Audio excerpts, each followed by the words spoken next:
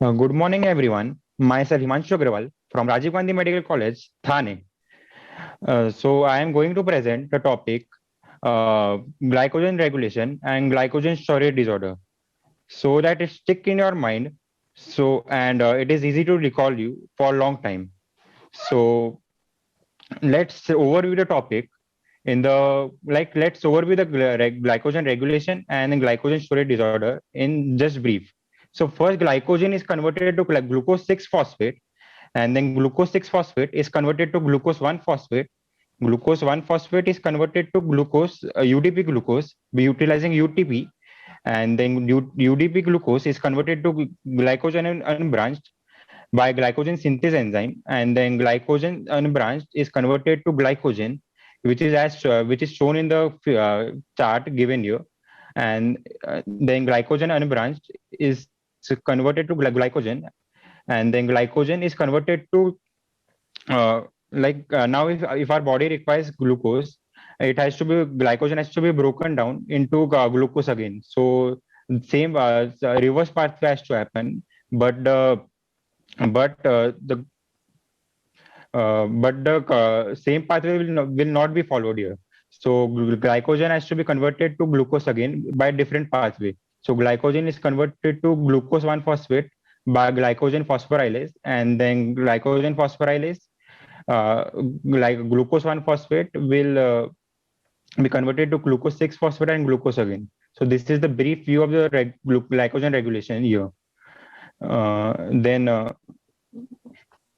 Now the glycogen storage disorder brief overview, in the following table we can see the 7 types of disorders here. So first disorder is von Gluck disease, in which enzyme deficiency is glucose 6 phosphatase. And secondly, like we can see here the Pompe disease, which there is a deficiency of lysosomal alpha 1,4 glucosidase. And similarly, the all these disease are can be we can be read in the PPT here. So, so can you recall all these terminologies? Isn't it too difficult to remember? Are you sure that you will be able to recall after a month? It's very difficult to remember all these mnemonics, all these terminologies. So let's make this dry but very important topic vibrant enough so that it sticks in your mind for a long period of time.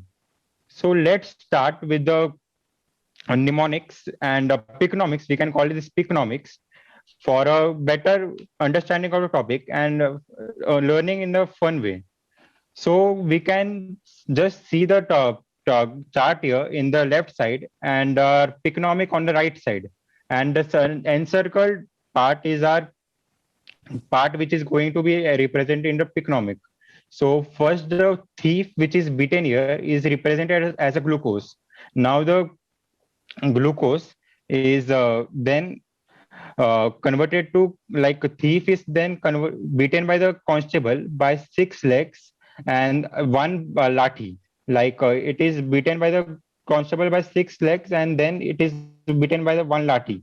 So in flowchart we can remember as glucose is converted to glucose 6 phosphate and then glucose 1 phosphate. Uh, like they are following a protocol here, like they are beating the thief by 6 legs first and then one lathi and then asking if you are accepting your fault or not. Actually there are group of people here present, the group of susceptible suspectable people here who are like considered as criminals. So police has to be investigate all those, and proper actions will be taken further. So firstly, the thief is converted to thief 6 phosphate and thief 1 phosphate. Now in the next slide, the ultra constable, the UTP here, is taking the thief 1 phosphate to prison. Like he is not accepting this fault, so he is proceeded towards the prison by the ultra constable. Your ultra constable is represented as UTP as encircled in the thief 1 phosphate is then trapped by the ultra constable and then is he's taken underground. So underground can be like imagined as the UDP glucose here. So thief 1-phosphate is converted to UDP thief. We can see like here the thief is taken to underground. Now the UDP glucose or UDP thief is then like there are many like suspectable people here present. So UDP first, the most susceptible people is followed first. He is known as he is undertaken underground, and then the following susceptible like UTP, the ultra constable is like we can see the in economic side in the right side. Like he is the ultra constable for is like following the thief 1-phosphate, which is taking take like proper are moving in a proper straight line. They are not dispersed. So this straight line can be imagined as the unbranched glycogen. So followed by the UTP, which is again and again making the thief 1-phosphate who is not susceptible before they are the people who are more prone towards the like crime. They are moving towards heading towards the jail in a straight line. And when they are not allowed to move here and there, so it can be imagined in the economic. So they are moving moving towards the jail. So this then the glycogen unbranched. This can be imagined as the glycogen unbranched. Then the in the jail, the in the this the right in right side, we can see that all the suspectable people are in the dispersed in the jail. It can be imagined as trees branches fallen down in the ground, and they are dispersed like this only. So they are inside the jail and the branches are dispersed. So and it can be imagined as a first they are moving in a straight line. Now it is dispersed in the form of people here. So it can be imagined as a glycogen here. And this the inside they are moved inside a jail by the enzyme glycogen uh, like branching enzyme. We can call it as branching enzyme. So glycogen is then this group of thieves which is inside the jail is now called as glycogen here in the flowchart left side. So now the constable has to like finally find out who is the victim and who is the main who has done the main crime. So the constable has to beat each and every one here so that they accept, or if they don't accept and the person is more like normal person, like a normal person who can stay outside the jail, the person has to be left from here and he can live his normal life outside. So the beating of the constable here inside the jail can be considered as a glycogen phosphorylase. Like police is beating the constable here, so the police is considered as glycogen phosphorylase here, and which is removing thief 1-phosphate, which is also known as glucose 1-phosphate, one by one in the form of from inside to outside like the thief 1-phosphate is moving outside from like moving outside. So after that the most of the victims are moved outside and few residues are remain inside, which is known as limit dextrin.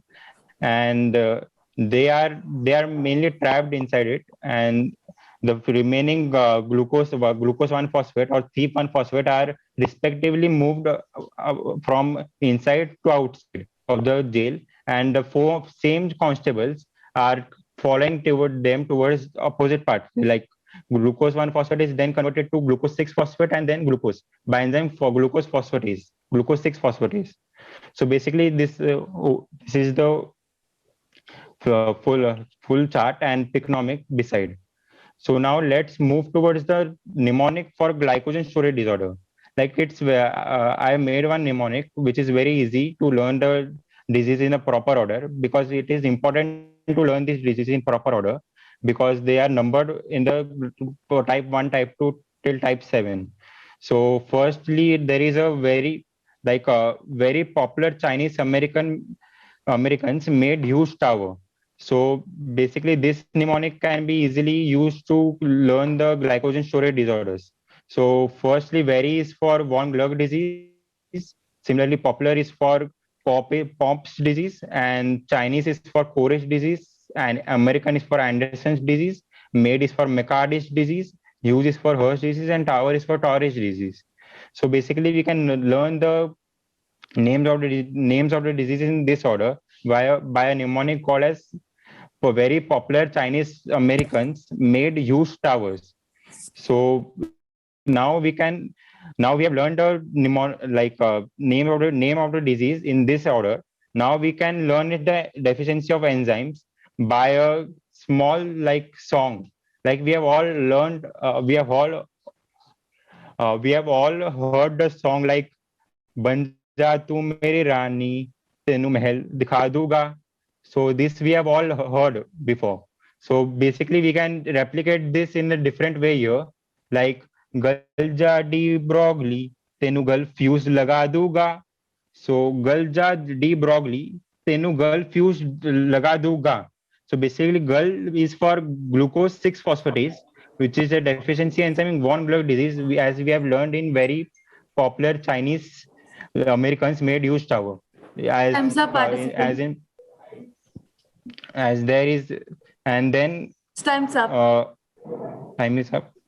So basically, this is the mnemonic for the enzymes like glucose 6 phosphatase, lysosomal enzymes, branching enzyme, and glycogen phosphorylase, and lastly liver glycogen phosphorylase. Like GUL is for glucose 6 phosphatase, LAGA is for lysosomal enzymes, D is for debranching enzyme, Broglie is for branching enzyme. Sorry to interrupt, but it's time's up now. Okay, thank you so much.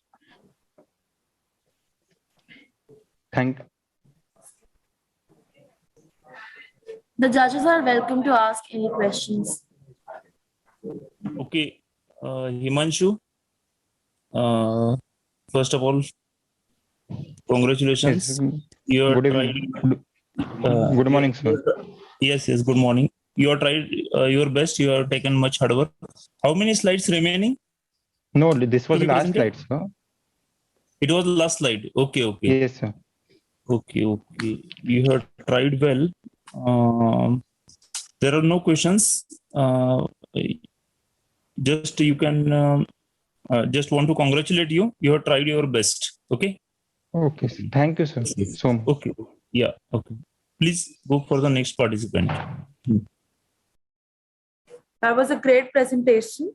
Now for our second participant, Nishant Bhangal. Hello. Is my PPT visible? Yes, it is. Please go to full screen. Yes.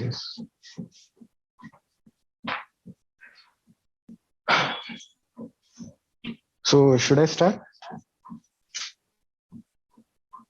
Hello. Should I start? Yes, please. You can start. Good morning, everybody. Myself, Nishant Bhangre, and today we are going to discuss about the connections of cerebellum and the tough part by remembering it by mnemonics. So before going to the tough part, we will see the basics of cerebellum anatomy, that is about location. We all know it lies in posterior cranial fossa and behind the pons and medulla, as you can see here. This is pons, behind it cerebellum lies. So now let us know about the external features. There are two parts of cerebellum, vermis and hemisphere. We can see here the highlighted red part is vermis and the remaining part is hemisphere of the cerebellum. Vermis is so called because its shape is like a vermis. So let us know about the parts of cerebellum in more detail in terms of matter, the gray matter and white matter. So what is gray matter? Gray matter is represented by the cerebellar cortex and the intracerebellar nuclei. There are four types of intracerebellar nuclei in cerebellum, which are nucleus dentatus, nucleus embryoniformis, nucleus fastigi, and nucleus globus. As we can see, the initials of all the nucleus names are highlighted by red color, and we can remember it by alphabetically as D, E, F, G.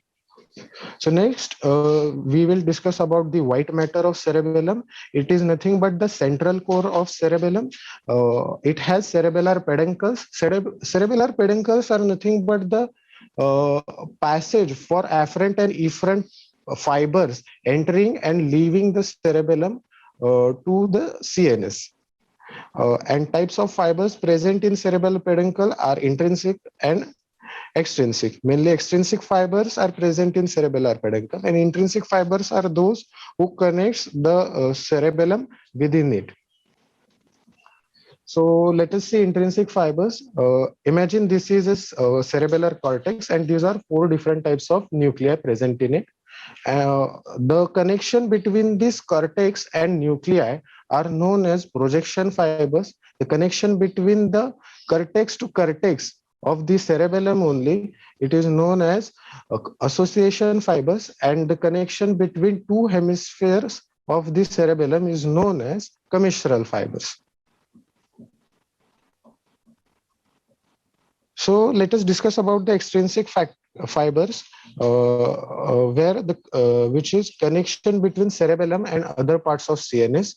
There are two types of extrinsic fibers: the afferent fibers and efferent fibers. Afferent fibers are those who are transmitting impulse from other CNS organs to cerebellum, and efferent fibers are those who are transmitting impulse from cerebellum to other CNS organs.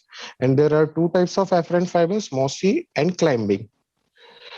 So let us see in detail extrinsic fibers.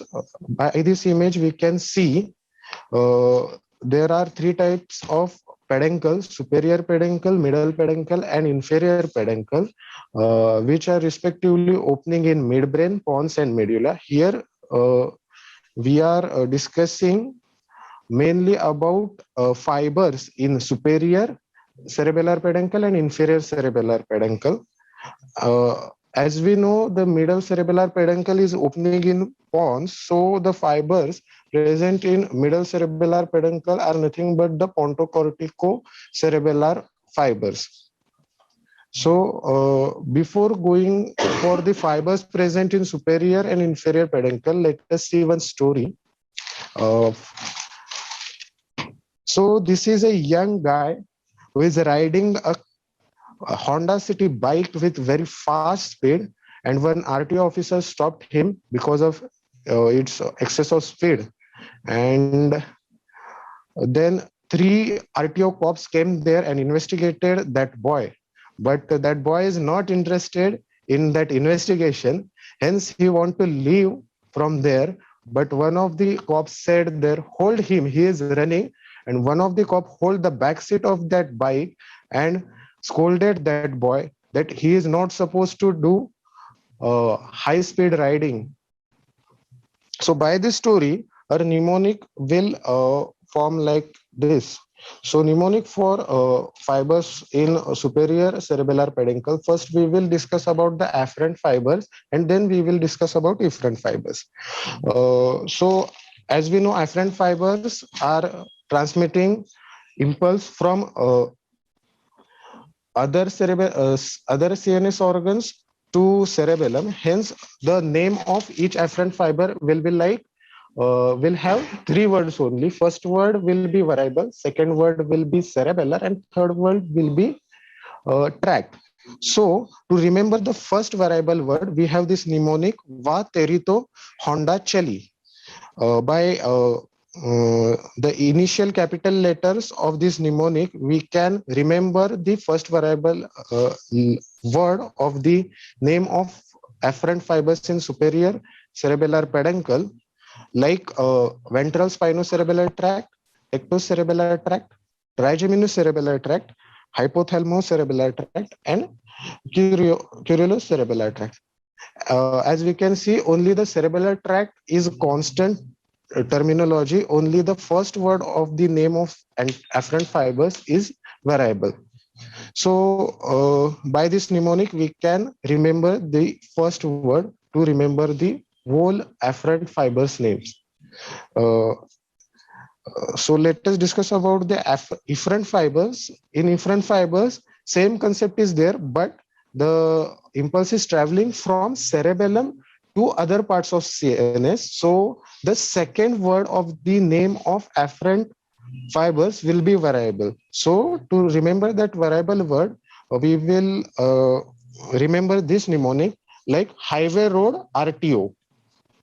So it stands for cerebello-hypothalamic tract, cerebello-rubral tract, then reticular, thalamic, and olivary tract. So we only have to remember this much middle word. Okay. Next, we will discuss about inferior cerebellar peduncle. The afferent fibers for the inferior cerebellar peduncles, as we discussed before in superior cerebellar peduncle also, we have to only remember first word in afferent fibers. So to remember that, we have this mnemonic, वो triple corp आकर पकड़ा रे seat मेरी. So this mnemonic stands for vestibulocerebellar tract. As we know, the first word is only variable, the other two words are constant. So we can remember it like trigeminocerebellar tract, then cuneo-cerebral, olivo-cerebral, par-olivo, anterior external arcuate fibers, posterior spinocerebellar tract, reticulocerebellar tract, and this is uniquely exceptional last mnemonic, which is sit meris, stands for stria medullaris. Then let us see about the efferent fibers. Here we have to note that efferent fibers of inferior cerebellar peduncle are nothing but connection between the nuclei of intracerebellar nuclei and nuclei present in spinal cord also. So we have to only remember the names of nuclei by this mnemonic.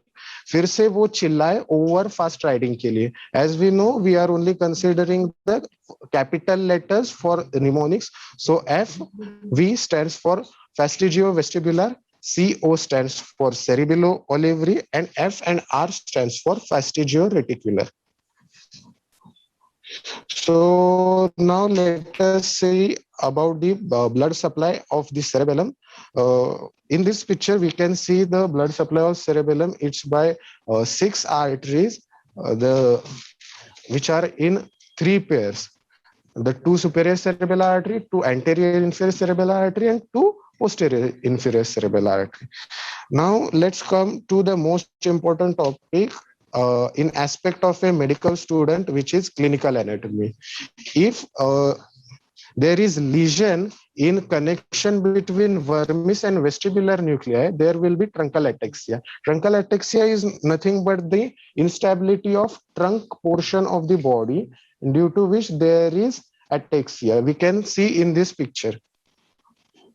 Next is the lesion between connection of vermis and labyrinthine. It leads to nystagmus, which is also known as dancing eye. We can see this in our picture. Next is anterior lobe lesion in coordination of lower limb and gait ataxia. As we see in this homunculus, that the anterior, if the lesion is present in anterior lobe, there will be incoordination in lower limb. And a neocerebellar lesion leads to incoordination in voluntary movements of upper limb and defective phonation. Same as we see in the homunculus, in the neocerebellar region, the hands and the face portion of the human lies. So if there is lesion, then this part will be dysfunction. So let us talk Participant, your about. time is over. Okay. Please wind up your presentation fast.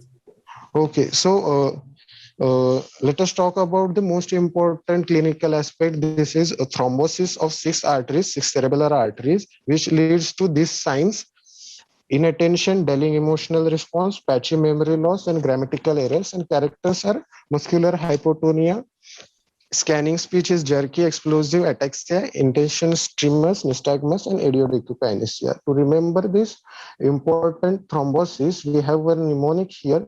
Mnemonic in the sense, these are some general facts that India has 2 great badminton player, coach Pulela Gopichand and his student Miss Saina. So we can remember by our thrombosis of cerebellar arteries signs and characters by these mnemonics, India and Pulela Gopichand, by inattention, dulling emotional response, patchy memory loss, grammatical errors in speech, and characters by Miss Saina, where each letter in Saina word will stand for each character. Muscle hypotonia, scanning speech is jerky and explosive.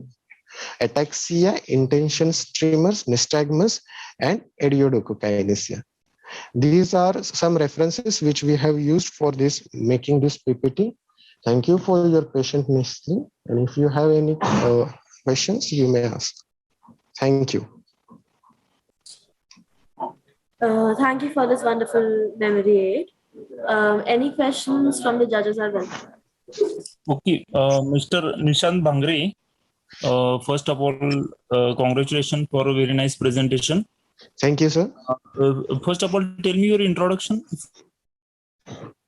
So, myself, Nishant Bhangre, From which college I am first year MBBS Introduction. student from Introduction. Dr. VMGMC, Solapur. Okay, fine. Your slides are excellent. Okay, but and presentation is also nice. Only thing is that the mnemonics were slightly difficult because it was lengthy, actually speaking. But overall, overall presentation was great. Okay, I congratulate you. Thank you very much, sir. Yes. Now you can move to the next participant. Okay. I would like to call out the next participant, Akash Dangodra.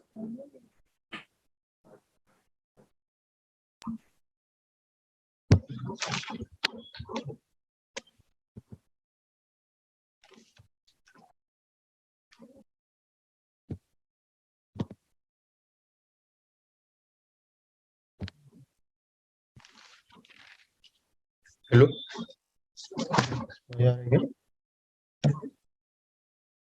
Good morning, everyone. Just 1 minute. Every participant should give his introduction first. Okay. Yes, sir. His name and his college. Every participant should remember. Yeah. Okay. Good morning, everyone. My name is Akash Dangodra, a first year MBBS student from Dr. VMGMC Solapur, and I am presenting a topic thyroid hormone. So, should I proceed? Okay. So, first, we little bit talk about the location of the thyroid gland. It lies anterior to the thyroid cartilage of the larynx, consists of two lobes connected by narrow isthmus.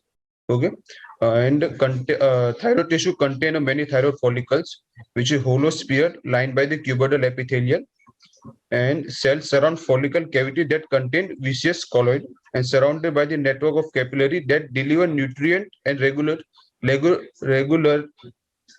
hormones accept secretory product and metabolic waste. And thyroid gland secretes two major metabolic hormone, that is T4 and T3, which profoundly increase the metabolic rate of the body and mainly concerned with the mental development and maturation and maintaining basal metabolic rate and physical growth and maturation. And it also secretes calcitonin and a hormone involved in the calcium metabolism. So now we talk about the biosynthesis of the thyroid hormone. The iodide ion, which is absorbed by the digestive tract, it's entered into the circulatory system. Out of that, 20% is taken up normally by the follicular cells of the thyroid tissue, and 80% is excreted by the kidney. The iodide ion enters the follicular cell by special transport system, that is sodium iodide co-transport pump, by active transport mechanism, because the iodide ion is a polar molecule which cannot pass through the lipid membrane of the follicular cells. Hence, it uses the sodium iodide co-transport pump. And after that, the iodide ion enters into the lumens, where iodide ions converted into the iodine by the peroxidase enzyme. Okay.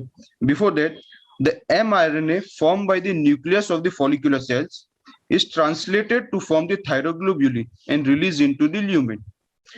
The whole protein structure of the thyroglobulin contain many tyrosine residue, which is represented by the circle in the following figure. And also star and square also representing different amino acid, but we are mainly focusing on tyrosine. Okay.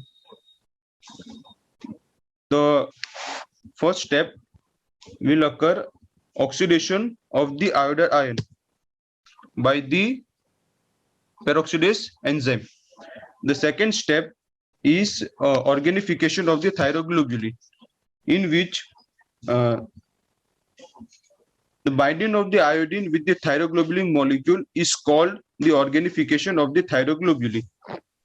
And third step is coupling of the iodotyrosine residue, in which the two molecules of the diiodothyronine are joined together, the thyroxine that remain part of the thyroglobulin molecule, and or the one molecule of the monoiodotyrosine couple with the one molecule of diiodotyrosine to form the T3, that is triiodothyronine. So one thyroglobulin molecule contain many T3, T4 or T1 or T2.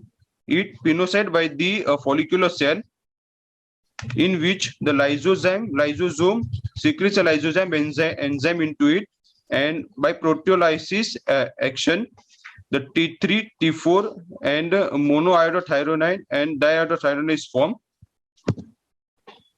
The T3 and T4 is released into the blood, but the MIT and DIT is not permeable to membrane, so it is reused. The deiodinase enzyme act on it and reutilize the iodide ion.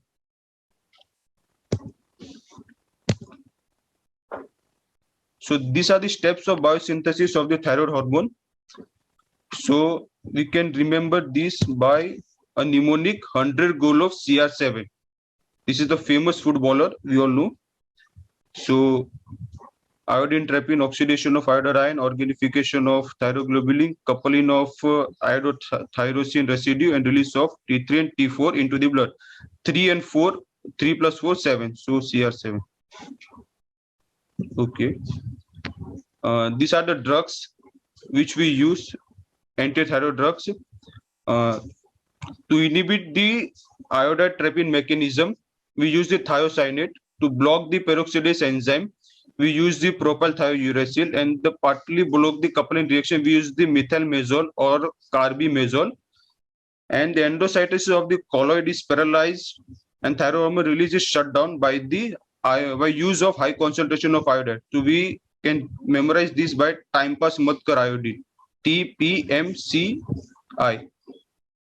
Okay, so this is the regulation of the thyroid hormone.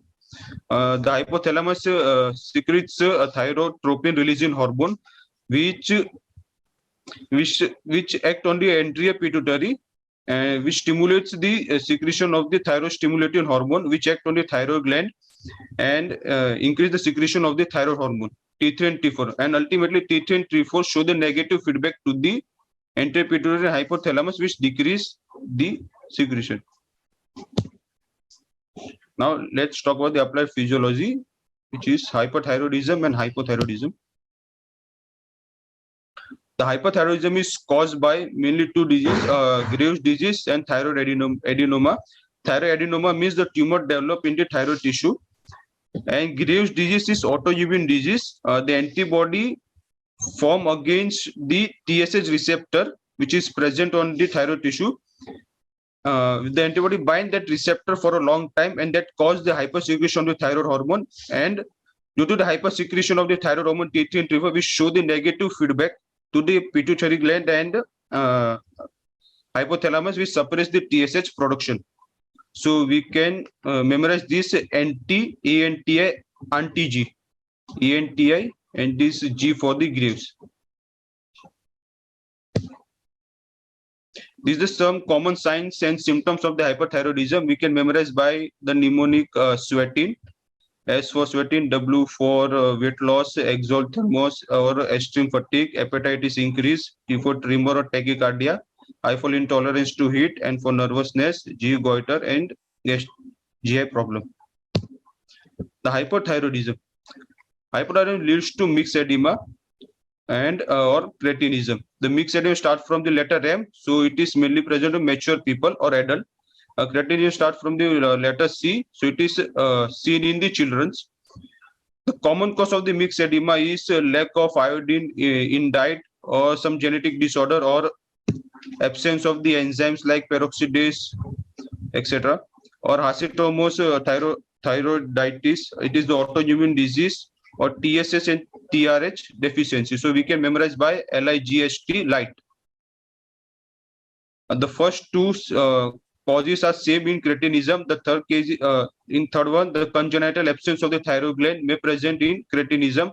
So C for cretinism, C for congenital absence of the thyroid gland. And also it leads to the failure of the body growth and mental retardation.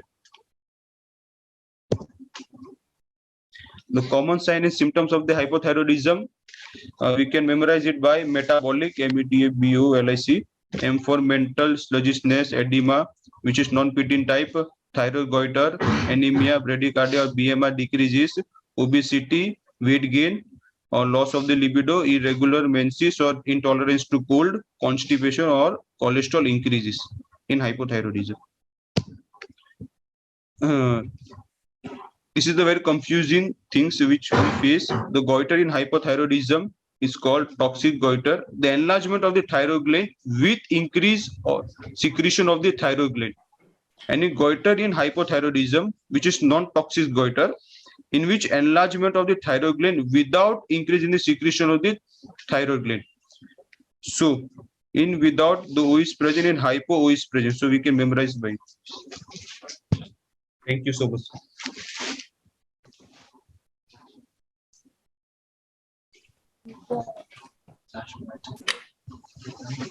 That was a very informative entry.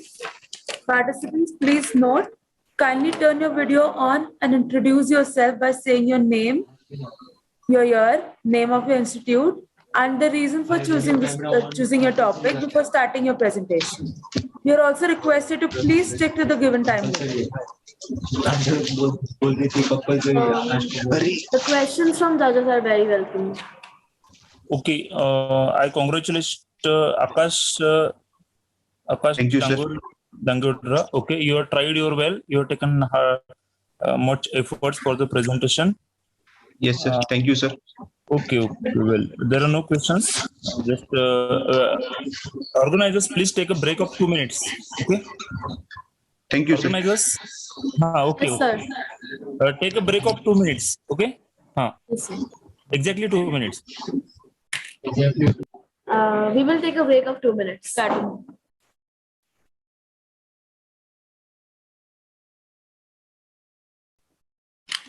We are back from a break. Our next participant is Rahul Kindapati. Please switch on.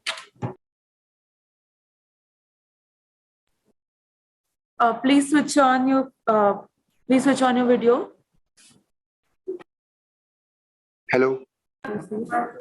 Yes, you're audible. Yeah. So can I start now? Participant, if you can hold on for 1 moment. Yes. Excuse me, sir. Do we begin?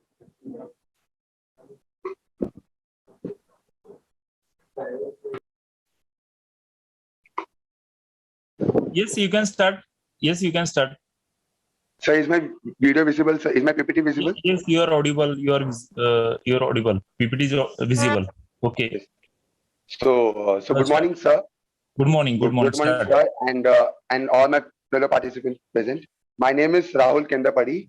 I am a first year MBBS student from Dr. Vaishampayan Memorial Government Medical College, and I selected this topic because I felt that when I was studying this topic, I felt it difficult to remember. So I want everyone to remember it. That's why.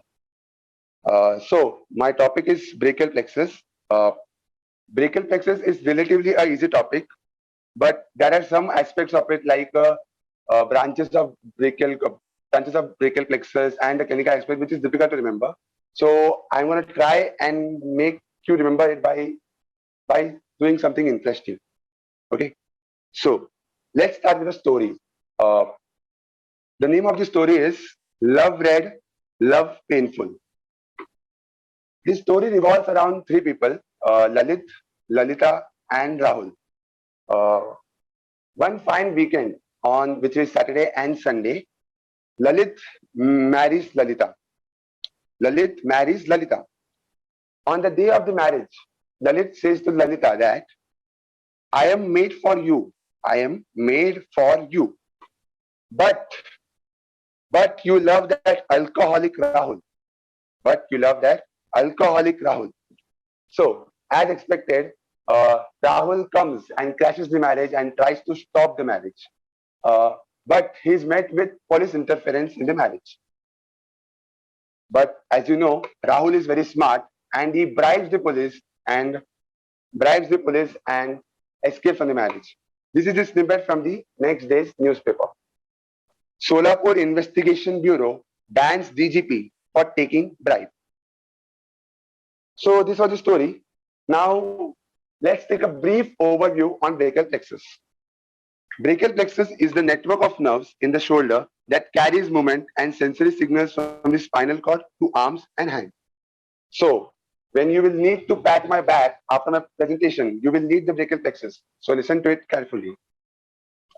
So now coming to the parts of brachial plexus, as you can see in the diagram or the picture which I have shown, it is a tree.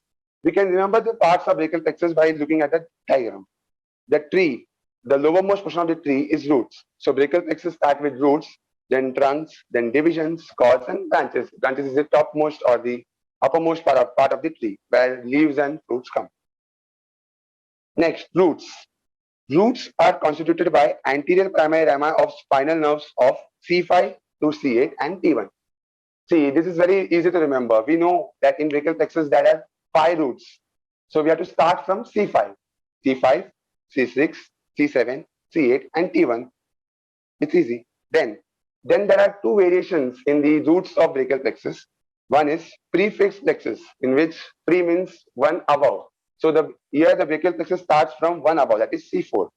And other is postfixed plexus. It is postfixed means 1 below. So here the brachial plexus ends at T2 rather than T1. Next, trunks. After roots, it comes the trunks. Trunks are 3 in number. It is upper trunk, middle trunk, and lower trunk. No, as in the sports, the number 7 is very lucky to many players like Dhoni, Ronaldo. So the number 7, which is a famous personality, it always goes alone, like in the middle trunk. So middle trunk, which is C7, it goes alone, and the above 2, which is C5 and C6, are the lower trunk, C8 and T1. They form the upper and lower trunk respectively, C5, C6, and C8, T1. Next is the division and cords. Division, each trunk, that is the upper trunk, middle trunk, and lower trunk, is divided into anterior ventral or posterior dorsal divisions. Then comes the cords. Now, cords is quite interesting. We have to imagine it, that how we can make it. The anterior roots, that is the ventral root of the upper and middle trunk form the lateral cord, while the anterior cord of the lower trunk. See, there are 3 trunks, so there will be 3 anterior cords and 3 posterior cords or posterior roots. So anterior roots of the upper and lower trunk form the lateral cord, upper and middle trunk form the lateral cord, while anterior root of the lower trunk form the medial cord, while the posterior root of all the 3 trunks, that is the upper, middle, and lower trunk, form the posterior cord, which goes posteriorly. It's easy to remember. Now, coming back to the story. What was the title of our story? The title of our story was Love Red and Love Painful, because it's a painful story for Rahul. So Love Red, Love Painful. This title can help us to remember the branches of the roots, which is long thoracic nerve, rhomboid nerve to rhomboids, branches to longus coeli and scalene muscles, and branch to phrenic nerve. So LRLP. The longest name in this all the branches is the longus coeli and scalene muscles. So the longest name has the most number of roots, that is C5, C6, C7, C8, all the cervical trunk, all the cervical roots. Now, nerve to rhomboids and branches to phrenic nerve, they both are the same root from C5. Phrenic nerve also gets some branches from C4. We will come to serratus anterior later. Okay. The next is the branches of the trunk. So when was the marriage going to happen? It was on Saturday and Sunday. That is the weekend, fine weekend. So Saturday and Sunday, S and S. It is suprascapular nerve, C, and nerve to subclavius. As they are the branches of the upper trunk, these nerves will have root values of the upper trunk, which is C5 and C6. Next, we come to the branches of the lateral cord. So, who was marrying whom? Lalit was marrying Lalita. Lalit marries Lalita. Simple. So therefore, the three branches of the lateral cord are lateral pectoral nerve, musculocutaneous nerve, and lateral root of median nerve, LML. As they are the branches of the lateral cord, and lateral cord was formed by the upper and middle trunk, so therefore they will have the nerve value of C5, C6, 7, C6 and C7. That is the nerve root of upper and middle trunk. Next is the branches of the medial cord. So what did Lalit say to Lalita? Lalit said to Lalita that I am made for you, which is M for you. That is 4 M's and U. So the 4 M's in these branches are medial pectoral nerve, medial root of median nerve, median cutaneous nerve of arm, and median cutaneous nerve of forearm. While the U, ulnar nerve. See, now there is some difficulty because before this, we were having all the nerve roots from their roots. Like the lateral cord was made from upper and middle trunk, so it was having the roots of upper and middle trunk, upper and middle roots. So, but here the ulnar nerve has the communicating branch from the lateral cord. So it has an extra of C7. The rest have only C8 and T1, but the ulnar nerve has an extra root from C7. We can easily remember it by 7 up, 7 for C7 and up for ulnar nerve. Next is the branches of the posterior cord. So now comes the painful part of the story, which is the Lalit says to Lalita that you love that alcoholic Rahul. You love, ULTAR, which stands for upper subscapular nerve, lower subscapular nerve, thoracodorsal nerve, axillary nerve, and radial nerve. See, here also the roots are a little bit different. So we can easily remember this photo of Rahul. He's drinking. He's a drunk, so he's very fat. Therefore, R for radial nerve is the thickest branch of the brachial plexus. So it has roots from all the trunks like C5, C6, C7, C8, and T1. And the thoracodorsal nerve, which is in between all the nerve, has the middle nerves like C6, C7, and C8. While the rest of the nerves like upper subscapular nerve, lower subscapular nerve, and axillary nerve have roots of C5 and C6. So this was the branches of posterior cord. The next is the clinical aspect of brachial plexus. Now, what was the headline of the newspaper the next day of the marriage? That was on Monday. It was Solapur Investigation Bureau bans DGP for taking bribe. Now, for Erb's palsy, everything is not that difficult, but the thing which is difficult is the muscles affected. So for muscles affected, we can easily use this mnemonic, which is Solapur Investigation Bureau bans DGP for taking bribe, which is SIBBDB for remembering the muscles affected, which are supraspinatus, infraspinatus, brachialis, brachioradialis, deltoid, and biceps brachii. Erb's palsy happens due to an injury to a point which is known as Erb's point, where 6 nerves meet. The 6 nerves, it is a point in the upper trunk, so you can imagine the upper trunk and you can easily remember these six nerves, which is C5, C6, the roots from C5 and C6, the two branches of the upper nerve, which was S and S, suprascapular nerve and nerve to subclavius, and the 2 divisions of the upper trunk, which is the anterior and posterior division. Now next, the deformities in the Erb's palsy. See, you will also remember the photo which was present in the newspaper, which was of the policeman taking bribe. In that photo, the policeman's arm was adducted and medially rotated, while his forearm was extended and pronated. Due to this typical deformity or due to this typical seeing in the disease. This Earth palsy is also known as Participant, policeman your or time vicar. limit is over. I request you to wrap up your presentation. Okay. Klumpke's palsy. Klumpke's palsy, the site of injury is the lower trunk of brachial plexus. The nerve roots involved are mainly T1 and T8. Muscles affected are intensive muscles of hand, ulnar plexus of wrist and fingers, and the deformity is a complete of claw hand, which we can see in the picture. Now the last is the winging of scapula. In the winging of scapula, we have excessive prominence of the medial border of scapula, and the nerve injured is the long thoracic nerve, which has roots from C5 to C7. And we can easily remember this by the acrostic wings to heaven, C5 to C7. Wings to heaven and C5 to C7. And in this, there is the loss of pushing and punching actions. Therefore, this syndrome is also known as swimmer syndrome or boxer syndrome. Thank you. Thank you for lending me your patient here.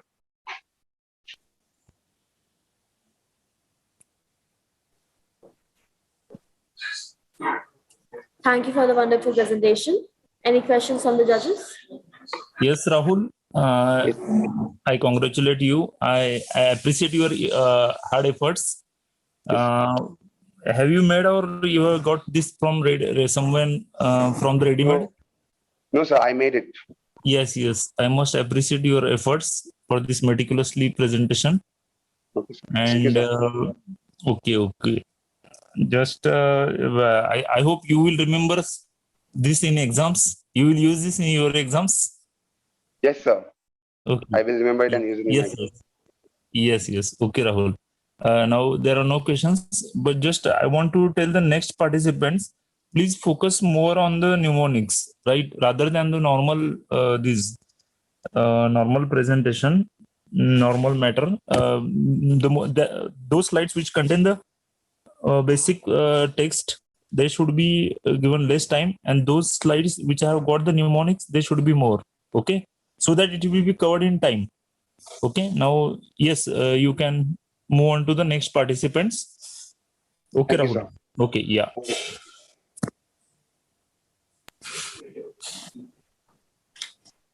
Our next participant is Shruti Khanpuria. I request you to turn on your camera and introduce yourself first.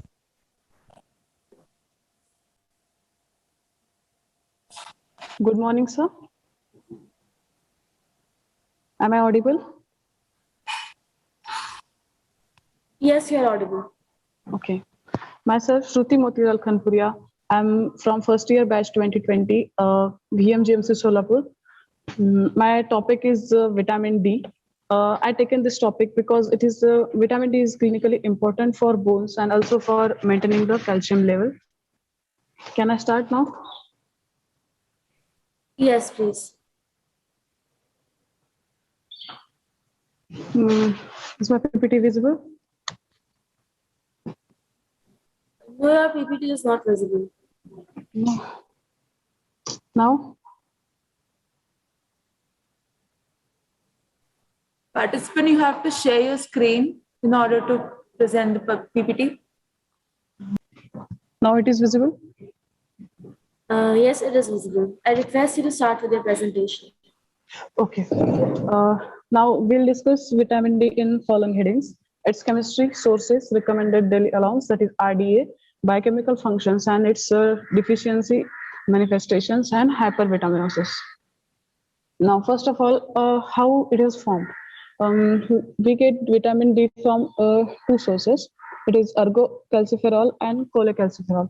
Ergocalciferol is also known as vitamin D2. It is mainly from plant source. It is named as ergocalciferol because commercially we get ergocalciferol from ergot fungus. Now, cholecalciferol is also known as vitamin D3. It is from animal source. Now, the 7-dehydrocholesterol, which is present below the skin, when comes in contact with ultraviolet B sunlight, it is converted into cholecalciferol, which is vitamin D2. Now, it goes to liver and it is converted into 25-hydroxy cholecalciferol. Now, which goes to cholecalciferol converted into 25 hydroxycholecalciferol in presence of 25 hydroxylase enzyme in liver. Now it goes to kidney and it is converted into 125 hydroxycholecalciferol in presence of 1 alpha hydroxylase enzyme in kidney. Now, these both the hydroxylase enzymes of liver and kidney requires cytochrome P450, NADPH, and O2 for their hydroxylation process. Now, here we can see that there are two hydroxylase enzymes. Now, how to remember which is from liver and which is from kidney? Here we get this is 25 and 1 alpha. In this, large number is 25, and liver is a big organ, so we can remember it as bigger number is from bigger organ. So that's the next thing is from where we get vitamin D. The sources of vitamin D are main sources when we expose to sunlight. Our skin itself prepares vitamin D in active form. Now in food, we can get vitamin D from egg yolk, fatty fish or fish liver oil, which is cod liver oil or shark liver oil. And now recommended daily allowance for children is 400 international units, and for adults 200 international units. For pregnant ladies it is 400 international units, and the people who are above 60 years vitamin D requirement is about 600 international units. Now the functions of vitamin D. What is the biochemical function? It regulates calcium and phosphorus level of the blood. It is also known as hormone because it is activated in our skin and acts on different targets like intestine, kidney, and bones. On intestine, it increases the absorption of calcium and also phosphorus. Now in kidney, it increases the reabsorption of calcium and phosphorus from the renal tubules. On bones, it is important for the formation of bones. That is, it increases the mineralization of bones. That is, it is responsible for the osteoblastic activity.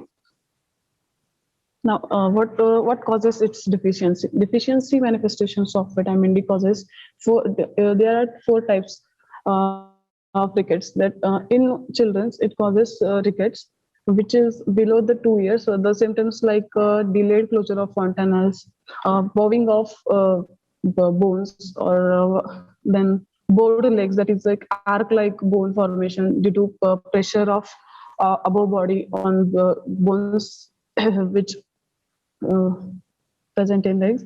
Then in adults, it is called deficiency of vitamin D called as osteomasia. Now, in renal rickets, third point is the renal rickets. It is due to defective activation of vitamin D. Fourth is vitamin resistance rickets. It is due to defective renal tubular absorption of vitamin D. Now, the main slide of my presentation is hypervitaminosis. It is due to the increased level of vitamin D above 50,000 international units or more than that. It is caused due to the high dietary source of vitamin D, too much amount of fortified milk, and this is like granuloma. That is in tuberculosis condition. The granules like swellings are formed on the skin or anywhere in the body. Now, and the lymphoma. Now, the symptoms of increased vitamin D like polyuria, polydipsia, psychiatric disorders, nephrolithiasis, nephrocalcinosis, bone pain, gout, GIT disorders, and cardiac arrhythmias. And how to remember these symptoms? Now it is my mnemonic that PNB, Punjab National Bank, goes corrupt. PNB goes corrupt. Now we take the first letters of all 5 things, and we can remember as P for polyuria, polydipsia, psychiatric disorders. N for nephrolithiasis, nephrocalcinosis, goes G for gout and GIT disorders. GIT disorders are like nausea, vomiting, etc. And corrupt is like cardiac arrhythmia. And now how to treat this increased vitamin D? So just stop the high diet of vitamin D and stop supplements and fluids, corticosteroids. That's it. Thank you, sir. If the judges have any questions, they are welcome. Okay, I congratulate Ms. Shruti for your presentation. Thank you, sir. and I appreciate your efforts. But my expectation from you was much more. I did not meet the expectation. It's all right, Sorry, and sir. not a big thing, but just I want to correct some. You should avoid some things like using of the bank's name and showing the corrupt, isn't it? Okay. Someone from PNB might object to you, isn't it? Okay. Okay. It's not going to happen actually, but I'm just telling you because you are junior, you don't know. But names which can that can be avoided, but still wish you best of luck. Okay, chalo. Thank you. Okay, we will move on to the next presentation.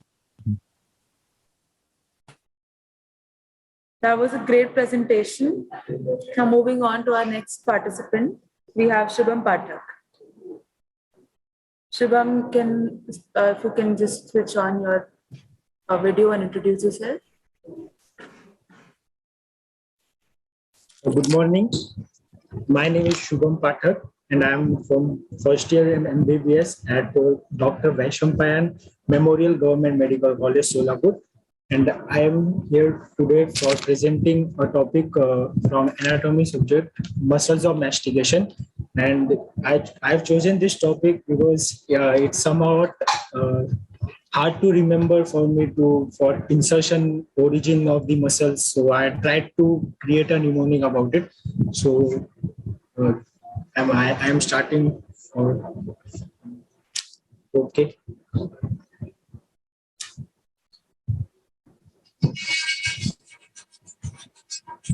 Bye.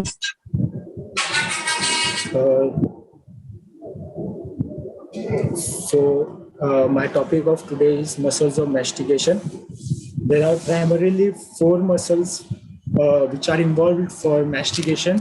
Participant, can you share your screen? अच्छा share नहीं होगा sorry No.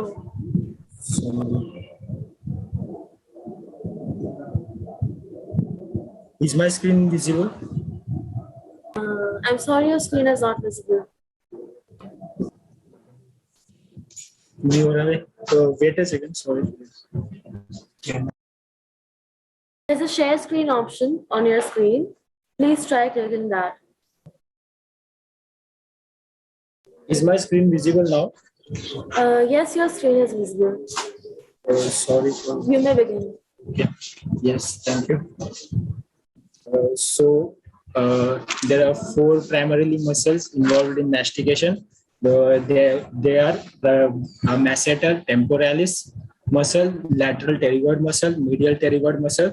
So the first one being the masseter muscle, its shape is around quadrilateral in shape. It covers the lateral surface of the mandible.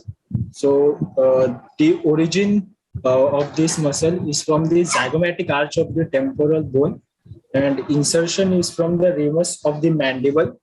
The nerve supply being the mandibular nerve, and the actions being elevation of the mandible. It helps for to elevate the mandible. So the mnemonic I tried for it is the Mark Zuckerberg runs from Mahavir Chowk to Employment Chowk. The first letter of each word simplifies to remember it.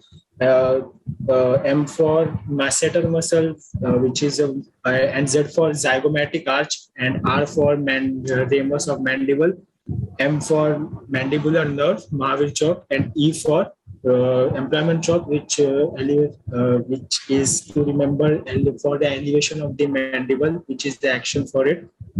And the second muscle being the temporalis muscle, it is fan shaped, and it fills the temporal fossa, which is the origin for this muscle is temporal fossa itself, and insertion is coronal process of mandible.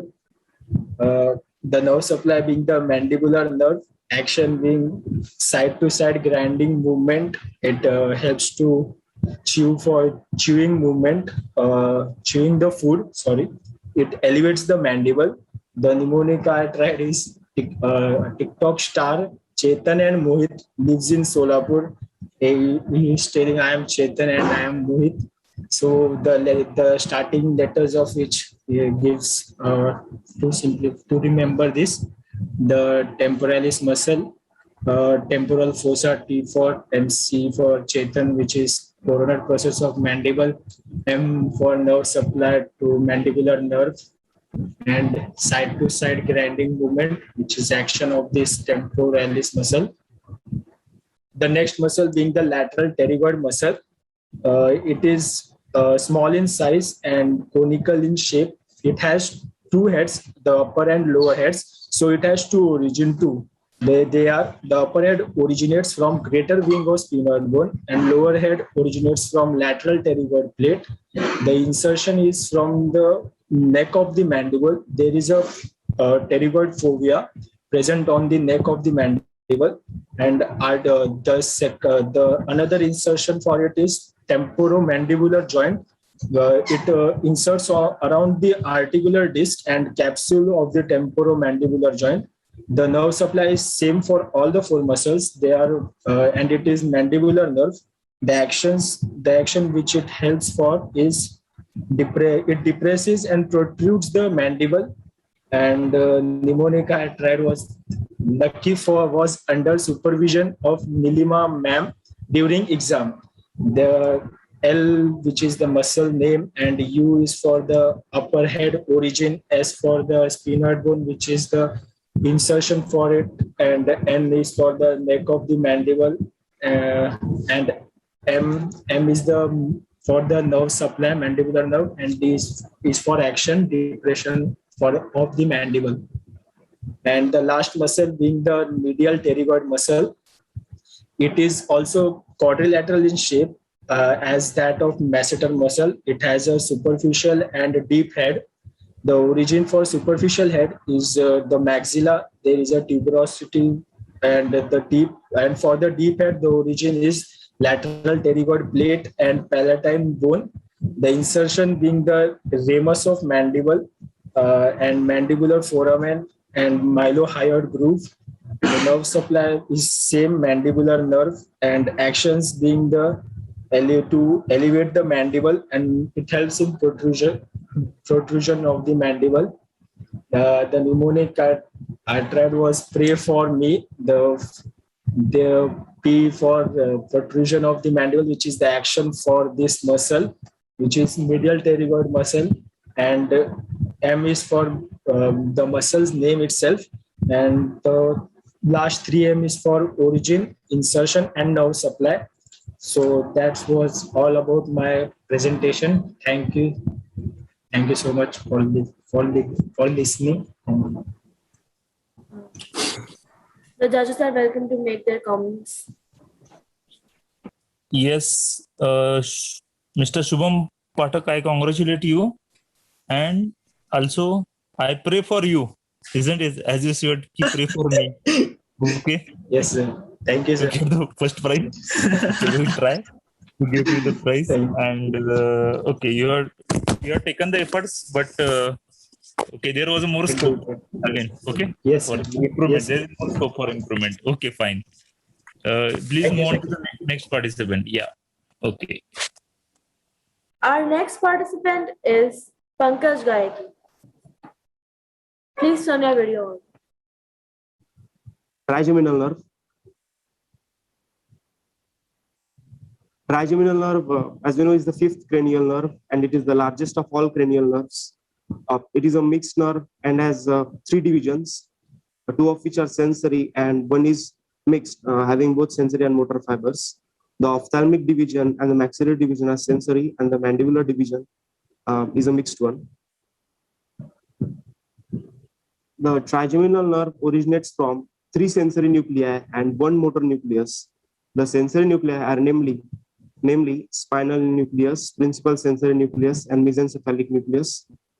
The spinal nucleus receives pain and temperature sensations, and the principal sensory nucleus receives touch and pressure sensations from the skin of face, mucous membrane of nose, tongue, and paranasal air sinuses, while the mesencephalic nucleus receives specifically proprioceptive impulses from muscles of mastication, the temporomandibular joint, and the teeth. And there is one motor nucleus which gives the motor fibers to the muscles of mastication, mylohyoid, anterior valley of digastric, tensor palati, and tensor tendini. So here you can make out there is this main sensory nucleus and receiving the fibers for the general somatic afferent fibers for the touch. There is a mesencephalic nucleus receiving the fibers for proprioception, and the spinal nucleus which is receiving fibers for pain and temperature. And there is also this motor nucleus here. So here you can also see the motor root going with the sensory root of the maxillary of the mandibular nerve to the foramen ovale and making it a mixed nerve. So as we know, there are three divisions of the trigeminal nerve. So first one is the ophthalmic division. So its branches are the frontal, the nasociliary, and the lacrimal.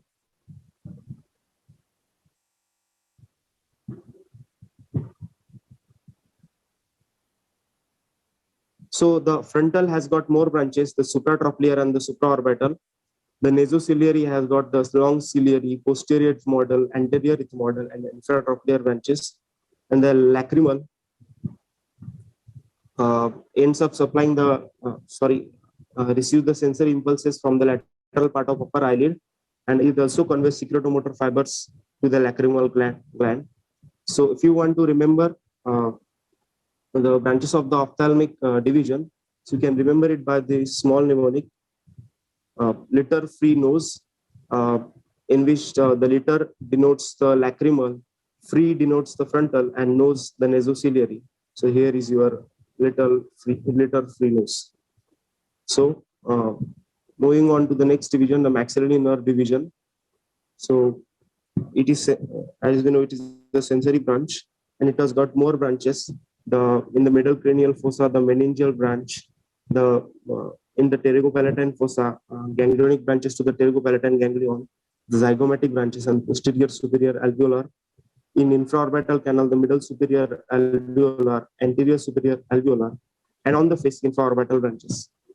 So there are a lot of branches, but they can be summed up in a small mnemonic, which is easy to remember. The mnemonic is Mami Ji, please. And Chota Bhim is also here saying please. So M for meningeal, A for anterior superior alveolar, M for middle superior alveolar, I for infra, G for ganglionic branches, P for posterior superior alveolar, and Z for zygomatic. So the next is the mandibular nerve division, which is next one, having both sensory and motor fibers. So when it passes down from the foramen ovale, so from its trunk, the two main branches originating are the meningeal and the nerve to medial pterygoid, and laterally divides into an anterior division and a posterior division. So the anterior division gives of the the muscular branches, the deep temporal, lateral pterygoid, and masseteric, and also buccal branch supplying the skin of the cheek. And from the posterior division, it gives of the auriculotemporal, the lingual branch, and the inferior alveolar branch. So these branches can be remembered by a mnemonic. I like the DP of my lamb.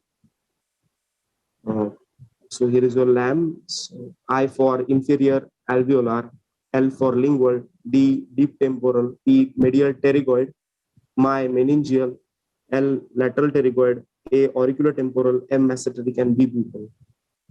So thank you for this.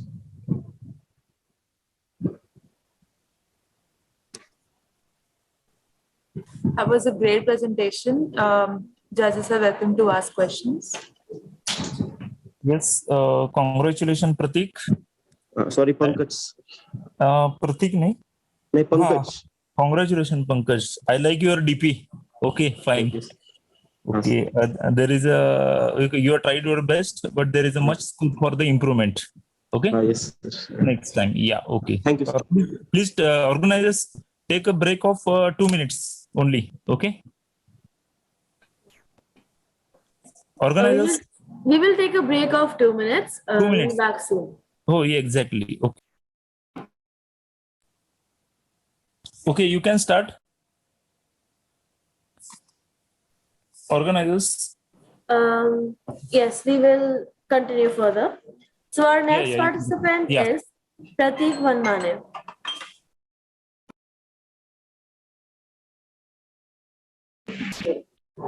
Participant, please unmute yourself.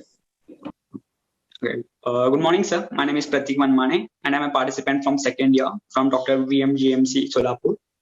And today I'm representing the topic Streptococcus pyogenes and post-streptococcal glomerulonephritis. Okay, sir. Due to some technical issues, we'll move on to the next participant. So our next participant is Mansi Patel. Am I audible? Yes, you're audible. Good morning, sir. Myself, Mansi Patel, from first year MBBS 2020 batch from Dr. VMGMC Solapur. My topic is glossopharyngeal nerve, and my reason for choosing this topic is that it is difficult to remember the courses and branches of the glossopharyngeal nerve, and I will just wait. I will share the screen. So, glossopharyngeal nerve, it is the ninth cranial nerve, and its name itself indicates that glosso means tongue and pharynx. So, its major nerve supply to tongue and pharynx. And the importance of this glossopharyngeal nerve, that its motor innervation goes to stylopharyngeus muscle, which helps in the elevation of the pharynx and larynx, and it is a type of a mixed nerve, which contains the innervation of some upper sensory, motor, and parasympathetic nerve, and it is the nerve of the third branchial arc. So now let's start with the functional components. In the functional components, the efferent fibers and the afferent fibers. In efferent fibers, there are two types: spatial visceral and general visceral. So the spatial visceral fibers arise from nucleus ambiguous and supply the stylopharyngeus muscle. Here you can see it arises from this green color nerve. It arises from the nucleus ambiguous and supply to the stylopharyngeus muscle. And in general visceral efferent fiber arise from the inferior salivatory nucleus and supply to parotid gland. Here, this orange one, it arises from the inferior salivatory nucleus and it supplies directly to the parotid gland. Now let's move on to afferent fibers. In afferent fibers, there are three: general visceral, spatial visceral, and general somatic. So the cell bodies of this of the general visceral and general somatic are situated in the superior ganglion, and the cell bodies of the spatial visceral are situated in the inferior ganglion. So the peripheral process of the general visceral carries the general sensations from the posterior one-third of tongue, pharynx, and carotid body and sinuses. Here you can see this blue one. It carries a general sensation from the carotid body and carotid sinus, from pharynx, lingual, and from tongue. And its central processes, from the peripheral processes, the impulses are relayed by the superior ganglion, and from the superior ganglion, the impulses are passed on to the central processes, that is dorsal nucleus of vagus. Now let's move to spatial visceral. The peripheral process of the spatial visceral fibers carries the taste sensations from the posterior one-third of tongue and circumvallate papilla. Here, this orange one, it carries a sensation from this posterior one-third of tongue and this circumvallate papilla to the nucleus of tractus solitarius. And general somatic fibers, the peripheral process of this general somatic afferent fibers carries the sensations from the external ear and passes to the superior ganglion, and from there the impulses are relayed by the central processes to the spinal nucleus of trigeminal nerve. Now let's move on to the causes. Before starting causes, I would like to tell that this nerve originates in the medulla by these three nucleus we have seen just before, and I will like to share this diagram, 3D diagram, so is able to memorize you.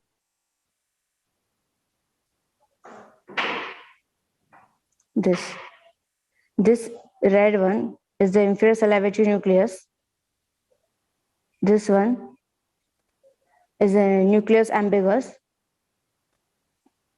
and this blue one is a nucleus of tractus solitarius.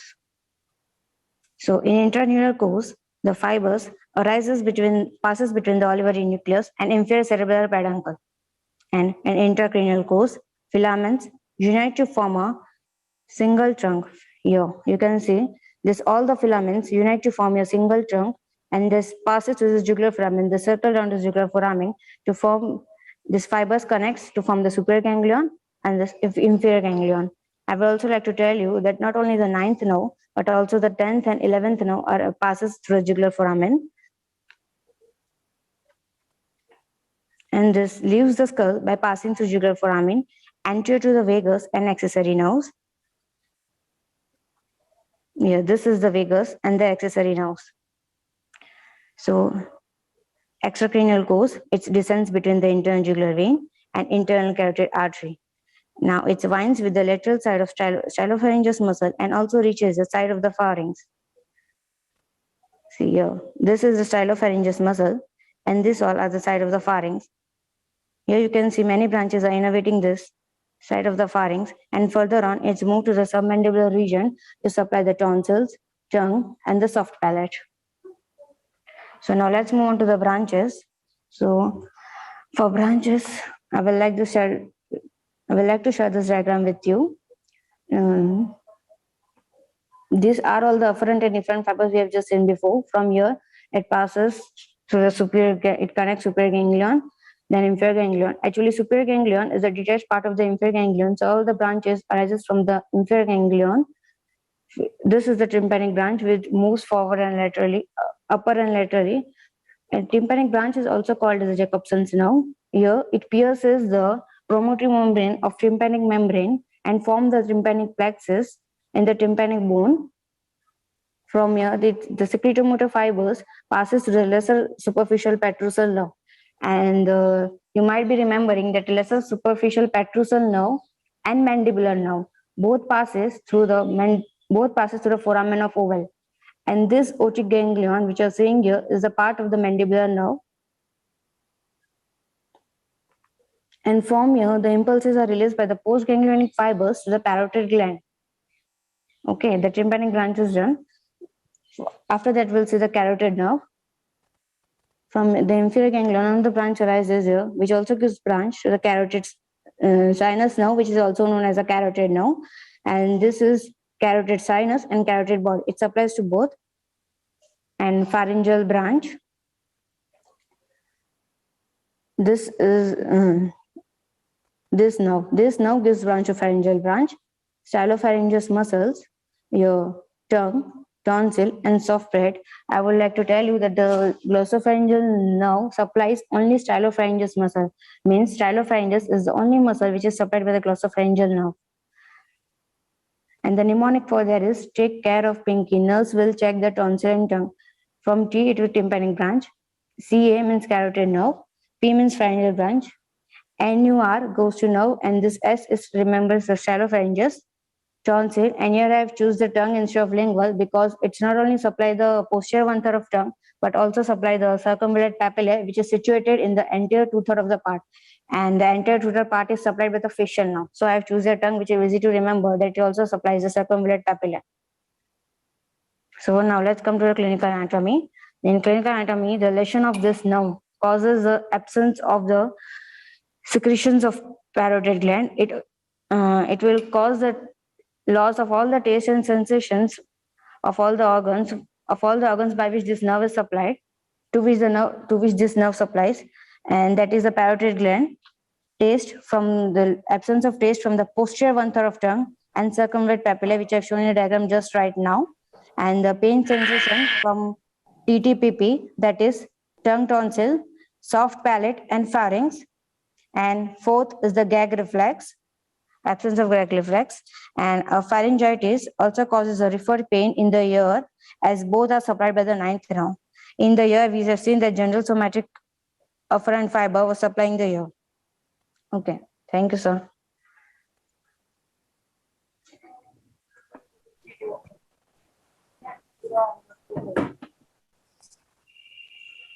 Thank you for the presentation. Questions from the judges are welcome. Okay, I congratulate Mansi Patel for the Yes, efforts sir. she has Thank you, taken sir. for the presentation. Yeah, okay. Yes, sir. But there is a scope for improvement next time. Okay. Yes, sir. Yes, sir. Okay. Just continue with the next presentation. That was a really great and informative presentation. Now for our next participant, we have Vaishnavi Kant. Please unmute yourself. Good morning, everyone. I am Vaishnavi Katke, first year MBBS student from VMGMC Solapur. Is it now? Yes, your PPT is visible. Okay, my topic is cholesterol synthesis. I chose this topic because it was asked in my last exam and I found it difficult to write the cycle. So I thought many students would have that problem, so I chose cholesterol synthesis. The mnemonic is "Anne has helped me plan." Ideal giving farmers, statins lower cholesterol. So let's start with the cycle. Steps of cholesterol synthesis is the 2-acetyl coenzyme A and forms acetoacetyl coenzyme A. So and as help me plan. So HMG coenzyme A stands for help, and me for mevalonate and 5-pyrophosphomethylonate. So as you can see, if we add the letters from as and we get to we get a 4-carbon compound, and An has 2 letters, so 2-carbon compound. And again, if we add the letters from help to as the previous mnemonic letters, we get a 6-carbon compound. Similarly, if we add me to help, we get again a 6-carbon compound. And then plan to me, we again get a 6-carbon compound. So we can remember the number of carbon atoms in that molecules with that mnemonic. Similarly, I stands for isopentenyl pyrophosphate and deal for dimethyl allyl pyrophosphate, then giving for general pyrophosphate and farmers for farnesyl pyrophosphate. Here again, if we add the letters from the mnemonic, we'll get the carbon atoms, number of carbon atoms. Like if we add I to plan, we get a 5-carbon compound, and deal to I, we get a 5-carbon compound. Moving further, here it is a bit different. 2-farnesyl pyrophosphate is a 15-carbon compound, and both molecules are joined to give a 30-carbon compound, which is squalene. Here the mnemonic is statins lower cholesterol, which is also a fact that statins lower cholesterol, and lenosterol is also a 30-carbon compound. From lenosterol to cholesterol, COOH molecule and 2 CO2 molecules are removed. So if we minus 3 carbon, we get a 27-carbon molecule, which is a cholesterol. Moving further, the mnemonic for enzyme is time has his memory picture of carrying some X. The thiolase enzyme, time, then has HMG coenzyme A synthase, his for HMG coenzyme A reductase, memory for mevalonate kinase. Moving further, the picture, the PIC from the picture stands for pyrophosphomevalonate decarboxylase, I for isopentenyl pyrophosphate isomerase, C for cisprenyl transferase, carrying for cisprenyl transferase again, and some for squalene synthase, and X for epoxidase hydroxylase cyclase. I like to wrap up the session by telling some clinical aspects. Atherosclerosis, due to increased cholesterol level more than 5.2 millimole per liter causes atherosclerosis. Severe atherosclerosis is seen in diabetes mellitus, lipid nephrosis, and hyperthyroidism due to prolonged elevation of VLDL, IDL, or LDL in blood. LDL to HDL ratio, that is cholesterol ratio, is a predictive parameter. The ratio is low in normal people. Diet is beneficial is substitution of polyunsaturated and monounsaturated fatty acids. Like corn oil and sunflower oil contains high omega-6 polyunsaturated fatty acids, so they must be included in the diet. Similarly, fish oil contains omega-6 fatty acids having anti-inflammatory and triacylglycerol lowering effect. Saturated fatty acids form VLDL particles, which has a high tendency to cause atherosclerosis. Lifestyle like hypertension, smoking, abdominal obesity, and lack of exercise and drinking of soft water causes coronary heart diseases. Emotional stress, coffee drinking causes elevation of plasma free fatty acids followed by increased output of triacylglycerol and cholesterol leading to coronary heart diseases. Thank you.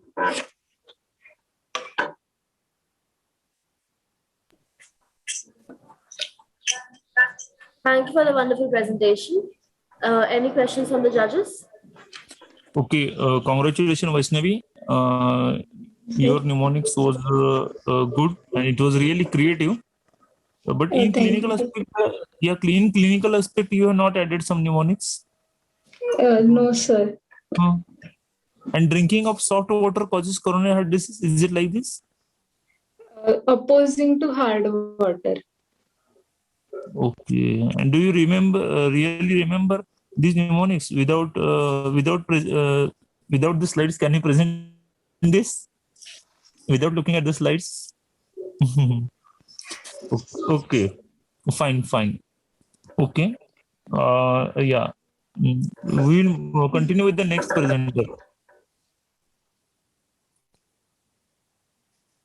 We will continue with the next presenter. Pratik. Thank you for the wonderful presentation. Pratik Vanmane, if you're ready with the presentation, can you please switch on your video? Yes.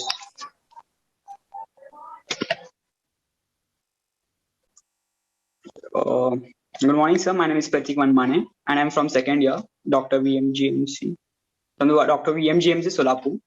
And today I'm representing the Streptococcus pyogenes. So my topic is today is Streptococcus pyogenes and post-streptococcal glomerulonephritis.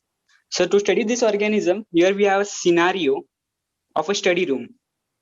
Okay, sir. And this study room belongs to a Indian child because post-streptococcal glomerulonephritis, it is the most common nephritis in children and also across the India, and hence a Indian child. Now let us look near the window. Now here we have pearl beads which is decorating the window. This represents the gram-positive streptococcus which are arranged in a chain fashion. Okay, sir. Now, as every student should have an alarm clock, here we have alarm clock above the bed, which represents the most virulent strains of Streptococcus pyogenes, which are 12, 4, and 1. Now, the calendar above the alarm represents the incubation period of Streptococcus pyogenes, which is about 3 to 4 weeks. That is about a month. Now, look at the table. We have a pin on the table. Now, this pin represents the pinpoint colonies on the culture. While to the right extreme side of the table, here we have a violet crystals, which represents the selective medium of crystal violet for the Streptococcus pyogenes. Now, here on the table, we have a banana that represents the kidney, while the fleas breeding on the banana indicate the flea-bitten kidney, with the red dots on the bananas that represents the pinpoint hemorrhagic kidneys. Now, the boy has a lot of toys. Now, the first toy, it is a spiky ball. Now, the spiky ball represents the spike for Pike's media. Pike's media, which is a transport medium for Streptococcus pyogenes. Now, the second toy, which is the DNA spiral.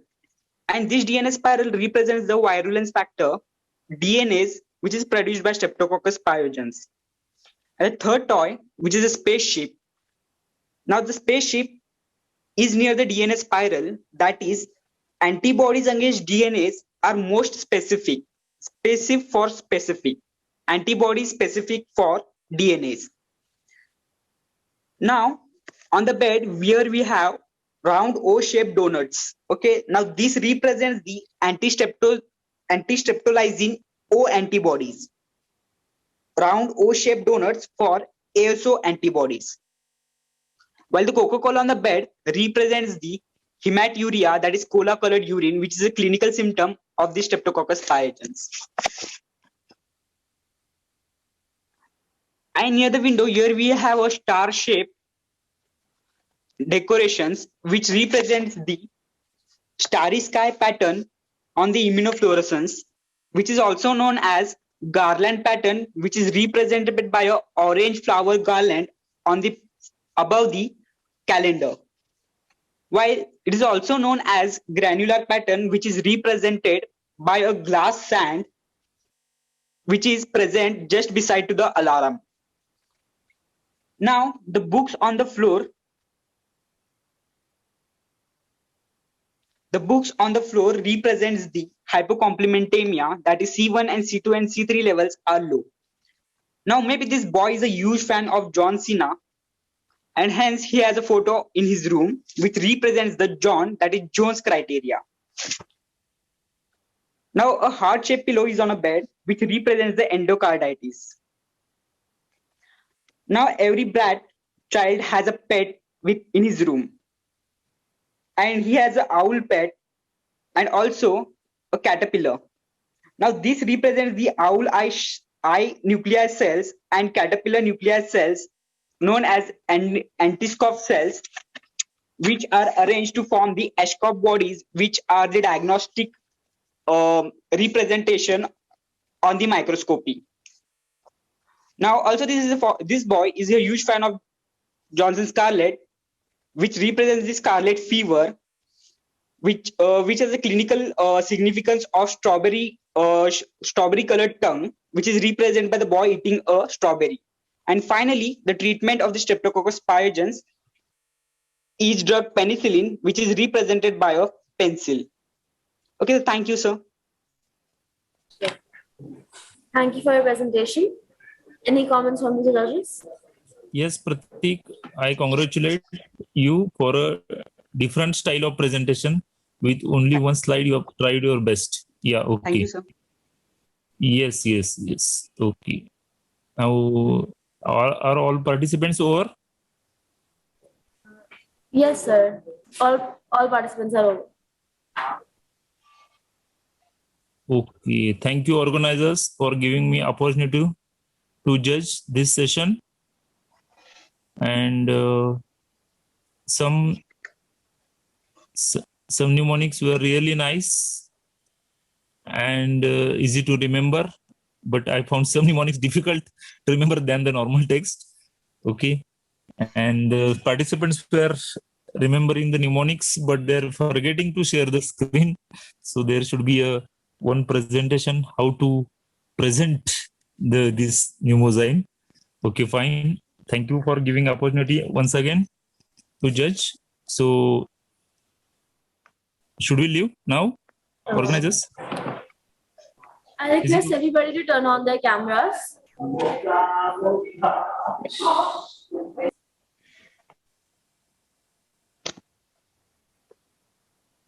Everyone to turn on their cameras. All the students. Sir, we will be glad if you can also turn on your camera.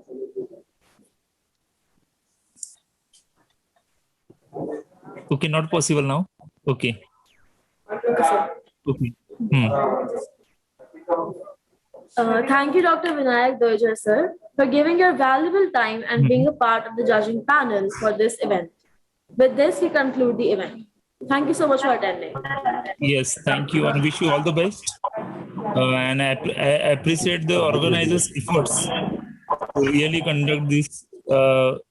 And I declare that this session is successful and over. Wish you best of luck and good day to all of you. Okay. Okay, good boy.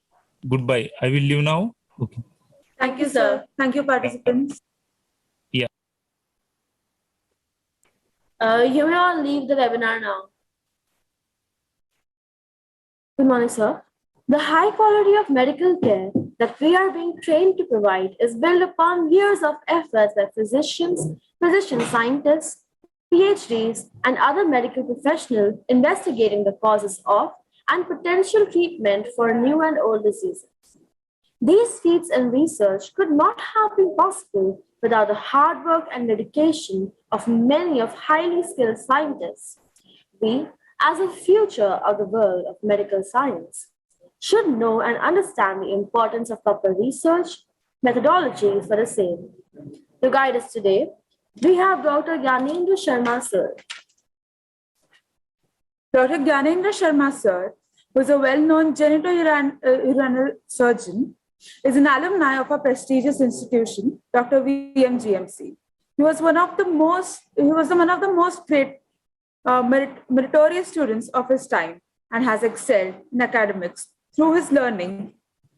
Being a member of the editorial committee of Indian Journal of Urology, Open Journal of Urology and Nephrology, member of the committee to formulate Indian guidelines on stricture urethra and urolithiasis, his achievements clearly knows no bounds. I take immense pleasure in inviting Dr. Gyanendra Sharma, sir, to give us much needed insights on research and publications, and also why it's so important and how to do it. Sir, your mic is muted. Can you please unmute it? Yeah. Okay. Good morning, everybody. Thank you for a very short and sweet introduction. This is one of the parts which I dread the most, sitting and listening to what I have done in the past, because that's gone. What is needed is what we do in the future. So a very good morning to all of you. First of all, I am thankful to my teachers, seniors, and all the members of the organizing committee of Medalium who have organized a fabulous conference in a very short period of time. I have gone through few of your presentations in the last couple of days and I am thoroughly impressed, and I am sure that the future of medical education and research is in safe hands with the creative young minds like yours. Now, when Girish approached me and he wanted me to give a guest lecture, I immediately agreed, because it's a matter of great honor to give a talk in the very institute from where I have done my graduation and post-graduation. He asked me the topic and he suggested two topics. One was pertaining to research and the other was recent advances in urology. The common perception was I would go for recent advances in urology, but I thought it would be better if I speak on research and publications, because this is one area which I was never taught as a student in my student days. And this is one area which is often neglected even today as far as medical education is concerned in India. What I am going to speak today is what is research, why one should be involved in doing research, how to do it, when to do it, what is needed to do it, and certain aspects about publications. Now, coming to the first aspect, what is research? Let us be very clear that Google is not a synonym for research. We want to find out something, we immediately Google it. This is just finding out the existing information. Research is formalized curiosity. It is poking and prying with a purpose. These are words of a very famous anthropologist. And a Nobel laureate who discovered vitamin C and did a lot of research on the same said that research is to see what everybody else has seen and to think what nobody else has thought. Neil Armstrong, the first person to land on moon, said that research is creating new knowledge. But if you look at the definition of research in the Oxford textbook of the Oxford Dictionary, it says that research is a careful study of a subject to discover new facts or information about it. That is, there is something which is already present. We are just discovering new facts or information about the same. In other words, it is an attempt to provide answer to a question. Mind you, the same dictionary also mentions that this process does not, and I reiterate and emphasize this fact, that it does not always make it mandatory for researchers to be involved in lab work, which means that even if you are not surrounded by beakers, pipettes, and hi-fi gadgets, you can still do meaningful, impactful research. So the next question that comes to the mind as a student of science is, what is it and why to do it? Now, for anything that is being done, there is a better way to do it. And if there is a way which is better than that, find it. And these are words of a very famous inventor, Thomas Edison. He invented the electric bulb. But there were people who thought that there are things which are better than that. Then came the tube light. Then came the LED bulbs. And now we are having lights which are consuming much less energy as compared to the electric bulb, which was discovered by Thomas Edison. So there is scope for improvement in anything and everything that we are surrounded by. And this is more so in medical profession. Then the next question comes is part of the same, that why should we be involved in medical research? The first and foremost thing that crosses my mind is the thirst for knowledge. Because when you're trying to do research, you're trying to find out things in detail about a particular topic or subject, we go deep into the subject. We increase our knowledge. Out of the many research papers that I have published, I know many where my thought processes have met with a dead end. But in the process, I ended up understanding, assimilating a lot of more facts, new knowledges, which have helped me in my practice and better patient care. It also helps in advancing our own specialty. More importantly, it gives you an insight about what is right and what is wrong. Because in the past, it was our policy that we used to blindly follow what our teachers or our gurus used to tell or seniors used to say. That was what is called as an eminence-based methodology. That is, a person of eminence with more experiences do this because this is my experience. We follow it. But whether this is the correct way, is there anything which is better than this? This is what comes when we do a meaningful research. And thus it forms the basis for informed decisions. A classical example of this can be based on how you look at it is the way the treatment of COVID-19 has evolved, and I will come to that later. When you start doing research, you immediately connect with a specialty. It might be a very small part of a very large subject. And then you get associated with a mentor who will provide meaningful insights into the subject, and this adds to your professional knowledge base. At the end, I should also mention that one of the reasons why you should do research is that if you come up with a particular idea, innovation, thought process, or therapeutic advances, you would get it published, and this would always be reflected in medical literature as your own new idea, and your name would be immortalized. So what happens if we do not do research? Well, we all should accept the fact that medicine has changed a lot.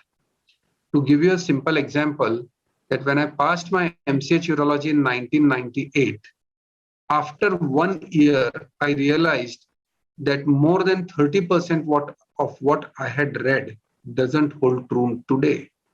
So change is bound to be there, and those who do not adapt and respond to that change become extinct. A classical example which I always give when I have these discussions with my friends is, there was a time when Ayurveda was the strongest form of medicine in the world. But it used to be passed on from one to the other with a lot of persons hiding a lot of things.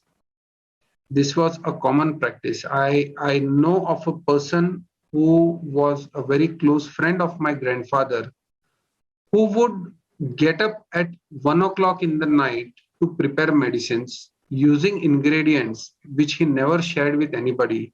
And I have seen my grandfather telling me that he was able to cure a lot of chronic ailments, but he expired, his knowledge died with him, and it was not carried forward.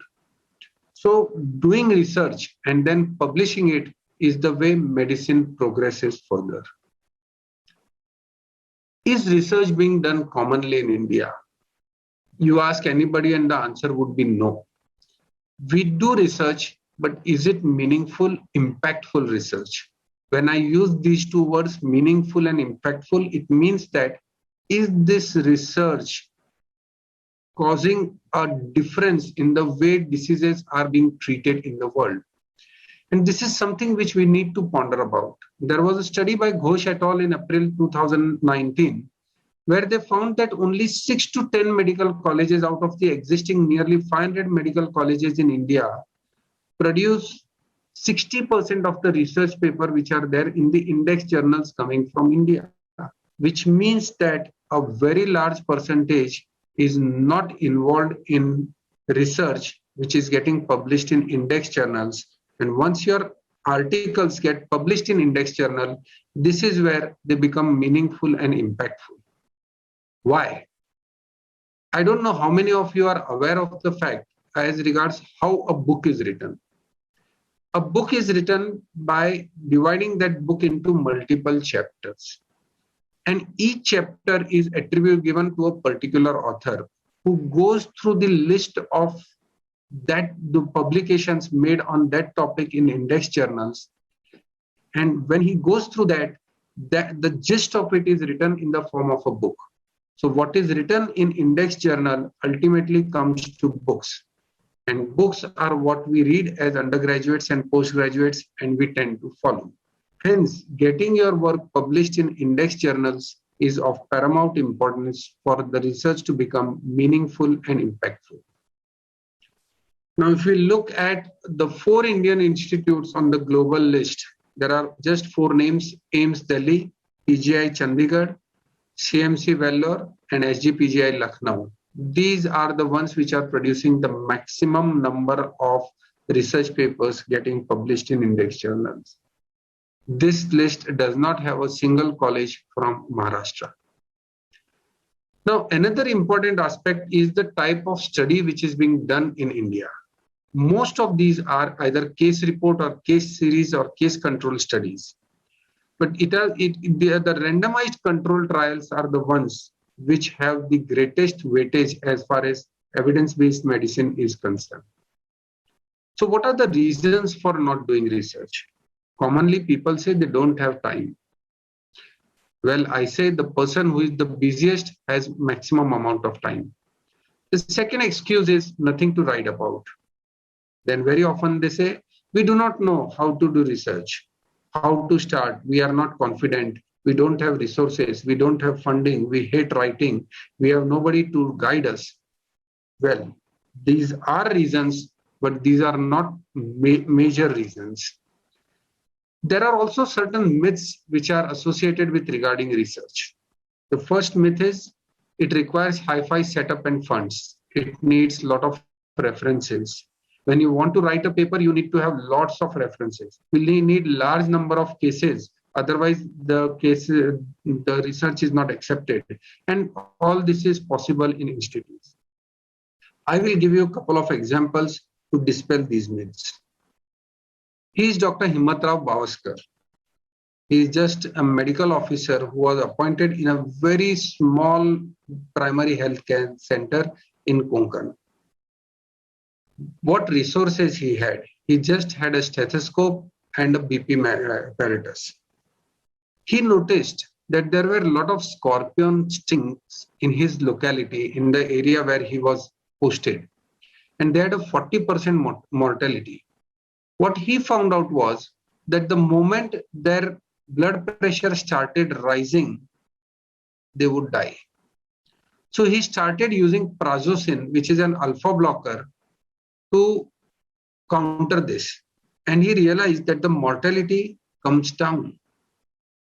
This was not a research which required a great amount of funding or a great number of equipment, but it was his careful observation and record keeping. But what happened subsequently was more interesting. He sent it to an Indian journal, which rejected it by saying that the English was not good enough. But he had belief in his own abilities and his own research, and he sent it to Lancet. Lancet accepted it within a week, and this particular therapy of using alpha blockers in scorpion sting is now worldwide accepted, and the mortality, which was 40%, has come to 1%.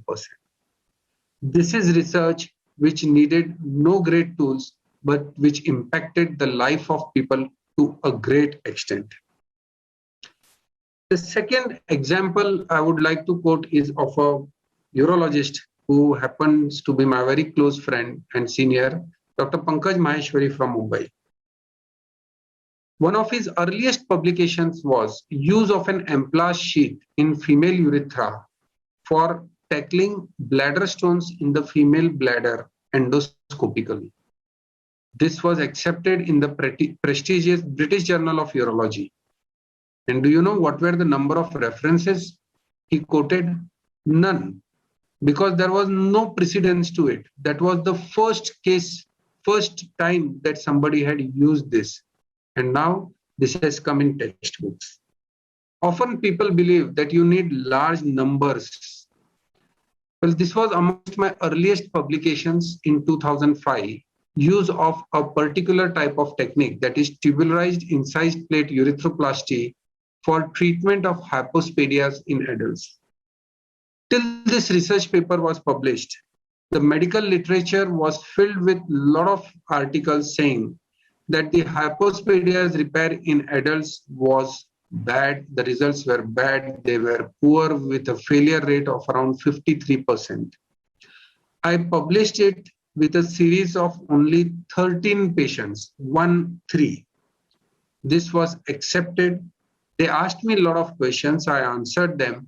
It was accepted, and subsequently in the last decade, there are many papers which mention that hypospadias repair in adults is associated with as good results as we see it in children. So a series of only 13 patients helped in changing the mindset of people. And this brings me to an important aspect, that it is our mindset which determines the need, our ability to do research. We often have a fixed mindset, that we are born with a fixed skill set. Challenges are something which we want to avoid. We shouldn't make much efforts. What's the point in taking all these efforts? And our feedbacks are not taken in a very positive way. This is an excerpt from a very famous book by Carol Dweck, that is Mindset. And he says that it's the growth mindset which is responsible for all growth.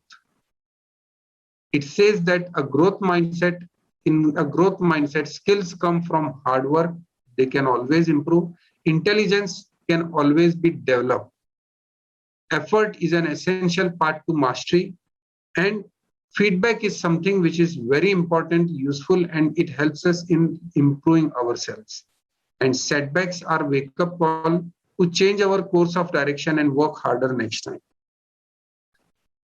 Now, there have been some examples that I have experienced and which can be a deterrent when you try doing a research. The first time I had two of my research papers accepted, I discussed it with few of the seniors and they said, the first question was, how much money did you get? I said, I didn't get a paisa because ultimately at that time I was spending about 2,000 to 5,000 rupees sending the manuscript by post. At that time, internet was not in vogue.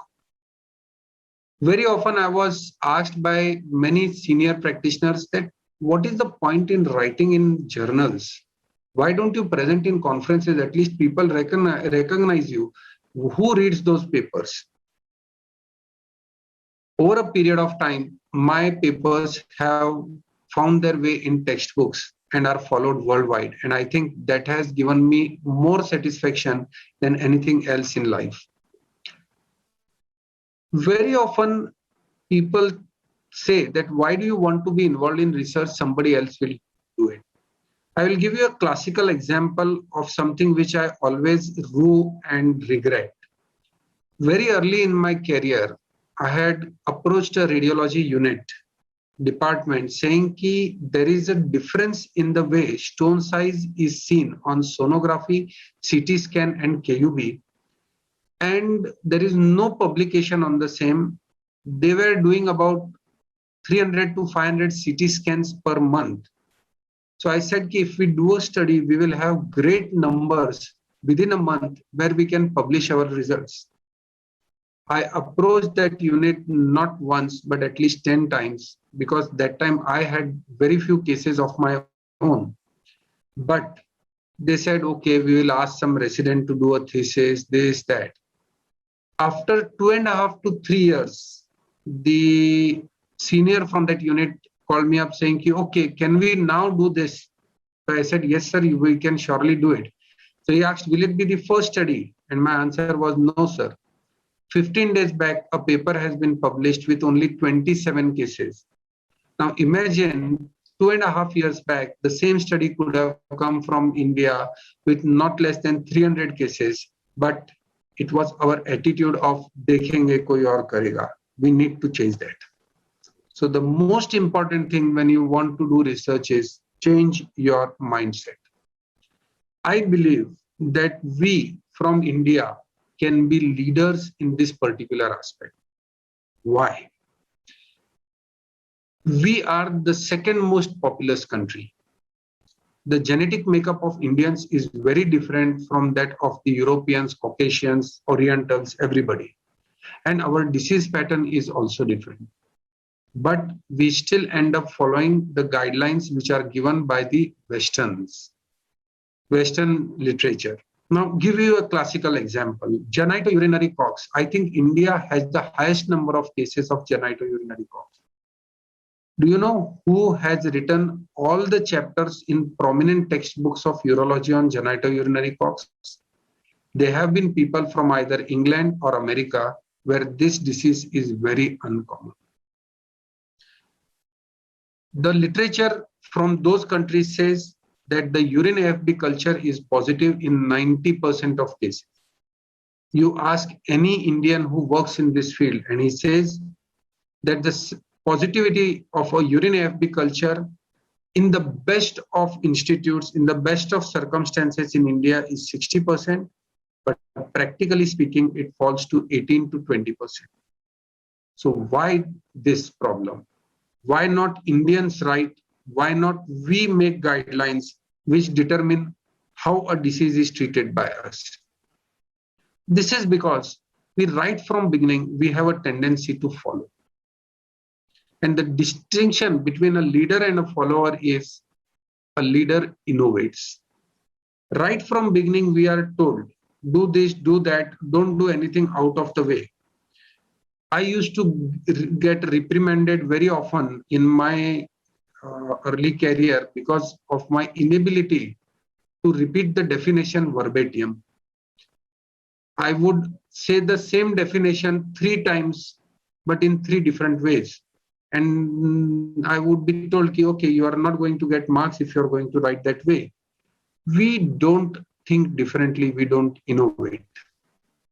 Now, when a study was done into 2020. It was published in August 2020. It's an Indian study where they looked at what were the reasons for doing a research. The main reason why somebody did a research was it was his personal interest. And the second reason was it was a mandatory job requirement for promotion. So the good part was interest still topped the list. So the question is how to develop interest in research. And this comes from education. And education is not what most of us understand the way it is. As Albert Einstein quoted, education is not the learning of facts, but the training of the mind to think. Good education leads to proper thinking. Thinking leads to creativity, which gives rise to ideas, and ideas form the basis of research. So who should do research? Everybody, anybody who is interested should be involved in research. When to do research? I believe that research is investment in knowledge. And you ask any investment consultant, he says that the right time to invest is now. So even from undergraduate level, you should start doing research. Once you get a hang of it, over a period of time, you would become more refined and develop the expertise where your research would be much more meaningful and impactful over the years. So what is needed to do research? We don't need hi-fi equipment most of the times. We don't need big institutes. We don't need great setups. But we need a correct mindset, a certain group of factors, and I think they are as simple as A, B, C, D, E, F. The A stands for aptitude and attitude, B stands for belief in oneself, C stands for commitment and coordination, D stands for diverse thinking, discipline in doing a research and proper documentation, E stands for extra reading and an extra effort, and F stands for focus on your work and friends. Now coming to each one of them, unless and until you are massively interested in something, you will not enjoy it. And if you don't enjoy it, you will not be successful. So having a deep interest, a passion in doing something is the most important attribute. But at the same time, you should have a correct attitude, meaning thereby that whatever ideas, thoughts, and theories that you have formulated may be right or may be wrong. Because it is a conglomeration of your correct aptitude along with your very correct attitude which will determine your altitude. Belief in oneself. This is very important. Believing in yourself is the first secret to success. Dr. Himmat Rao believed that his research was right. Dr. Pankaj Maheshwari has another very significant article to his credit where he found that after PCNL, that is percutaneous nephrolithotomy, people would put large bore tubes like 30 French tubes. He did a study where he compared a large bore to a small bore tubes. And he found that even if you put a 10 French tube, the results are the same. And this particular paper was the basis on which the current practice of tubeless PCNL is based. I also believed that yes, hypospadias repair can be equally effective in adults as compared to children, and the same technique can be used. I will also tell you something very important and very interesting. When I had sent my paper to BJU on TIP repair in adults, one of the reviewers had remarked that why are your results different from the more honest series published previously? I was very hurt, and I replied, giving a scientific explanation as regards why my results are better. And at the end, I wrote that I have records of each and every patient that I have done. If you do not believe in what I have written, I am prepared to retract my paper and send it to some other journal. I got the acceptance within 48 hours of my mailing this reply. If you have a belief that you can do something substantial, you will develop the ways and means and capacity to do it, even though you may not have it at the beginning. Now, once you have the belief that you can do something, you need commitment to do it, and you need coordination with a lot of people to achieve meaningful research. Why I say this is because there is a difference between interest and commitment. When you are interested in doing something, you do it only when it is convenient. But once you are committed, it is a no-holds approach. You accept no excuses, and you are driven by passion to put in hard work to achieve the results which you have strived to aim for. Because commitment unlocks the doors of imagination. It gives us vision, gives us the right stuff to turn our ideas, thoughts, and dreams into reality. And commitment is what is the difference between excellence and mediocrity. Now, this particular sentence carries enormous importance in an Indian scenario where a lot of Western researchers frown upon Indian research because they think it is mediocre. They are not convinced about it. They doubt our results. If we are good, we are committed to achieve perfection, we will look into each and every small aspect, detail of that particular subject and achieve excellence. This requires a lot of action.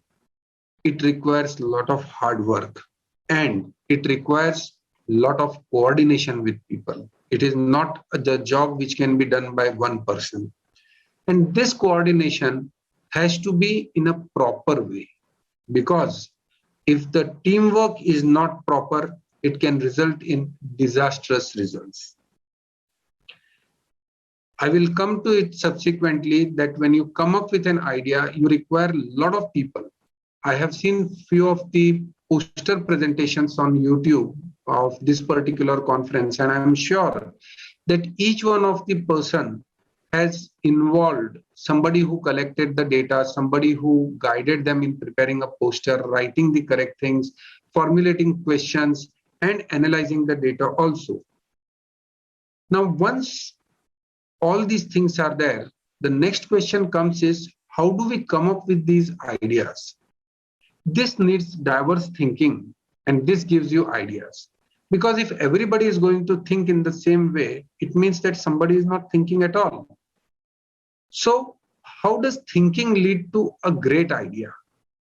To have a great idea, as Thomas Edison says, you should have lots of them. Now, it is not necessary that you should have ideas of such complex nature that which are beyond the comprehension of a common person. As Newton said, the truth is very often found in simple things. But if you are committed towards that process, your thought process is in that direction. When Newton was sleeping and an apple fell on him, suddenly he did not discover gravity. He was thinking about it all the time. And the simplest of things, that is an apple falling on his head, gave him the thought process that it could be gravity which is keeping things on earth. So a great idea is basically a combination of many good ideas. One of my research papers, and when I'm quoting a lot of my papers, it is not for self-glory, but it is because what has gone in writing these papers. This paper was published in 2012 in a very prestigious journal of urology from US. This was an idea where we found that if you measure the anteroposterior diameter of the renal pelvis in babies who have been prenatally detected to have UJ-like obstruction, and you see the results in supine and prone position, if the decrease in the AP diameter is more than 10% in prone position, these children never require surgery. Now, this was an idea which came from a very simple observation. My wife had joined my hospital as a radiologist, and when she joined, I told Anshu, that's my wife, that you should measure the AP diameter in prone position because this is what I had read somewhere. And she said, does it make a difference? So I said, yes, that's the correct way. This is what I had learned. So this was eminence-based evidence. You do it in the same way. One day, after about, say, few months, I was looking at something in her purse and I noticed that she had lots of sonography images. And she said, I said, why are you keeping this? And she said, okay, this is because you wanted what is in prone. And I have found that in some patients, it decreases in prone and in some, it does not decrease in prone position. And her concern was, it's a bit difficult to make the babies prone and take the AP diameter. So that night, when I looked into all these sonography images, I realized that in some patients, the AP diameter was decreasing substantially in prone position. And these were the patients who on renogram never had deterioration of function. If this was happening, the idea was, okay, kidneys drain better in prone position. Then the thought came, is it given somewhere? So it was given in an old textbook of radiology that kidneys drain better in prone position. But this study was never done. And hence we embarked on this study.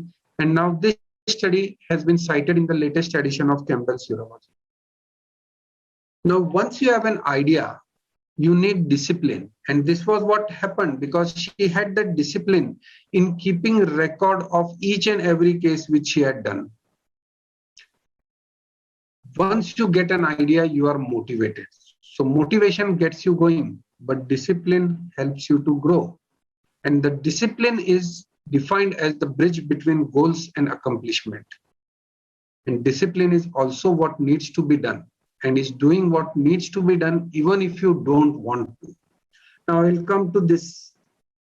When you have an idea, you start a study. The first thing that is often needed is an ethical committee clearance. So a lot of writing work, paperwork, approaching. Then once you get the clearance, it requires a lot of data collection. And this is a very painstaking process. After that comes the process which I don't understand at all. And I always take help of my fellow statisticians, that is statistical analysis. Initially, when I used to write papers, my biggest problem used to be what I wanted to tell the statistician, he won't understand, and what he said, I would never understand. But we came up with some ways, means to tackle it, and then comes the writing part. So now you see a research which comes from a very simple idea involves so many people. And for this, the most important thing is to have proper data, that is proper documentation. Because the goal is to turn data into information, and information is insight into that particular subject. It's a very famous quote that you can have data without information, but you cannot have information without data. It is imperative on part of any researcher that he should have proper, correct documentation, no fudging about, no manipulation of data. Write what you have seen, what you have noticed, what you have observed. It is important that we do not form theories before we have sufficient data. And this is one of my very favorite quotes from Arthur Conan Doyle, where Sherlock Holmes says that the temptation to form premature theories upon insufficient data is the bane of our profession. And I think this is very true for medical profession. Because it is a capital mistake to theorize before one has data. Insensibly, we end up twisting facts to suit theories instead of theories to suit facts. So begin with a clean slate, clean mind, have the data on that particular idea and see what is the information you get by analyzing it. And this is the best way in which you can keep a data. You have thought of a particular idea and you can have an Excel sheet where you can put in all the data, and then it becomes very easy to analyze the data. Even a novice like me, who is not very good at statistics, can come up with a lot of permutations and combinations in Excel sheet. But all this all this, mind you, requires a lot of extra effort. It is said that extraordinary people are those who put that extra behind that ordinary to become extraordinary.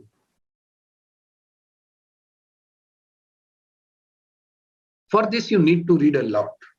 Unfortunately, the way our medical curriculum is cramped into a short period of time, reading is restricted to getting good marks in exam.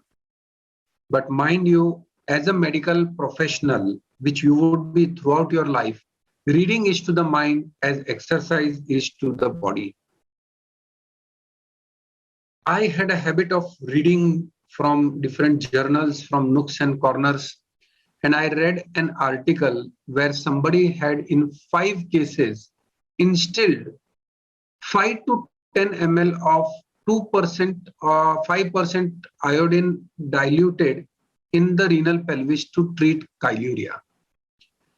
The thought which came to my mind was, why only 5 ml? Because some pelvis can be large, they may be having 8 ml, 50 ml.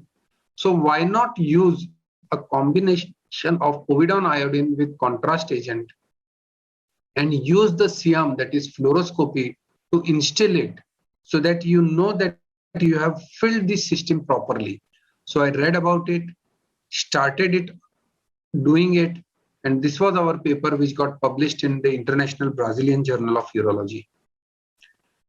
Now, whenever ideas come, they are often not de novo ideas. They are always done or ideas which have come up by the work done by somebody else.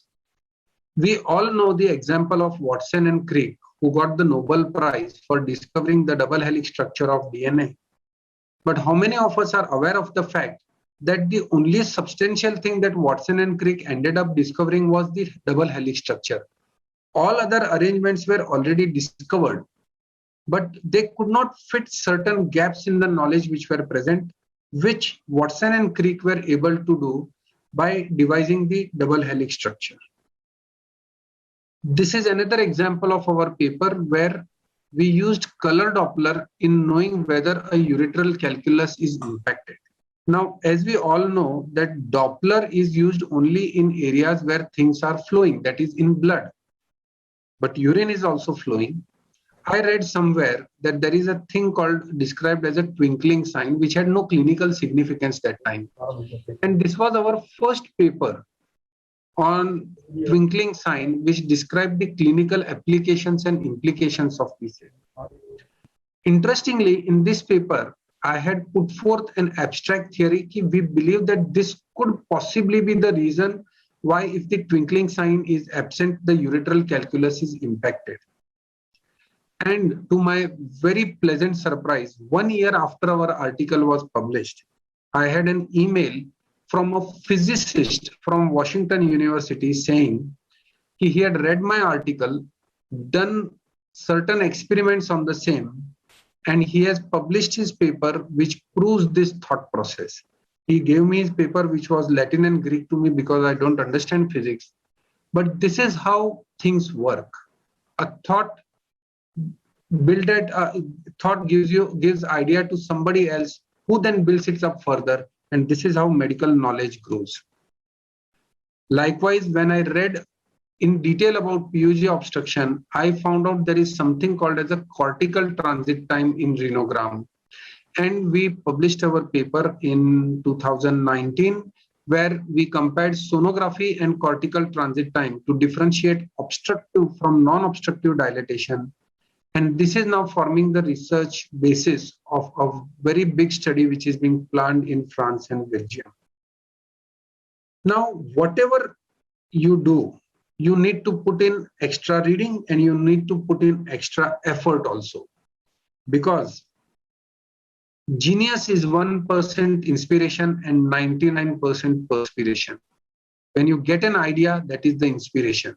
When you put in that effort, it is the perspiration which results in success. We had published an article determining the angle and depth of puncture in PCNL using a simple protractor and a simple mathematical formula. But for 2 years, I tried n number of things which can give me this idea about what is the correct angle and depth determination to reach the target calyx in PCNL. When we published it, people said, okay, very simple idea, but very good.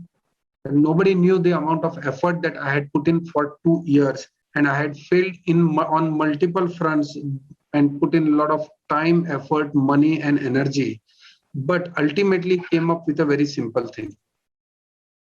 At the end, what is also needed is a focus. Focus is follow one course until you succeed. I will give you the same example. When I started doing PCNLs, I was intrigued by 3 things. What is the skin site for puncture? How do we determine that? How do we determine the angle?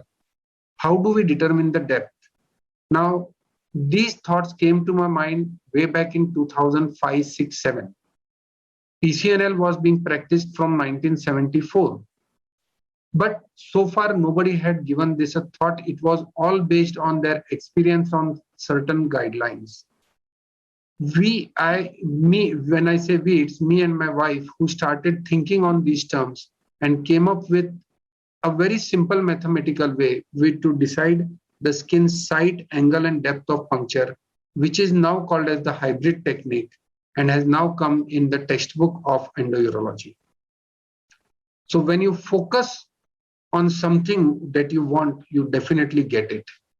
And remember, focus is much more important than intelligence, because there are a lot of intelligent, talented people who have never made the required amount of effort which is needed and never had the amount of focus which is needed to achieve success and have been failures. Now, when I said that it cannot be an individual effort, you need friends and you need like-minded friends. My interest in publication began with a chance meeting with Dr. Pankaj Maheshwari, whom I had never met. And I had met him on a train from my journey back from Jaipur to Bombay. And this resulted in developing a lifelong bond of friendship. So I think I've finished my time, so I will just quickly wind up by saying that you need to come up with ideas, imagine the things, have questions, formulate research idea, formulate hypothesis. You need to select a topic, do a literature survey, form of hypothesis, do research planning, get the results, analyze the results, and then ultimately publish them. I think I will just finish my talk with the last summary, that success isn't always what it seems. It's not easy. If you want to approach a research project for the first time, think of a research project, whether it could be a retrospective or a prospective study. Talk to people experienced in it regarding its feasibility. Define the starting and end point. Prepare a synopsis of the project. Involve like-minded people, seniors and teachers. If necessary, get an ethical committee clearance. Start the project. Maintain data on an Excel sheet. Once the endpoint is reached, get a statistical analysis done. Read extensively about the topic, and most importantly, get it published. Thank you so much. I'm sorry for exceeding my time, but this is a topic about which I'm very passionate, so I think I exceeded the time. Thank you so much. Thank you so much, sir, for your golden words of wisdom. Your advice helped us to think out of the box and give research a try in future. It was lovely having you here. Thank you.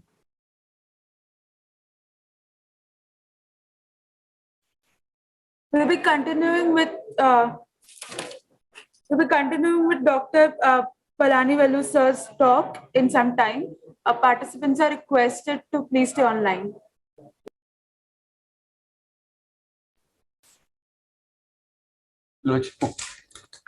Hello. Hello. Hello, sir. Good morning, sir. Hello. Is it okay? Yes, sir. Yeah. I will laptop. I will.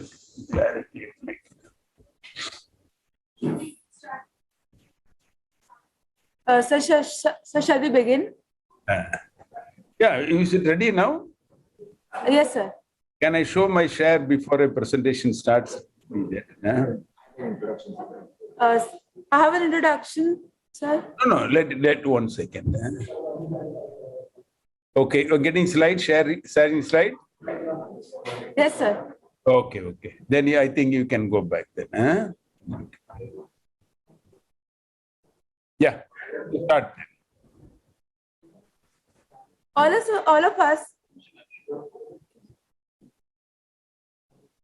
of us entered the medical field with a dream to be the best in whatever we do, to make others' lives better. That path sure has its own hurdles. However, we are not without help, as we have Dr. C. Palanivenu sir, a successful surgeon who managed to defeat all odds in his journey. Dr. Palanivenu sir, currently the chairman of GEM Hospital and Research Center, was the first to introduce laparoscopic keyhole surgery in South India back in 1991. On his journey up the ladder of success, Dr. Palanivenu sir has received numerous awards of recognition in the field of laparoscopic surgery, some of which include the prestigious B.C. Roy National Award in 2006, Silver Medal in International Olympic Surgery in US 2009, Fellowship of Ad Omnem, Honorary FRCS in 2004, International Awards for Best Paper, Video, Abstract, and Technique. He is the very first registered guide for PhD research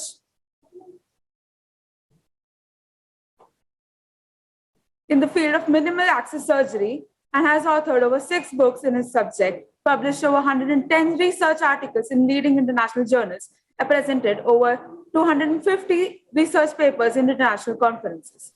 A great innovator in surgeries, a researcher, a teacher par excellence, a leader, an author, and a social worker. Dr. Palanivenu sir truly is a role model for our young medical graduates. So here I call Dr. Palanivenu to talk about his journey as a surgeon.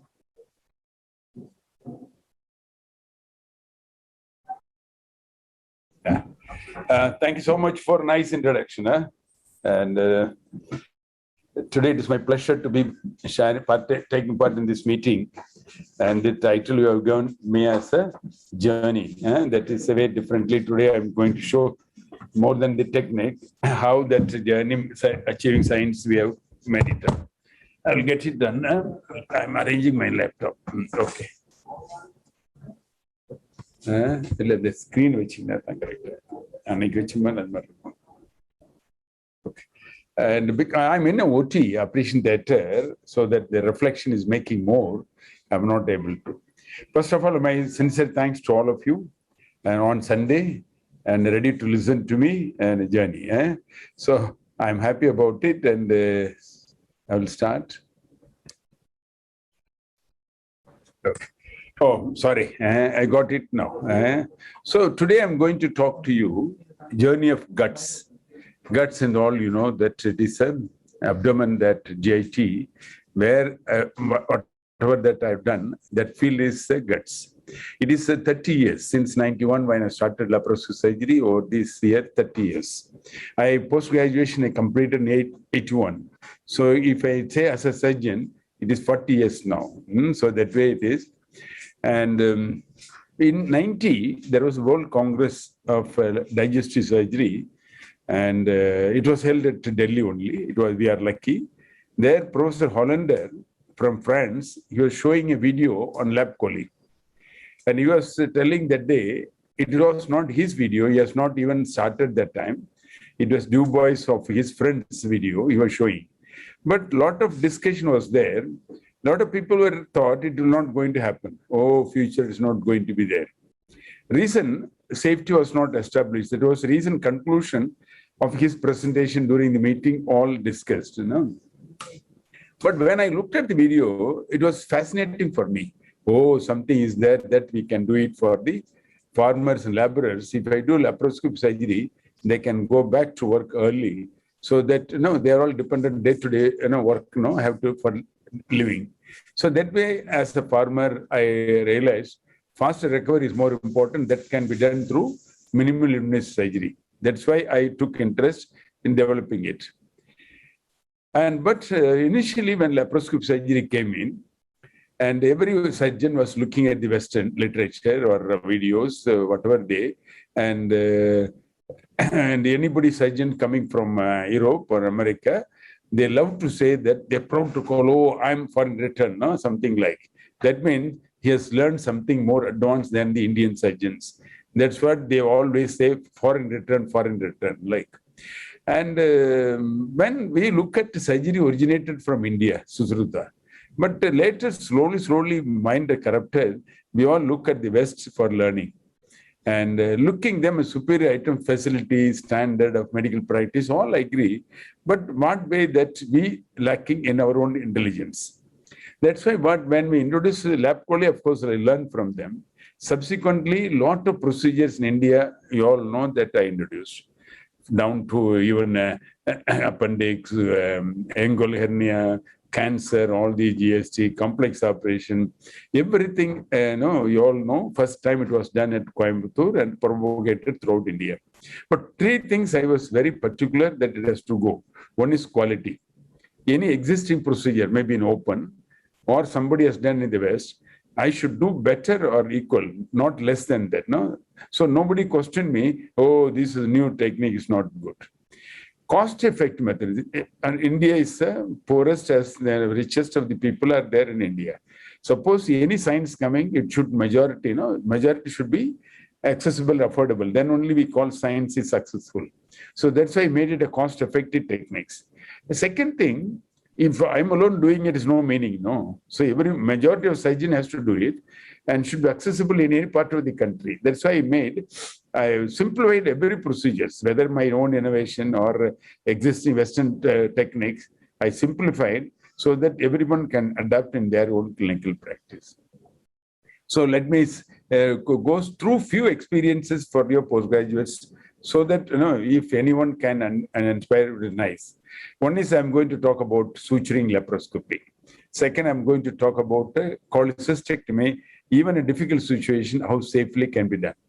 And minimal invasive cancer surgery, esophagus, colorectal, liver, and pancreas, where what I have done for India or abroad. So these three angles may be suits, I think I better to talk. And anything at the end, if you ask, I will be happy about it. When I started laparoscopic surgery, from the beginning, I considered laparoscopy suturing is integral part of, essential component of laparoscopic surgery. But the Western people promoting clips, takers, staplers. Western people were more dependent on all this. And but later, difficult cases, we need a suturing, no? Then they were not able to do it. And what they do, they had a skin needle, these lot of problems. But from the beginning, I made it a suturing like a conventional way. Whatever there is open surgery we do, same thing, I started doing all surgeries, suturing everywhere. For example, I want to quote you, and in 91, one of my physician in Coimbatore asked me, Palnivelu, I have a patient, that patient is 32 years old, and he has got recurrent attacks of acute cholestasis. And 5 years before he underwent surgery for portal hypertension, and splenectomy with a devascularization was done.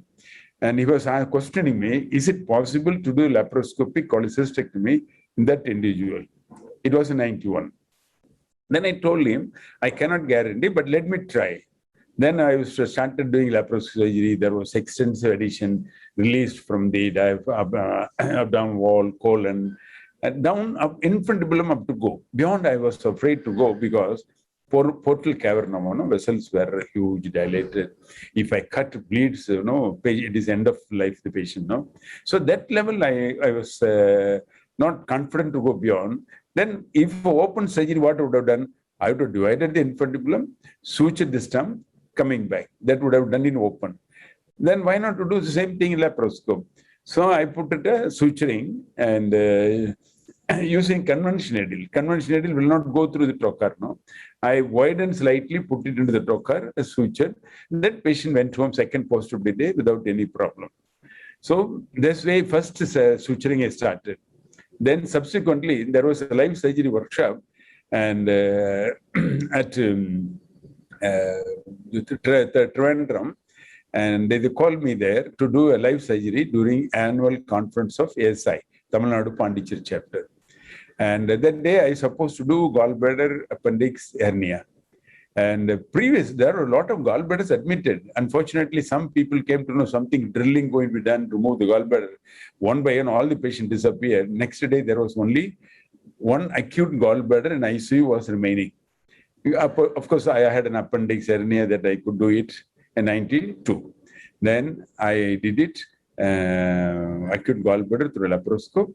And everybody felt, even acute gallbladder can be done, no? That's why everybody talking, there. And subsequently, in Pondicherry, there was a South Zone Conference of International College of Surgeons in 93 at General Hospital, Pondicherry. KP Singh saw me operating in Tirunelveli. He invited me to do the workshop. There I was doing lab coli first case. That first case, when I introduced scope, there was somebody calling from hall, oh, this is a difficult case. Okay, this case cannot be done laparoscope. Let us go for another case. How much irritation would have been there? Nah, I'm operating surgeon. I have to decide. Somebody calling from and selling in the auditorium, I cannot accept. No, I shouted, I am a surgeon. I agree this is a difficult case. And every gallbladder cannot be any straightforward. You have to manage difficulties. If I can't do beyond certain level, let me decide to open or not. I don't want anybody to tell me what to do. Then I started doing it. That was a difficult gallbladder, extensive additions, packed gallbladder stones. I opened gallbladder, picked up the stone, put it in a glove. No, that time no endo bags. Put it a glove finger, then may continue. There again, we could not go and clip the cystic duct artery as what we are all saying now.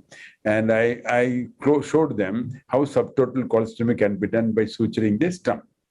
And in fact, whole hall stood and gave me a standing ovation. And including that organized secretary, he is from Bombay at that time. He said, Palnivalu, first time saying, I only commented that we should go to another case.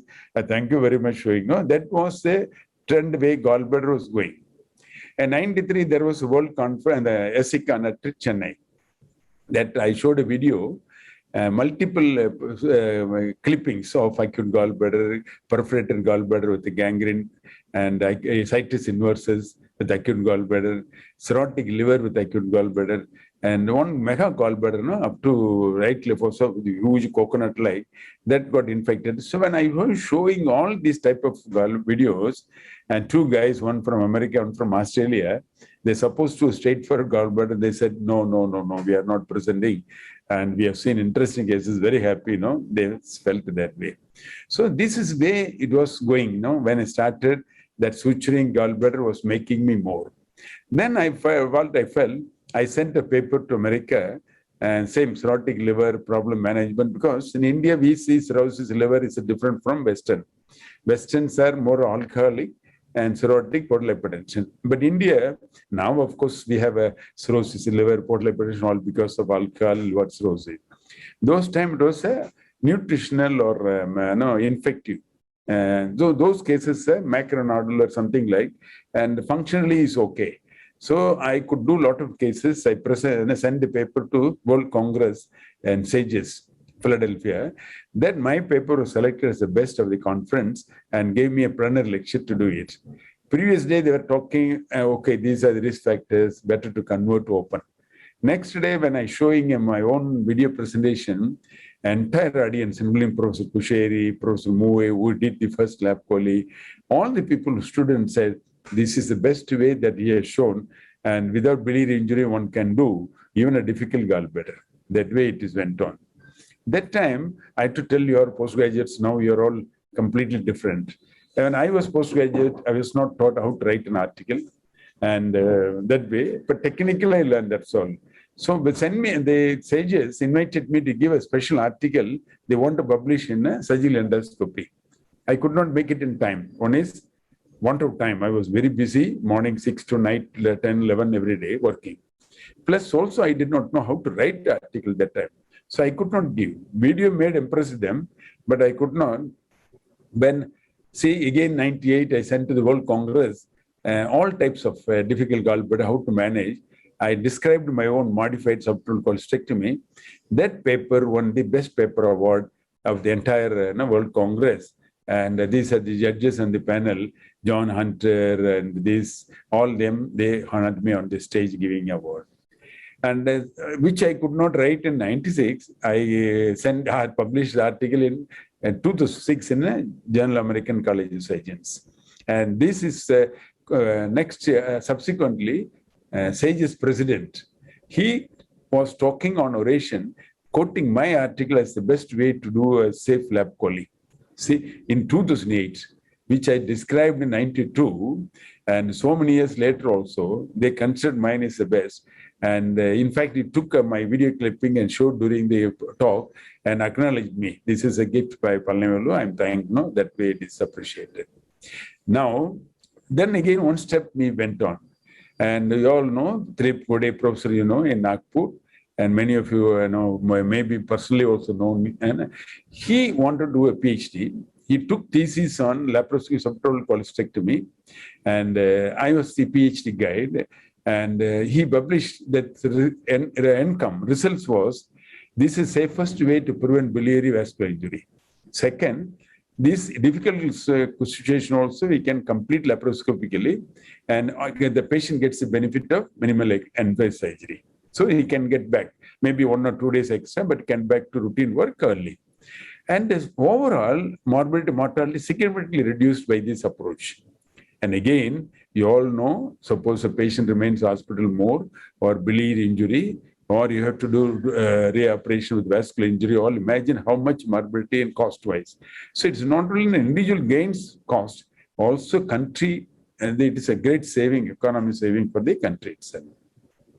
So now it started gallbladder. You look at over these years, 30 years, when gallbladder alone, how much it went step by step. So I want to give it back to our own group. And this is for all the postgraduates, please note down.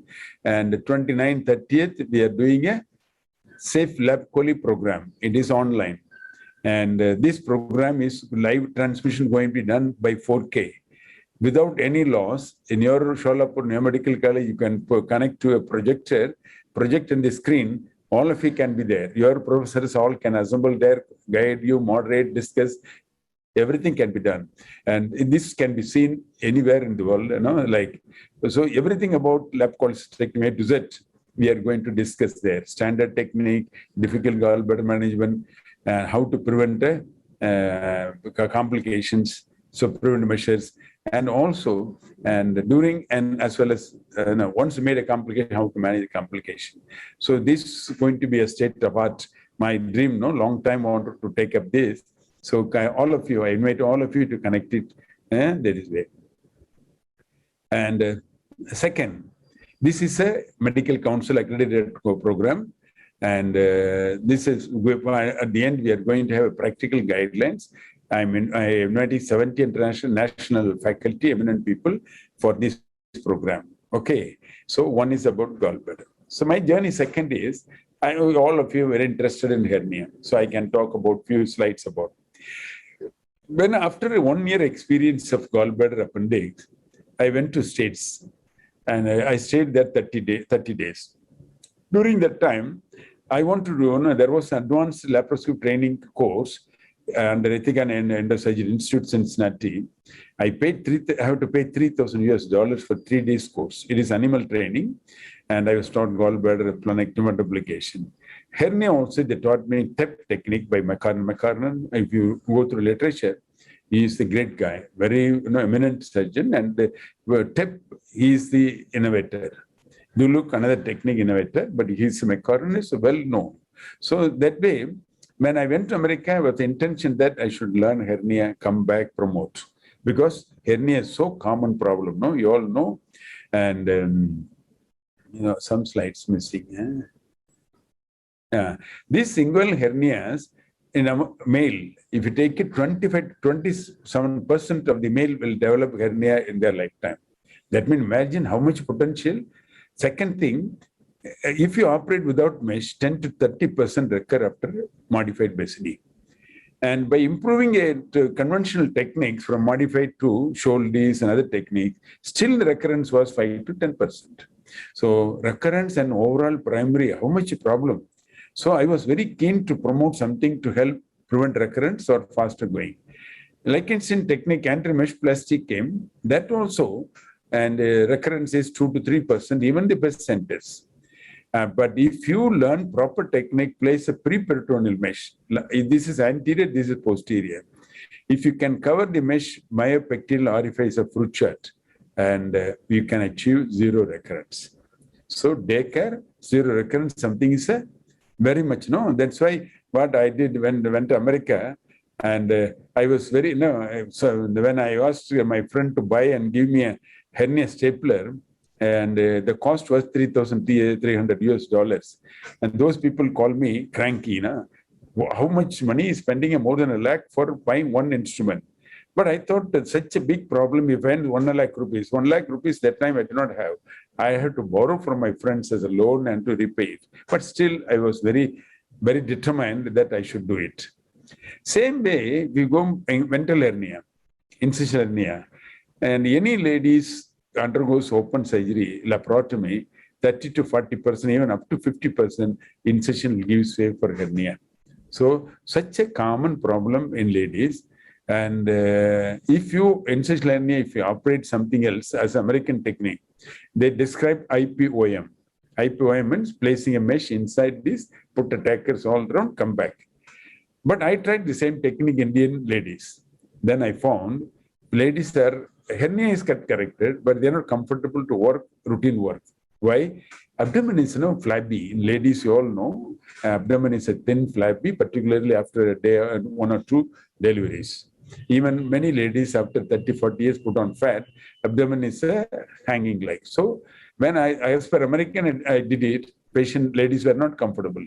Then what I did, my own way, I closed the primarily hernia defect like an open operation, then place a mesh.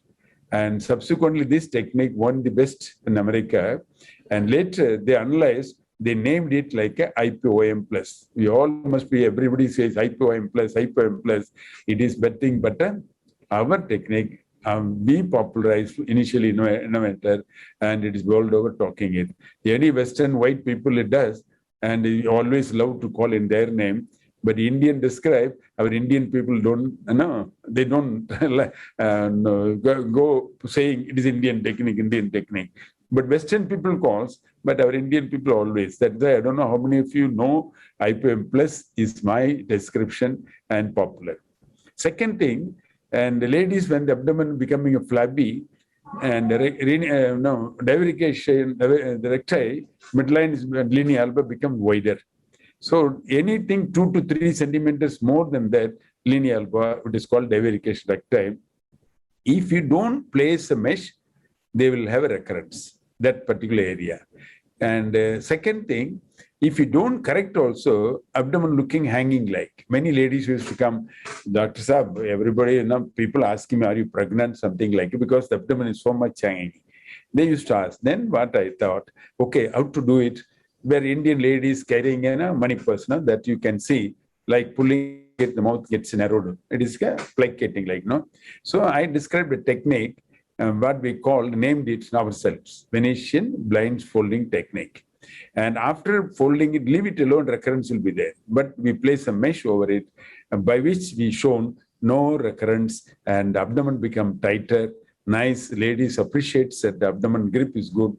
Functionally, abdomen walls improve more. So I described these 2 techniques, making the people to go faster for work.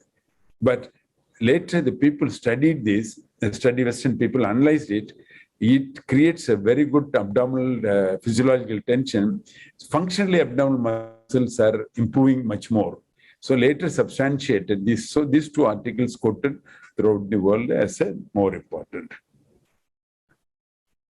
So again, so I told, this is where they won first.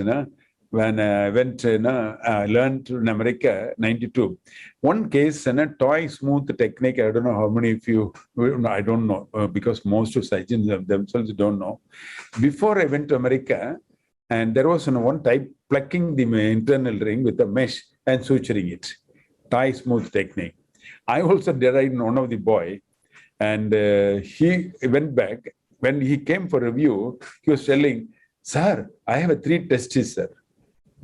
I was so shocked. 3 testes? No.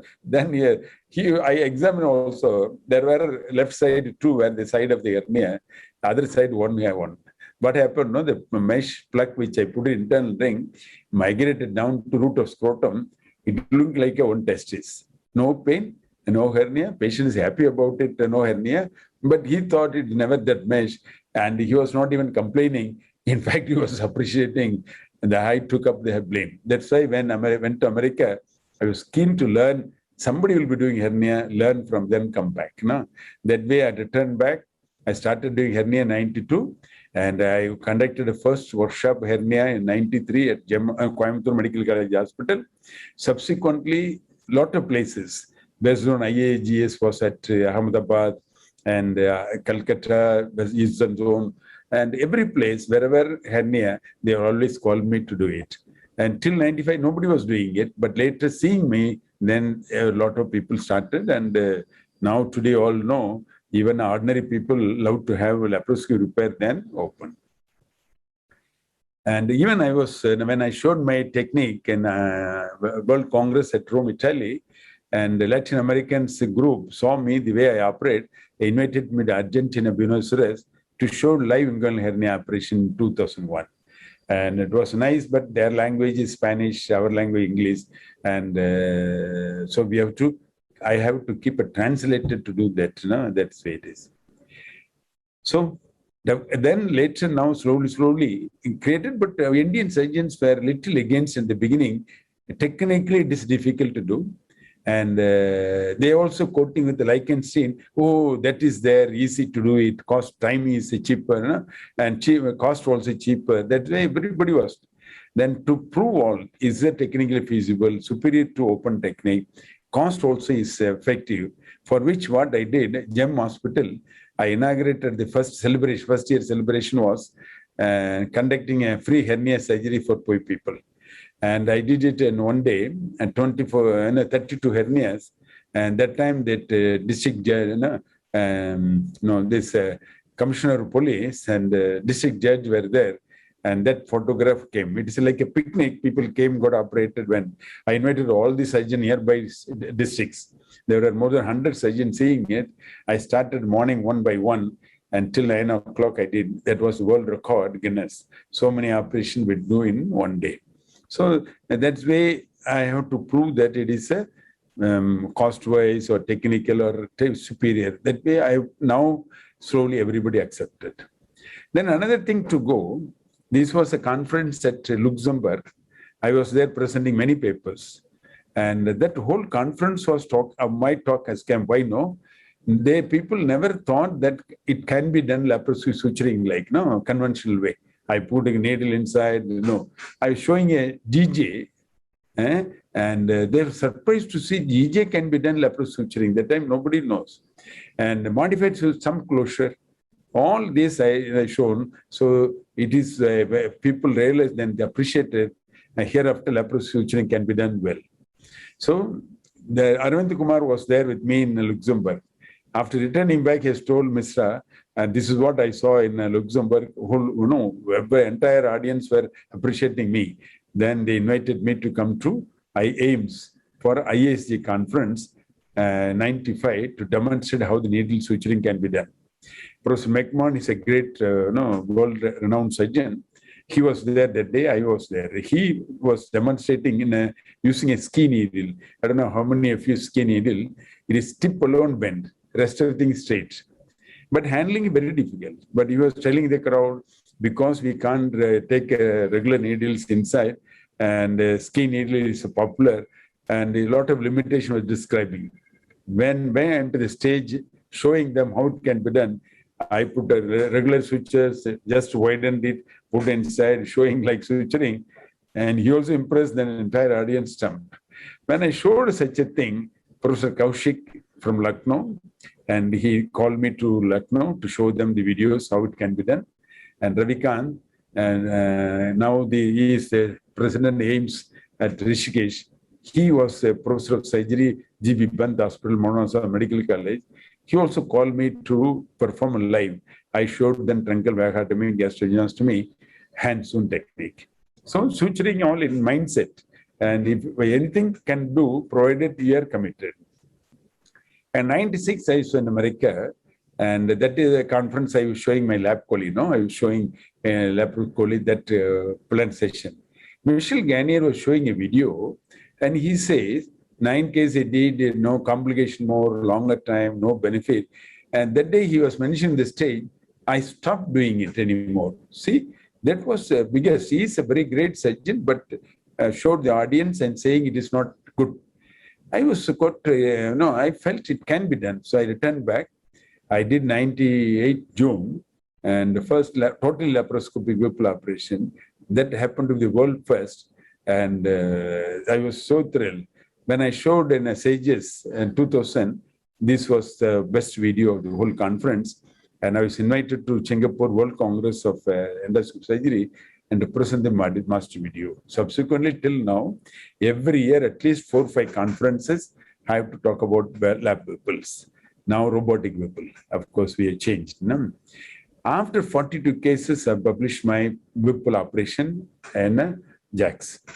And this also the world first series. I should run it even after 1 or 2 published, but you all know Indians always. Subsequently, Japanese editor-in-chief for this journal invited me to write up an evolution technique. It was 75 cases I did that time. So conventionally open, we all know Whipple operation are difficult. Very few surgeons doing it properly, even the complication higher. Survival also very poor that time. Now, and that to do laparoscopic, you know how much fear will be there. And that's why surgeons were not dared to do it. And that to in front of them to prove, during 2007, I used to conduct every year workshops, and thousands of surgeons used to come to Coimbatore as a pilgrimage. That day, I made a Krish Menon from Leeds to do open Whipple. I was doing a live Whipple, same time, 2 screens. Then entire audience, how that both equally time save, everything done. And even then, the Western country people, somewhere again, some people know. Marcus Buchler is one of the pioneer in open Whipple, and he has trained many Indian surgeons. So that time when I want to do a IHBB conference, and he was very keen to do a live. So Shailesh Srigandi, you all know Tata, he was trained by him, Marcus Buchler. So Shailesh told Marcus Buchler want to do both to open a lab same time, like 2007. So both of us did. That day that Buchler realized, oh, technology is a very high level. And not only that, again, people started calling robotic better than lab people. No, that's why again. So he's a great robotic surgeon in Hong Kong, and his center is the Asia Pacific leading training center. I am a regular faculty to here, where I'm a professor, visiting professor there. That year, 2014, what he told, Palni, I'm doing robotic Whipple, you do laparoscopic Whipple at the same time. It's HPB conference, whole Asia Pacific surgeons were there. And it's so well it went on. And that day it said, I think I had a Benz, Palni were coming a cycle, but he's reached faster than me. Robo is maybe technology, but it has not superseded laparoscope. These are all the great surgeon witness to say that there is the best way to. So, and again, you all know anything to come, RCT is the most important, no? RCT is gives evidence, where. And we are the world first to do RCT in open laparoscopic. That article published in British Journal Surgery, and that time it was quoted as the best article last few years. There was IHBA conference in Seoul. I was made the postgraduate committee chairman for pancreas. So there they concluded saying, and since I'm the pioneer in this one, they wanted me to convene a guidelines meeting for which they also agreed to come to Coimbatore. So I made the first international summit on laparoscopic pancreatic resection 2016. And that guidelines published in the surgical oncology as a Coimbatore statement. I was so happy that day because they called Tokyo guidelines, Boston, London, and everything called, but very rarely Indian guidelines quoting that these guidelines, the first guidelines in the world, they named after Coimbatore statement. These are the pioneers from world over came. Japan, Hong Kong, Taiwan, Brazil, you can see from Brazil and from America, all where everybody was there. It was wonderful. Even China, you can look at, and these two were from China, all countries represented. This is there. So that is where we went in.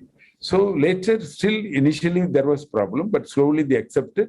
Now laparoscopic operation is far superior than open. It is not I'm alone saying. It is a Japanese Society of HPB this June conducted consensus meeting and described the technique, why it is superior, how to do it. They in the articles got this month got published all this. There are different 4-5 articles, all of us jointly we published this year. So why this lab Whipple is better? Morbid mortality less. If I do a Whipple, that patient goes home for the 5th day, even first day itself walking comfortably, taking oral fluids, that is good. Quality life far better. If you make a incision upper abdomen open, completely doing it, infection, hernia, a lot of problems, no? And open, if you do it, there is a limitation. So you cannot do open everybody. And aged group, they do morbid mortality high. So that's why these particular people beyond 70, 75, they don't recommend a Whipple operation. But laparoscopy or robotic, you can do even, mine is 87 years. Even 11-year girl, youngest I do, could do lap Whipples. So this is where that now is become extended indications. Even high-risk groups, cirrhosis liver, vascular anomaly, undilated pancreatic duct, everything can be done laparoscopic. This was a conference in Pune, 2016, and IHBB conference. There they asked me to come and demonstrate robotic Whipple. So I went there. When I put the scope, the liver was found to be cirrhotic. And many of the experts said, no, we don't do because complications more. That agree complication more in open, not the laparoscope. Laparoscopy technology is so good. We have harmonic, we have so much, no?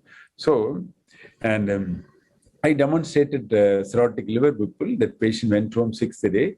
Then the whole people witnessed. So that's why laparoscopy robotic, it can be done in the risk factors. And this is a dog, he is himself doctor.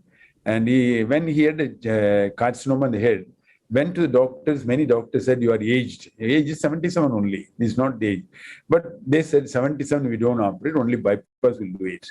But he was afraid, he will have, otherwise you have to die with secondary, solve problem. No, he was very keen, then he came to us. I did a Whipple in him. 6th day he went home. And not only that, so happy when he came for review. He's a stroke patient, coming with wheelchair. And donate me the Vivekananda's book and also 2 lakhs extra money for poor people's service. See, his son also doctor, enjoying it, my own team papers. So another way, faster recovery, this lady, 22 years old, came to me in 2019, June, and tumor in the head of pancreas. And her marriage fixed already in October. So I did a robotic Whipple. The marriage happened in October. And next November 2020, she delivered a baby. Do you think it is open Whipple would have done? It is possible? No. That's where the technology, fast recovery, quality of life is making a difference. Okay, now last over the cancer.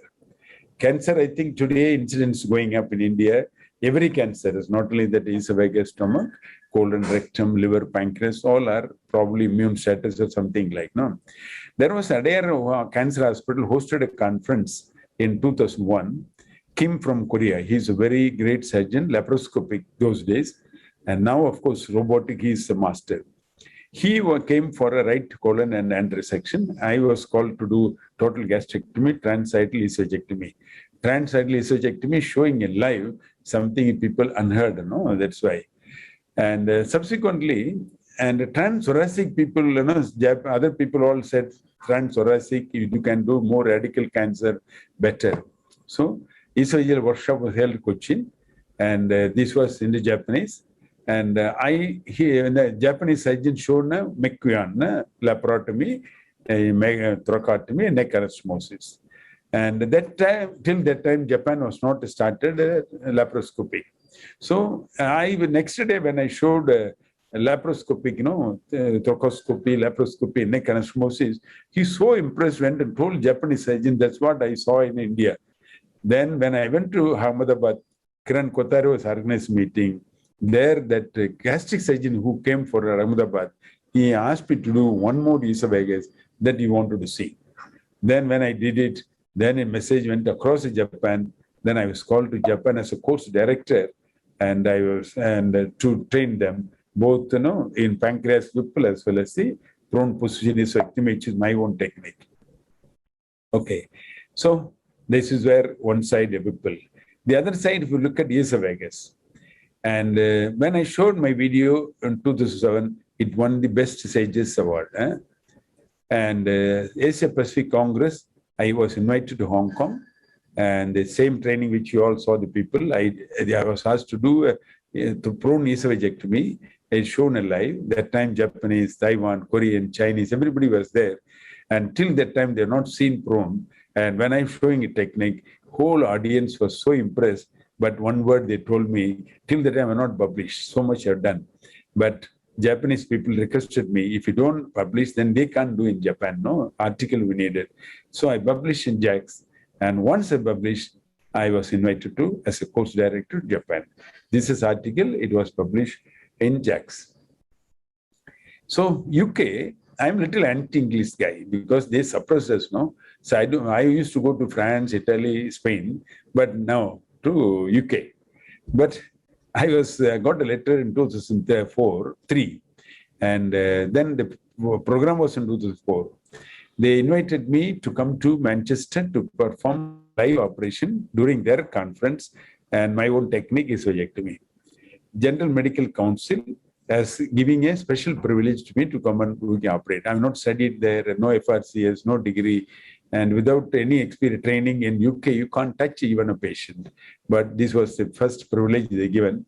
Subsequently, they gave me honorary fellowship of Edinburgh, also PhD by Cambridge in Chelmsford.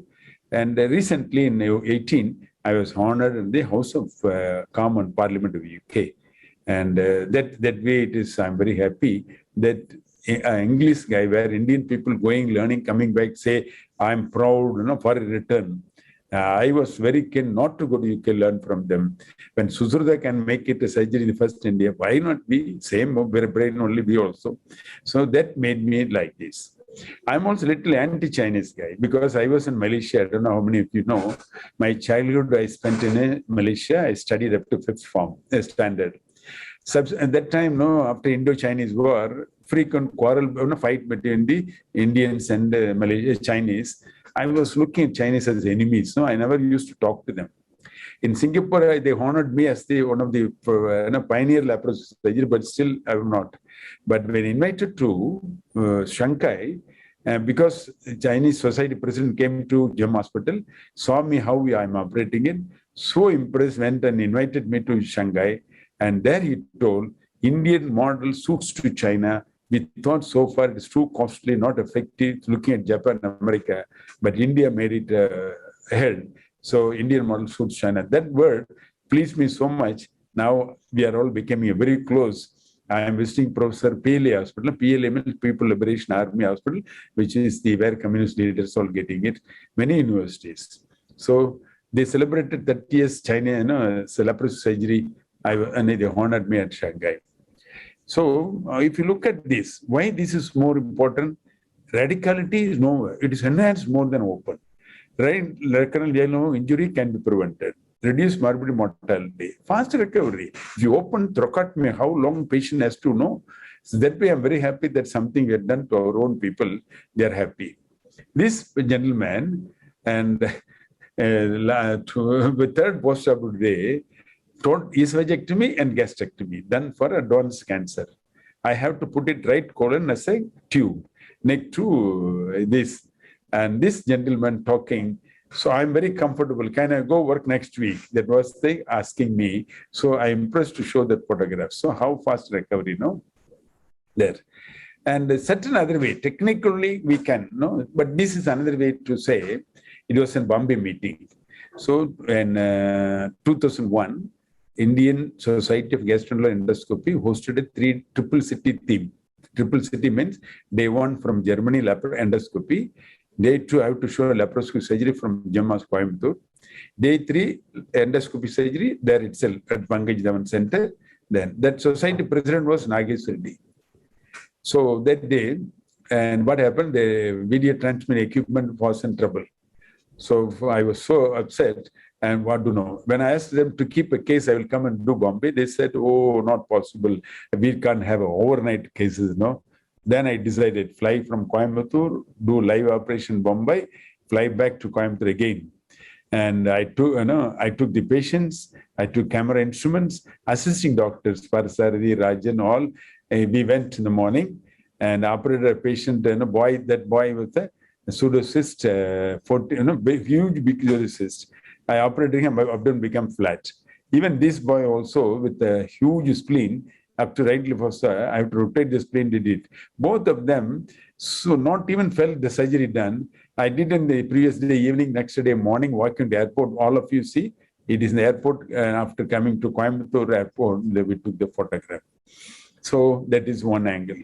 Second, also, we should have more confidence. This is a single incision laparoscopy surgery was held at Bombay by Tebraj Bhandarkar. And that day he invited me to show some videos. I showed a distal pancreas, total protocolectomy, all. And Paul Kurusilov from America came as a chief faculty. Seeing my videos, he canceled his talk and gave me a standing ovation. He said, in front of Palaniolo, no more. He's more advanced than any one of us. So that way he canceled. When I shared my total protocolectomy, it was the best video in 2011. And resection, it was the best video again 2012. This way it is. We should have a passion to go. Okay, now, and when I'm coming to the end of my talk, I will say, now no more surgical gastroenterology specialty. Those time, and my teachers when do, general surgeon means everything they used to operate. In my term, it is gastroenterology, thoracic surgery, and cardiothoracic, like a different specialty came. Now, surgical gastroenterology, again, no more a specialty, subspecialty has evolved. Esophageal, HPB, colorectal, like this we have. But if you go to Japan, esophagus separate department, gastric, stomach separate department, liver, pancreas separate department, colon, like every organ become an organ specific. And the gynecology, again, cancer separate, like this, no, transplantation. So you should aim to something big and different way. And our center is doing a postdoctoral fellowships, a DNB gastro program. But still one step by looking at them, what I made, I have postdoctoral fellowship programs and the national board and the affiliate to MGR Medical University, esophagus, HPB, coloproctology, minimal invasive cancer, minimal invasive surgery. This is the first center in India to start bariatric surgery. So, and I went across the country, nook and corner, physical meetings. But I found still people from remote places coming for training and going too difficult. Then what we thought, why not we teach them as a through teleconference? We did the first teleconference, and that article published in RJ last, the way to future conferences. And now, and Corona time made it, everybody realized that is the way now conferences. See, Corona came, everybody fell. And now we have established a televersity. We can transmit 4K, we can transmit 3D. And anywhere in the world they can see.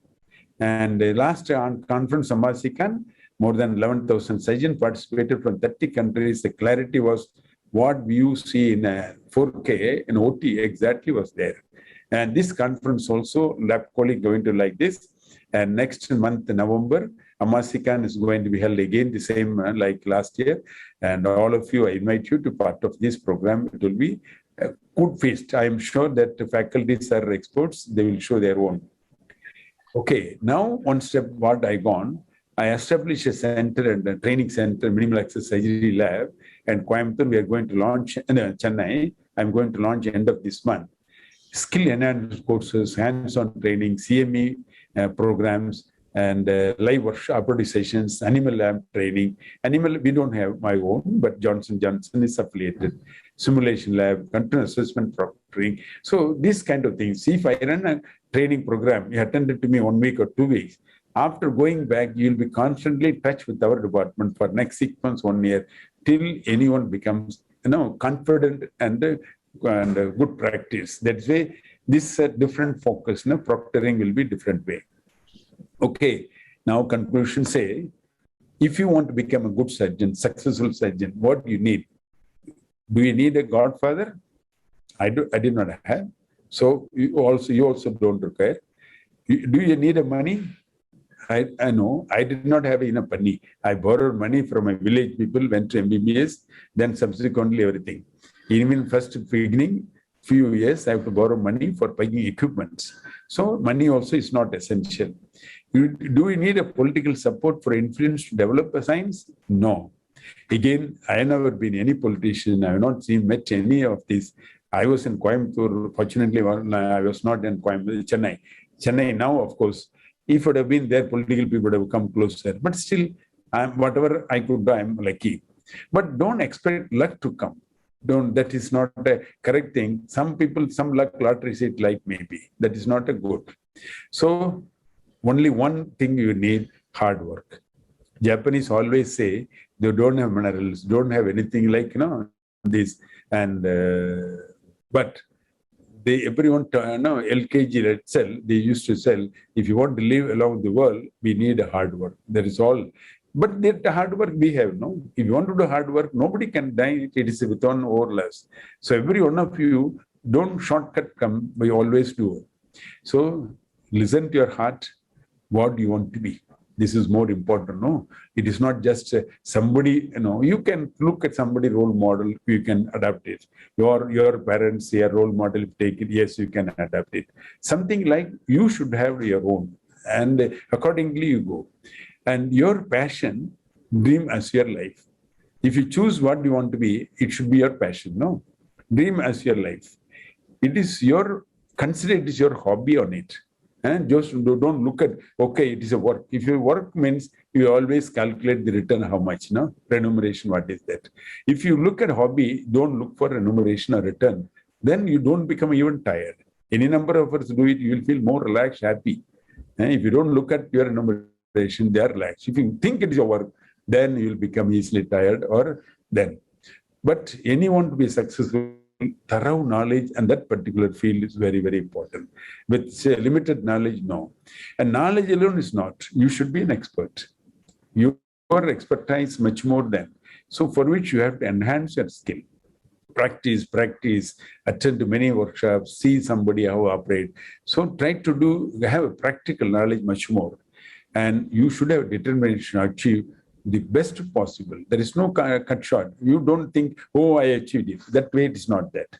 And dedication. Dedication means what you do, what you learn. We learn from our teachers. We learn somebody's, may not be teachers, but whatever we learn, we should always share with our own colleagues, juniors, encourage that way. And also, this is where writing articles, making publish. So dedication is more important, and your science should go to the majority of the people. That's why I also conduct workshops teaching them, because even remote places, it must be accessible and it must be affordable. Then only people will get to know. That's why my mission is since all these 30 years, that was I'm doing it. And India is a spiritual country. We are all must be proud to say we are Indians. And that means we should have a charity mind and do something for the unaffordable people any way you can do. That is very, very important. But if you have a guts, you achieve it. What more you need? Guts in the sense, your boldness. That's very important. And Adar Chaudhary, you all know, he's a great teacher, surgeon. And 2012 in Bangalore, during IASC conference, and he was talking, a road model surgeon. I was not there, I was in Taiwan that day. And he said, all of us are great surgeon, teachers, fine. But he quoted me, I saw him the way life. Whatever he learns, whatever he adapts, develops for the majority of the people, tries to teach, making everybody. I think he appealed to all the trainees who follow Palnival as a model. Now I was so happy, a great surgeon like my own, that age group, promoting somebody like in a conference during his presidential oration, quoted me comparing with the Wright brothers who invented the aeroplane. Similarly, mine. So I was so happy when that. So that's why today also you should adopt somebody as a role model, adapt it. So this book is going to come end of this month, and I hope all of you send your mail ID or whatever way connect to me, and I will see to that this book comes to you. And Kalam 2006 asked me to write biography. I did not have time to do it, and I don't know how many of you know what my life. And while discussing, I will come back. I will have, if time permits. Okay. So 30 years journey, I feel something that I could do for my science and children's like you. And when I started laparoscopic surgery, I know none of your postgraduates would have born. Is it not? That I think it is. And okay, we'll start then. If time is there, we'll discuss. And okay. Okay, you can take over. This. Thank you very much for this, this one. Very happy. Thank you, sir. Yeah. So, I would like to tell you first that this is an all undergraduate conference we have organized. Undergraduate, okay. I thought PG. Yes, sir. Oh, very, very nice. Good. Then I should have, in a different way would have gone. Yeah. Yes, sir. But anyway, it was really inspiring to have you with all of us. And right from your first slide, the journey of guts, it was like awe-inspiring for all of us to start with and to end with.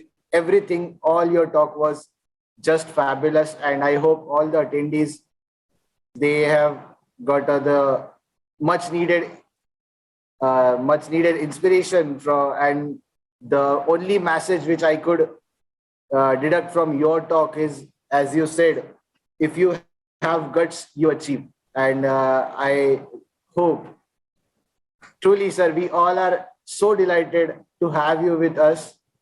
Whatever you have mentioned, just if you have an idea, if you think it is true, you can do it. Just believe. You just have to believe in yourself. And we have a true example live with us today. So we have no words, sir. We are so delighted to have you, sir, today. Thank you very much. That is just to know.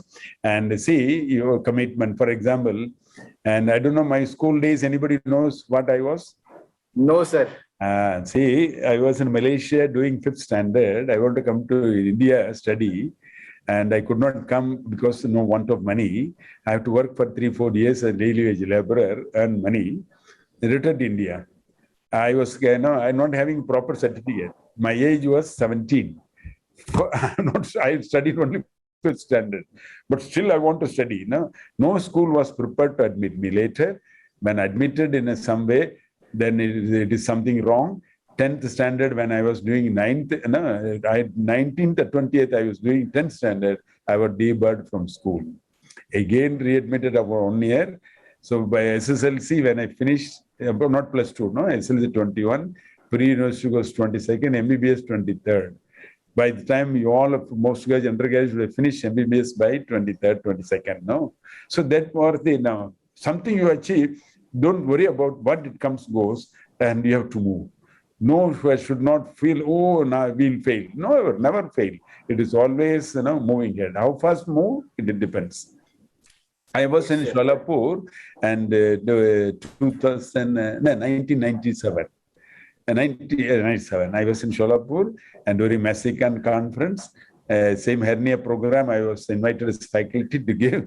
It was an enjoyable time, nice place and very good, and very happy that particularly youngsters. And that autobiography, I want all you students should read and comment on.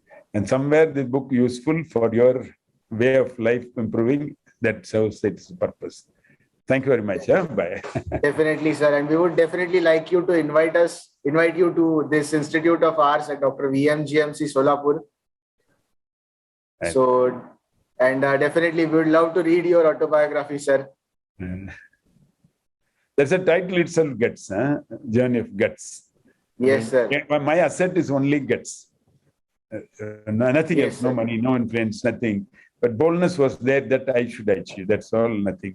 So everyone has boldness. You can create your own boldness. Our children's, any one of the undergraduate students can have boldness. No? So that is not buying. No? You're not giving money to buy. It has to create in our own self. So that is nothing, no one will prevent it. No? Yes, sir. But we should be a disciplined guy, and we should always look at people as our own. We are doctors to serve the people. People are the most important things, and we should not treat a patient for sake of money. That feel, if it is there, everybody's success will be there. Something is assured. No. Yes, sir, indeed. And I hope today all the undergraduate budding medical students should inculcate this attitude, that to treat the patient not for the sake of money in them. And again, I would like, in conclusion, I am just thankful to you for sharing your precious time. I would like to tell all the attendees that sir is actually having an online conference going on for Total Protocol. And from that busy schedule, I'm just pushing up. Total Protocol, like to me, I did it from Balipur's colon. The colorectal groups are down. In between one surgery, other again went in. So that's why I just came. I'm going for pouch. I have to do it. So I'm going. Yes, sir. Okay. I will say that thank you very much. We'll keep in touch. I thank your faculty people. They gave me opportunity, and sometime I will be likely meet. Now Corona settled down. We'll meet together. Thank you very much. Definitely, sir. Thank you, sir. Thank you so much. Good. Thank you so much, sir. Bye. Bye. Bye, sir.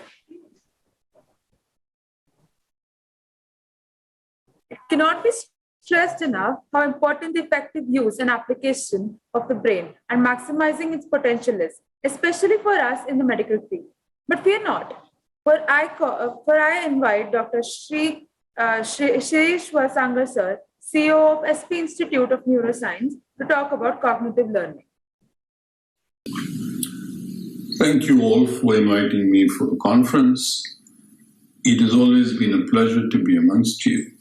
Unfortunately, I can't be with you today. Now, with all the information explosion around us in newer and newer research to read, and the need to have a systematic approach to learning is essential to improve our comprehension, understanding, and practical application.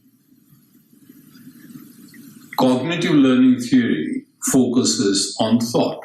It's the theory about understanding human thought and how the brain responds as people learn. It concerns with how information is processed by the brain and how learning occurs through that internal processing of information. Cognitive learning theory is credited to Jean Piaget. He suggested that knowledge is something that is actively constructed by learners based on previously learned facts. The word cognition dates back to the 15th century, where it meant thinking and awareness. There are two other words associated with cognition: conation and affection. Cognition was used for recognizing a stimulus, whether speech, a graphic, touch, smell, taste.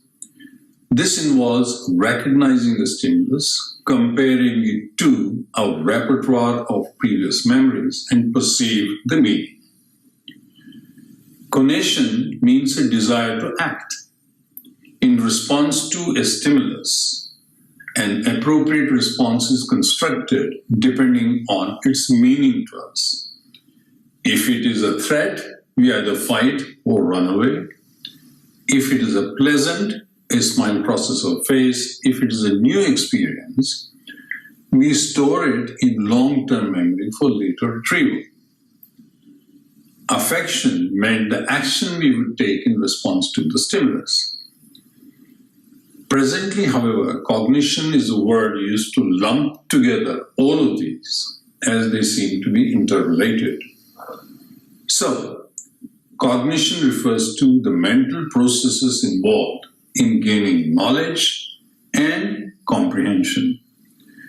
These cognitive processes include thinking, knowing, remembering, judging, and problem solving.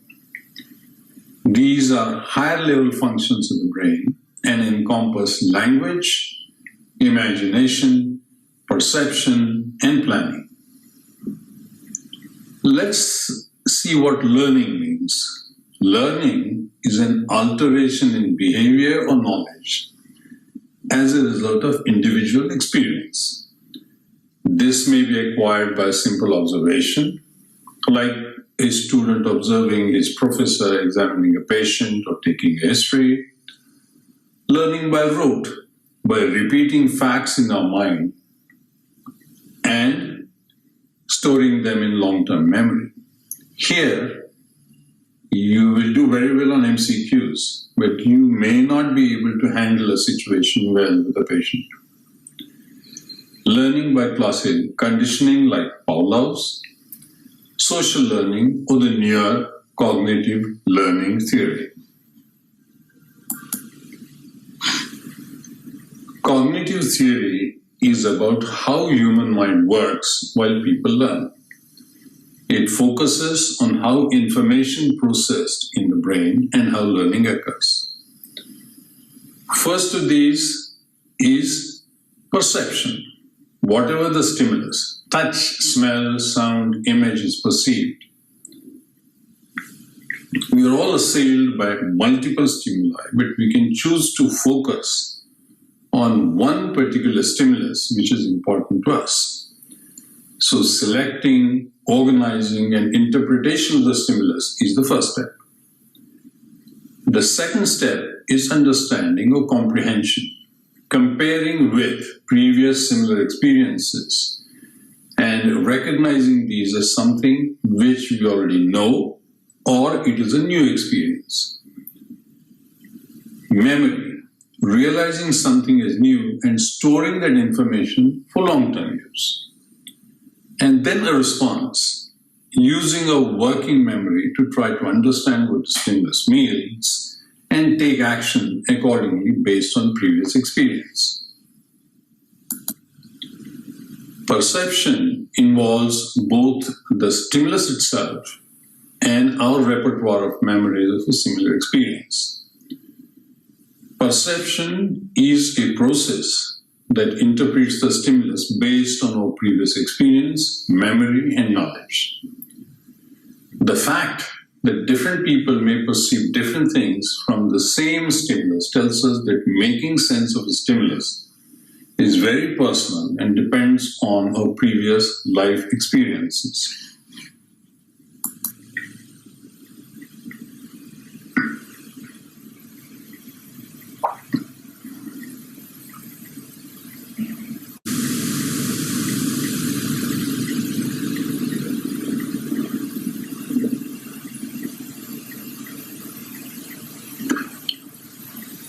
What you see here is called the Vernier acuity test that measures the ability to discern a disalignment among two line segments or gratings. The disalignments are often much smaller than the diameter and spacing of retinal receptors. Neural processing is required to detect the disalignment. And this ability is subject to practice effects and changes in attention. With practice, the disalignment detection improves, and this relates to neural processing and perhaps synaptic change or more neuronal recruitment for neural processing. Tactile discrimination has also been shown to improve with practice. The number of neurons which respond to the stimulus increase, not the total number of neurons, but more neurons are recruited as the task performance improves. Such changes have been found for a number of tactile discrimination tasks where learning can produce marked increases in the amount of somatosensory cortex devoted to encoding a particular region of the body. Similar changes have also been found in the auditory cortex for auditory discrimination tasks and in the motor cortex for motor learning tasks like reaching and grabbing. Attention is a state of focused awareness on a subset of available perceptual information. A key function of attention is to identify irrelevant data, filter it out, enabling significant data to be distributed to the other mental processes. In an experiment to test this, volunteers wearing headphones were presented with different information in 2 years and were asked to focus only on messages related to basketball. Almost all of them were able to repeat the entire message, even if the message was changed midway between right and the left ear. All of us have this ability, but remember, this does improve with practice. This has also been called the cocktail party effect. You know how it is in a party with all the noise going on around you, but you can still hold a conversation with your friend.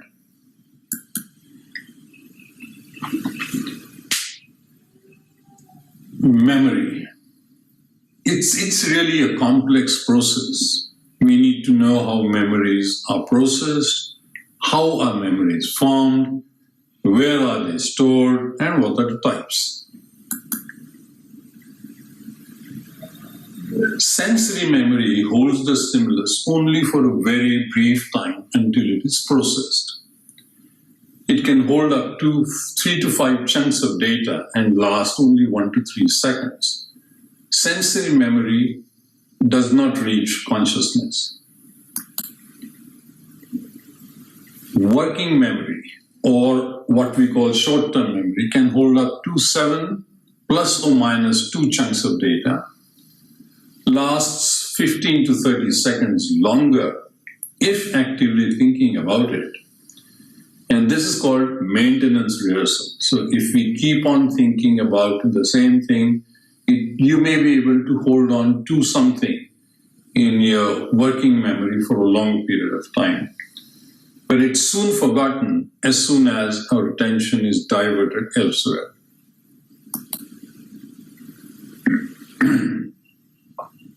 Now, if you look at memory processing, the first is the sensory input, then the sensory memory.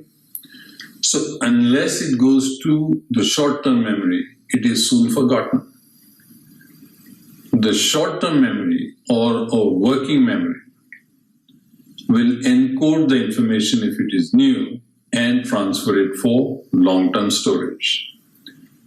If we want to keep that particular fact or data in short-term memory, we need continuous rehearsal.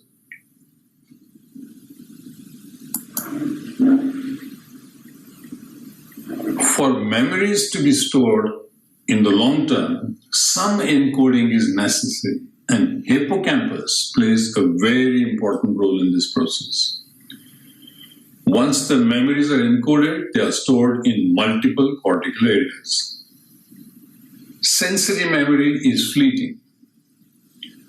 Frontal and prefrontal areas are the seat of working memory. Hippocampus is crucial to encode the long-term memories, but these are integrated into the neocortex. This is called cortical integration. Hippocampal disease will cause anterior gross amnesia, so inability to form new memories. But some implicit memory functions may still be retained. Memory types are classified into different types. The most important division would be one which is explicit, which is in our consciousness, and this relates to simple facts like who is the Prime Minister, what happened today, what day is today, and events in our life or biographical events in our life. These are generally stored in the medial temporal lobe or diencephalon.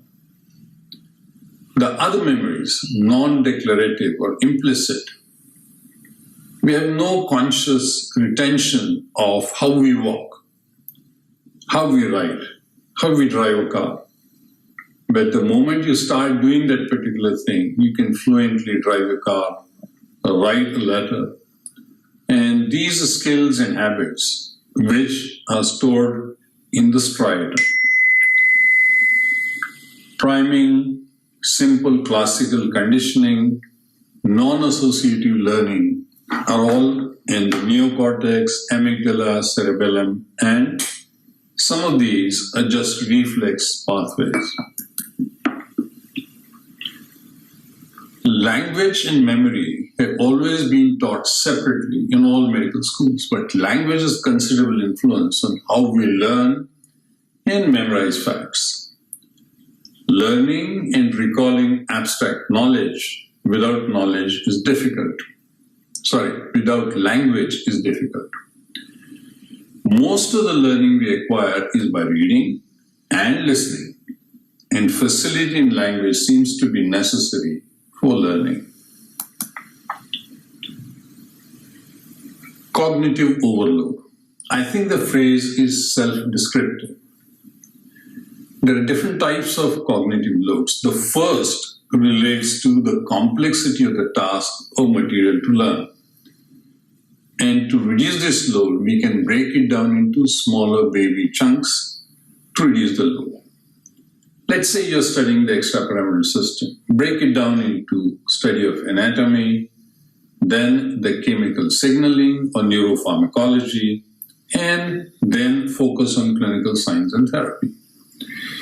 It will be a lot easier to understand how signs appear and how anti-Parkinsonian drugs work. Now, extraneous cognitive load, this most of the time relates to ineffective teaching methods. Let's say, for example, the rotation of the moon as it orbits the Earth, for instance, is easier to comprehend when demonstrated visually using a model of the solar system or a video rather than in a written form without a diagram. So, extraneous cognitive load can be reduced by designing appropriate methods of teaching. And distractions. We all know what these are. Worst is your mobile with notifications active, which interrupts your attention. Metacognition. Metacognition is the thoughts that a person has about his own thoughts. More specifically, metacognition includes things like how effective a person is at monitoring their own performance on a given task, a person's understanding of their capabilities on a particular mental task, the ability to apply cognitive strategies. So much of the current study regarding metacognition within the field of cognitive psychology deals with its application within the area of education. Being able to increase the students' metacognitive abilities has been shown to have a significant impact on their learning and study habits. One key aspect of this concept is the improvement of students' ability to set goals and self-regulate effectively to meet these goals. As a part of this process, it is also important to ensure that students are realistically evaluating their personal degree of knowledge and setting realistic goals. How often do you think, after reading, pause, and then go on to the next topic? That's what we call chintan. So think about what you've gone through, try to understand, and take the next step.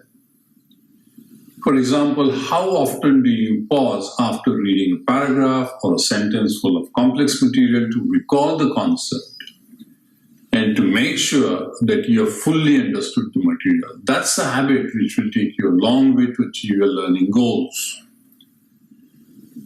Before learning about any topic, it is also important to evaluate your knowledge. Perhaps a few MCQs on the topic so that you know where you stand, and then plan your strategy to learn depending on your previous knowledge.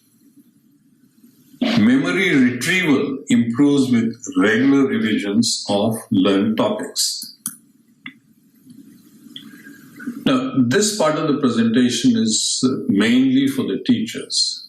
But students, remember, you're also going to be a teacher one day, so you can focus on this part as well. Before preparing a multimedia presentation, it's very, very important to do a pre-assessment.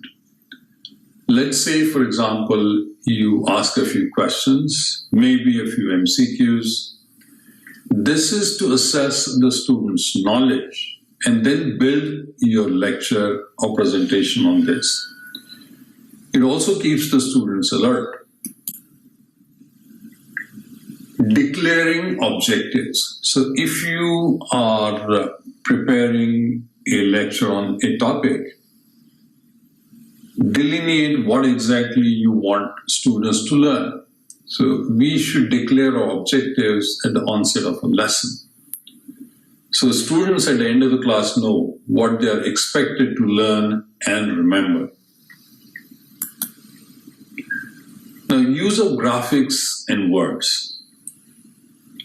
See, we have limited working memory capacity. So if they're overloaded, it's going to be difficult to form long-term memories. So long lines of text on a slide can be very distracting, especially if several lines of text are presented. So it's better to use just keywords and explain them in narration rather than writing long sentences. No graphics should be used for decoration, but only focused graphics related to the teaching material should be on the slide. Now, contiguity principle. By this, I mean, if I have a graphic, the labeling should be as near or on the graphic as far as possible. I'm giving you an example. Look at the map on your left. Nice colors, everything, but there's a legend on the right. And every time you want to know which country it is, you have to go, which one is yellow, which one is blue, which one is green, to and fro, to and fro, and to and fro. It's difficult. On the other hand, look at the right-sided map. All countries are labeled as they are. So it's much easier for a student to retain this knowledge. So, labeling of a graphic as near to the graphic as possible.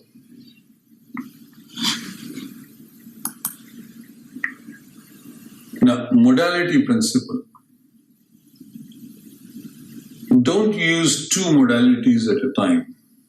See, when we have multimedia presentation, we either use the audio channel or the visual channel. Most of the times, both. So if you overload both channels, it's very difficult to retain everything. So if you have a graphic, narrate along with the graphic if possible. If you want to use words, especially those which are difficult to remember, just use a keyword, not complete sentences. Redundancy. So nothing on a multimedia presentation should be redundant or unnecessary. So this reduces the cognitive load by leaving only relevant material on the slide. If you're going to use a graphic, prefer narration or only small keywords. Never use a big graphic, long lines of text, and then narration. It's not possible for a student to focus on all three at a time.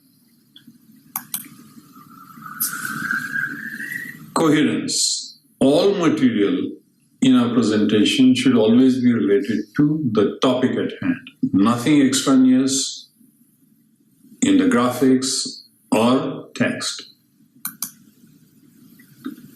And this is the most important part of any presentation. Personalization. A student would feel interested in a lecture if you use a conversational voice and emulate a human-to-human conversation instead of a very didactic lecture. Segmentation principle. This is to reduce the cognitive overload. So if there is a difficult topic to teach, break it down into bit-sized segments. And at the end of each bit-sized segment, pose questions so that you know that the student has fully understood that part of the chapter so that you can proceed to the next. Signaling principle. You can highlight, zoom, use glowing or a laser pointer to draw attention to an interesting part of the slide or an important word or an important image. This does help students to retain that particular important part of your lecture. I think I'll end here. And I thank you again for asking me to talk to you about cognitive learning. It has been a pleasure, and I hope the presentation will be of some use to you. Thank you again. Thank you very much, sir, for sharing your valuable insights with us, young medicos. It definitely inspired us to move ahead and reach for greatness. It was a pleasure having you with us. I'm here.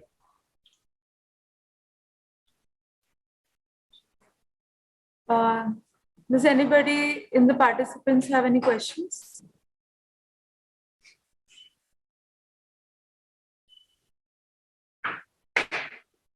That means either everyone was sleeping or it was very good. There's a problem with your video. I can't see you.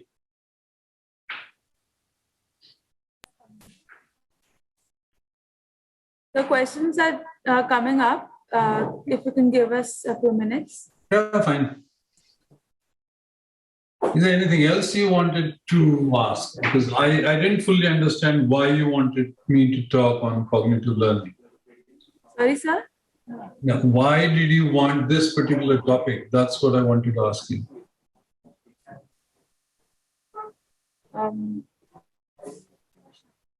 So there is a question, if you can please answer. There is no question. The question is, what's the importance of color gradients and visual effects in teaching? I can read aloud. No, I read it. Okay, sir. Yeah. I think if you use a lot of gradients and visual effects, imagine that when you're teaching someone, you want their full attention. How can we improve that attention? If you load visual channel, the auditory channel everywhere, our working memory has limited capacity to accept data for processing. So if you keep it focused with minimum gadgetry and only pertinent, relevant data on your slide, it's more likely to be effective and more likely to be retained by a student. See, gradients and all, they look nice, but I don't think it makes any difference in teaching. But it certainly does distract us by asking for our attention to look at a sort of colorful thing. So I think the most important thing is to keep it brief, keep it focused, so that students can learn far more quickly without all those distractions. Does that answer your question? So thank you so much for answering the previous question. We have another question. Yeah, the question is, it said that memory and cognition increases when effective breaks are taken. Yes, that's true. Because when we're processing information, acquiring new knowledge, trying to store it in the long-term storage, we get full up sometimes. And if you stop for a moment, that's why the segmentation principle. If you have a big topic, a complex topic, break it down into little chunks. Go through the first little chunk, think about it, try to answer questions based on the chunk, and then go to the next question. So it's much easier to digest and retain it in your long-term memory than doing the whole thing at a time.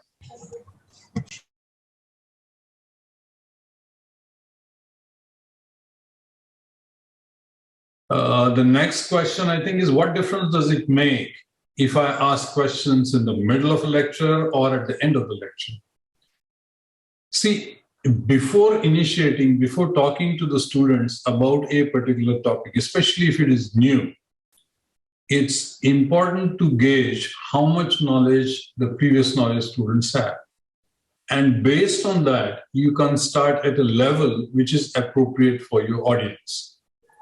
So the importance of the initial pre-assessment is knowing where to start for that particular audience. If it's a complex topic, I would normally try to break it down into different chunks.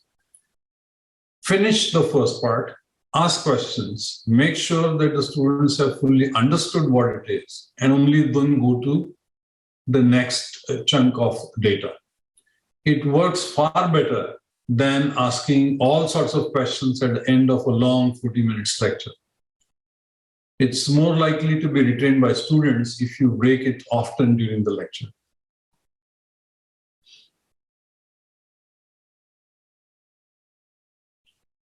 I haven't understood this question. There's always a dilemma for students when tackling between amygdala and the cortex while studying. What would be the best possible way to tackle it? What actually do you mean?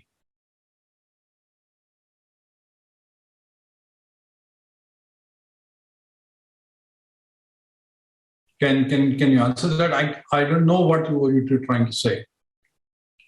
Are you trying to say that your emotions take you away from studies and daydreaming, and the cortex wants to read? Something like that?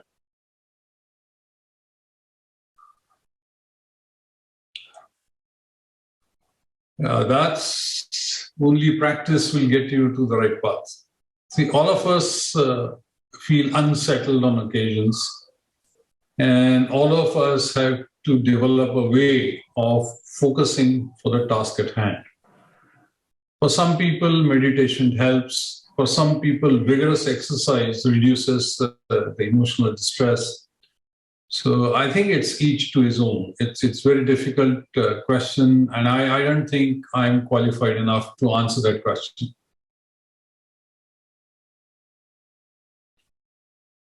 Now, what's the importance of voice modulation? Changing voice texture disrupt learning? No, it doesn't.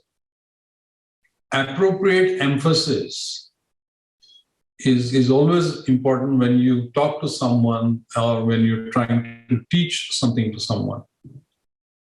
So modulation, not for drama, but for teaching, it does make a difference, and it does have a greater impact on students. Used the right way.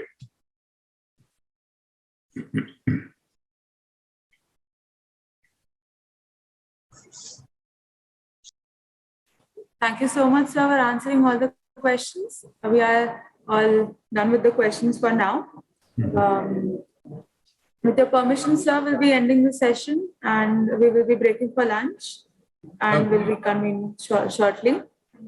Thank you and good afternoon, sir. Thank you. Enjoy your lunch.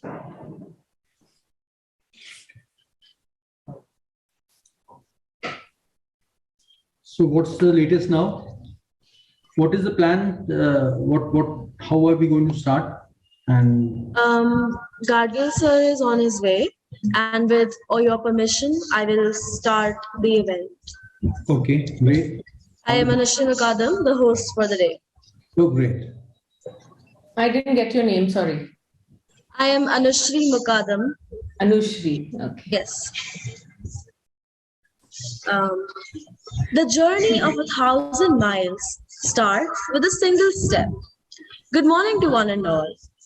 I welcome all the panelists present here. Pursuing MBBS is only the first step in our journey. From here, it's a crossroad. There are a million different paths we can take. But as students, it can be difficult to choose what path we should take. And so, to figure that out, we have brought to you a panel discussion on what after MBBS. The panelists for the day are Dr. Suhasini Shah Ma'am, MBBS, LLB, General Management for SMEP, Masters in Business Law, Hospital Management, the chairperson of Precision Foundation and a director with Precision Camshafts Limited, a multinational company with manufacturing footprints in Germany, Netherlands, and India.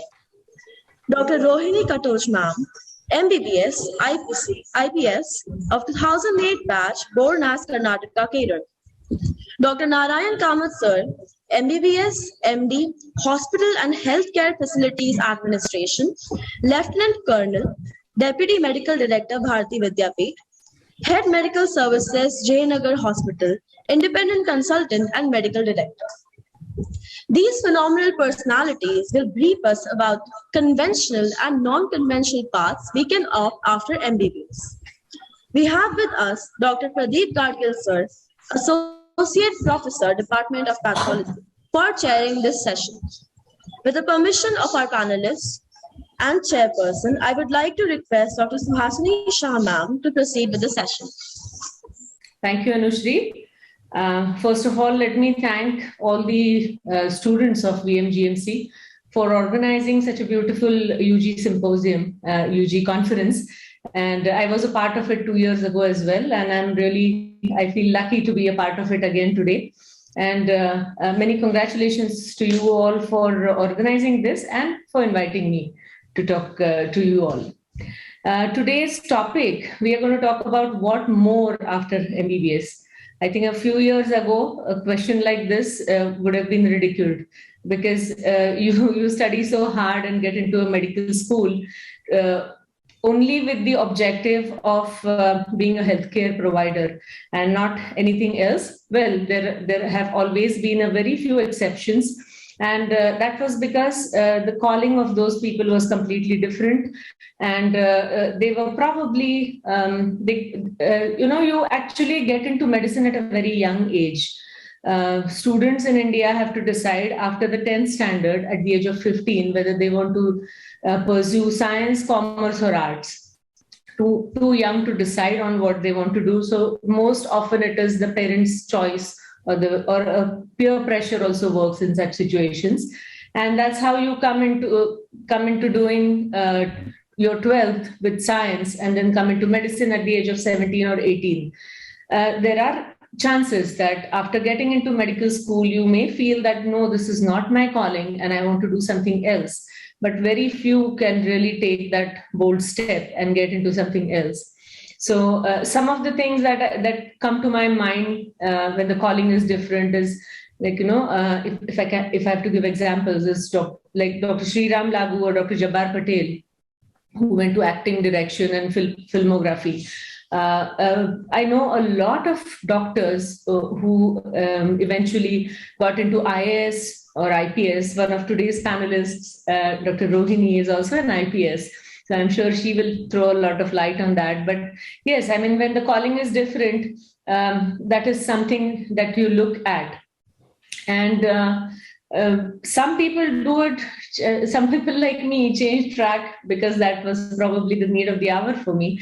When I married Yatin, he was from a business family and he is an MBA and he's hardly into, he was fully into business, and adjusting a business family with a medical background was difficult for me. I couldn't understand a wage agreement that he did successfully for 400 people, and he would never understand what my first cataract surgery was.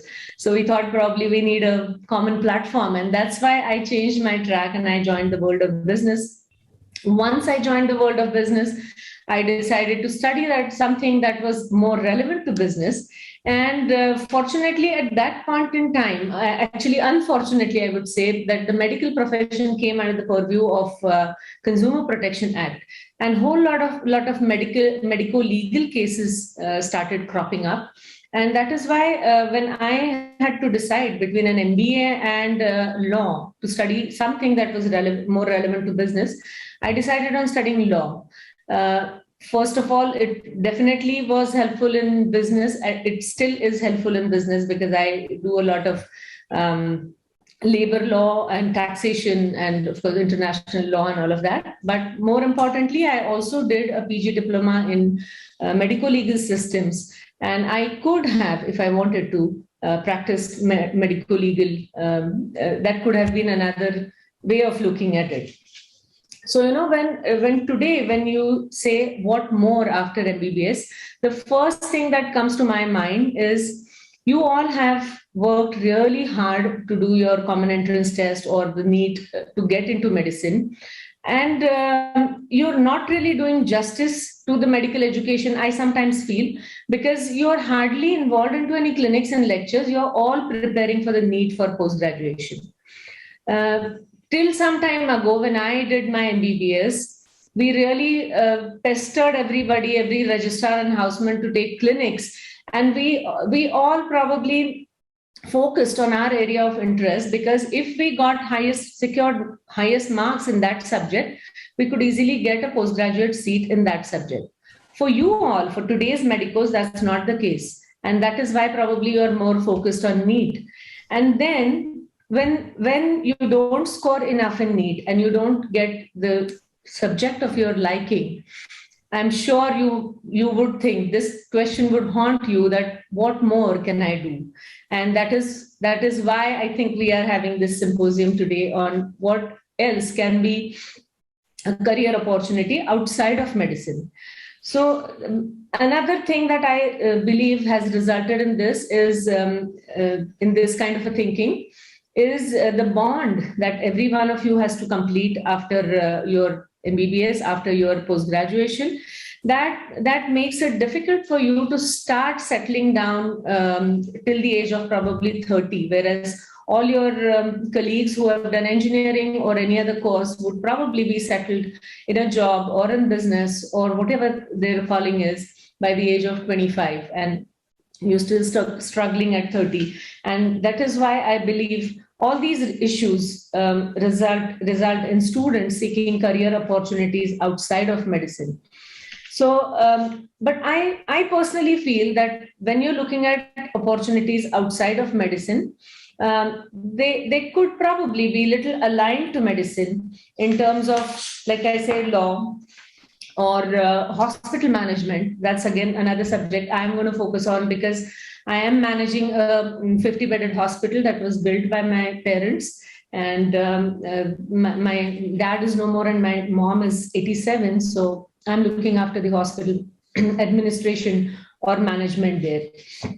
And of course, we all, when we talk about careers in services, I'm sure Dr. Rohini will throw light, but that also is a lot, like when you're looking at a district administration or looking at police force also, medicine or healthcare definitely comes into picture because it is a part of that profession as well. I mean, it can be looked at that way.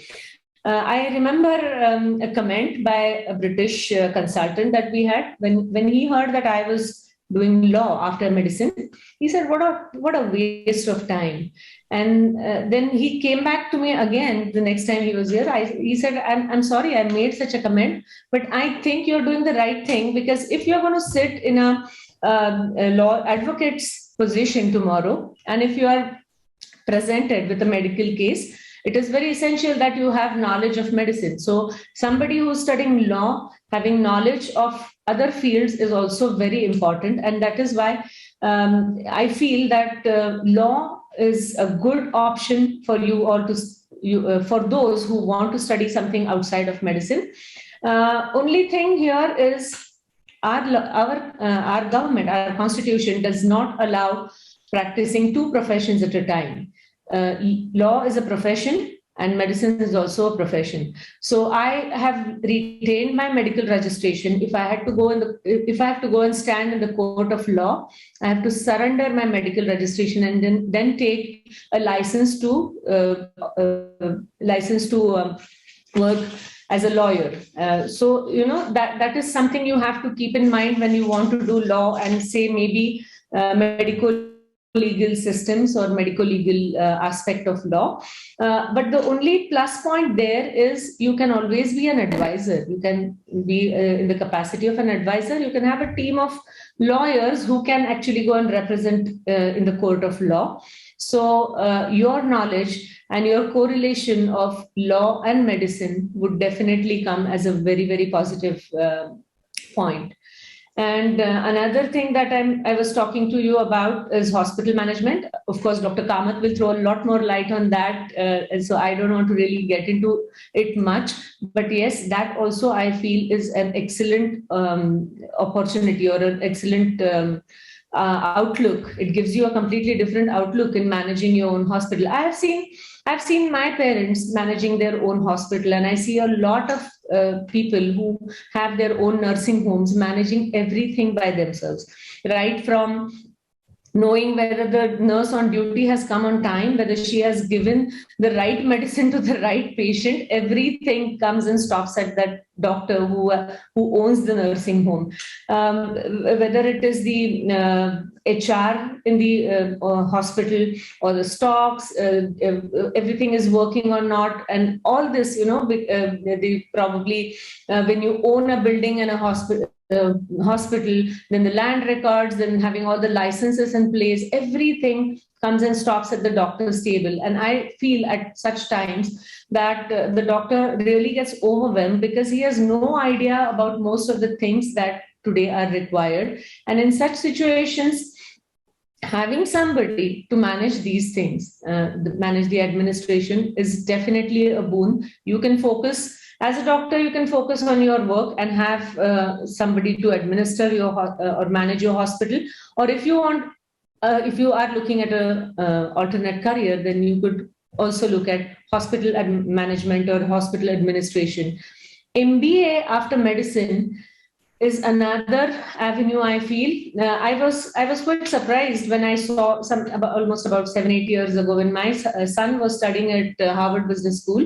He had a lot of students in his batch who were doctors, and I thought, what are they doing here? Because Harvard University offered a course which is called MD MBA. It's a joint combined course.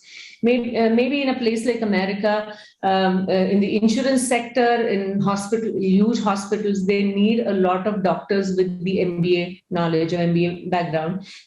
But here also, I'm sure MBA would be a great. MBA would give you a great opportunity to go into pharma industry, into probably insurance sector, and of course into hospital management also. And last but not the least that I'm going to talk about is, suppose somebody of you was very keen on technology and engineering. Then I know a friend of mine who was actually not at all interested in medicine. He came into medicine purely because his parents wanted him to come into medicine. And his calling was technology. So then he did biomedical engineering after MBBS, and then went into nuclear medicine and on a completely different level. But that also can be a great opportunity, like biomedical engineering, nanotechnology, and robotics, which is also used in advanced medicine. So all these branches after medicine would add a lot of value to your career and could really help you build your career on that. I think with this, I'm going to stop here. So I've only given you a little insight into law, hospital management, MBA as in administration, and going into various industries. biomedical engineering, nanotechnology, and robotics. And I think I'll stop here because we have panelists who will go, who will throw more light into individual areas. Thank you so much.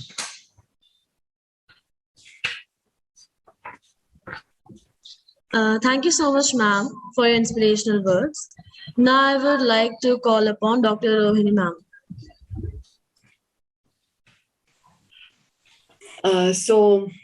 First of all, good afternoon, Ghatke sir and my seniors, Suhasini ma'am, Kamal sir. And thank you so much, VMMC, for remembering me and inviting me.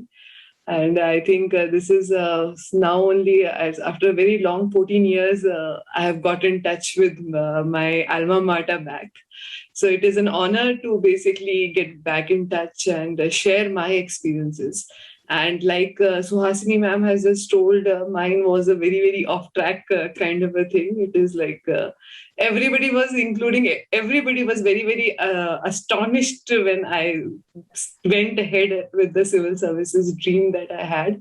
But like Suhasini ma'am, it's we all join very early in MBBS, and you know when you get into MBBS, it is either biology or maths or arts or commerce. It's like 4 or 5 options are basically kept in front of us, and then we keep on that. We have that opinion that no, maths is not my cup of tea, so engineering is not my cup of tea. Let's me focus on biology. If I go into biology, obviously first preference is MBBS. Second preference, if I don't get, I'll do a BSc or BTech or something like that. Unfortunately, that is how our system has been, and we have been working like that. And but whatever said and done, being a doctor is I think still one of the most honorable professions. It's one of the most satisfying professions because it gives you that immense satisfaction at the end of the day that we have done a very constructive contribution to whatever we are doing into the society.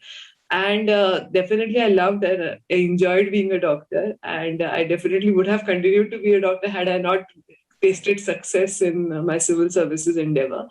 But civil services was my dream. I wanted to become a civil servant. And that is not anything doing like civil service is better than MBBS or something like that.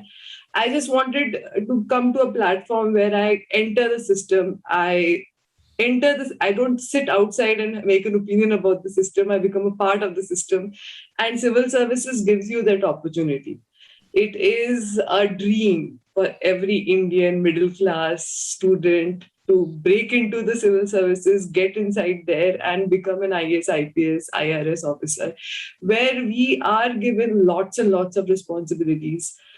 We handle very incredibly different, challenging roles as civil servants. And I must say, it is an honor to become a civil servant. Still, it is an honor to become a civil servant in our country. And if you have that urge in you, if you want, you want to give it a try, because let me be very categorical, lots of people sit for the civil services. And we are one of the creamiest, we are one of the most intelligent part, the cream of the society, and definitely we will make through it. But it is also that a lot of people are interested into civil services, and you have 5 attempts. And definitely it will sometimes sometimes lead to failures also. So you are always a doctor can always survive being a doctor. But civil services, once again I'll say, it is one of the best opportunities. You can become an IAS officer, you can be an IPS officer, you can become an IRS officer. Now I'll focus on my IPS thing, and I am a 2008 batch IPS officer. So like 2001, I entered VMMC. After that, I passed out, and I immediately went into and gave the exam. I didn't taste success on my first attempt. It was like I was quite overconfident that I'm going to get through, but I wasn't able to get through.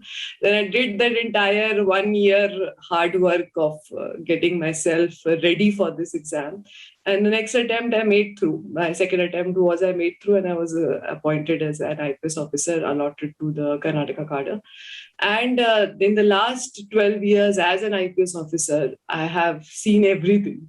Matlab, you can just see that it has lots and lots of challenges comes. Whether you become a superintendent of police, you're responsible for the safety and security of things.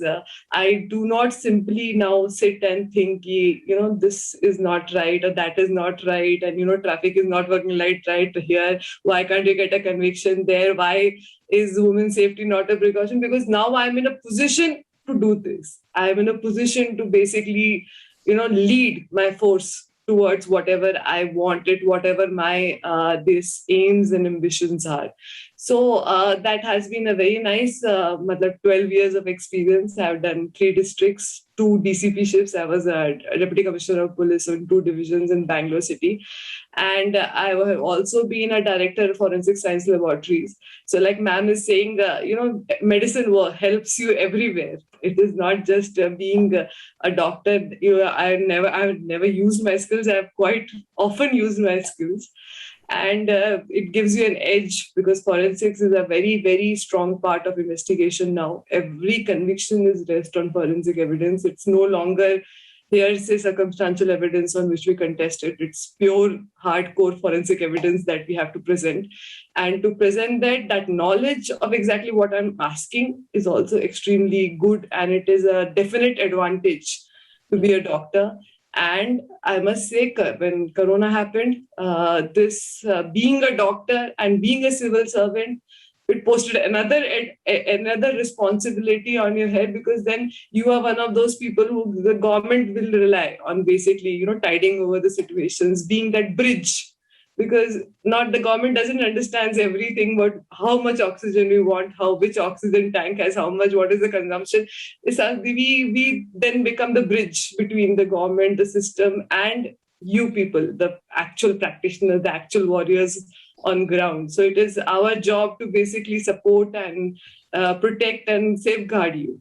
So definitely that also was a very good experience. Then I was also SPCID, cyber and economic offenses.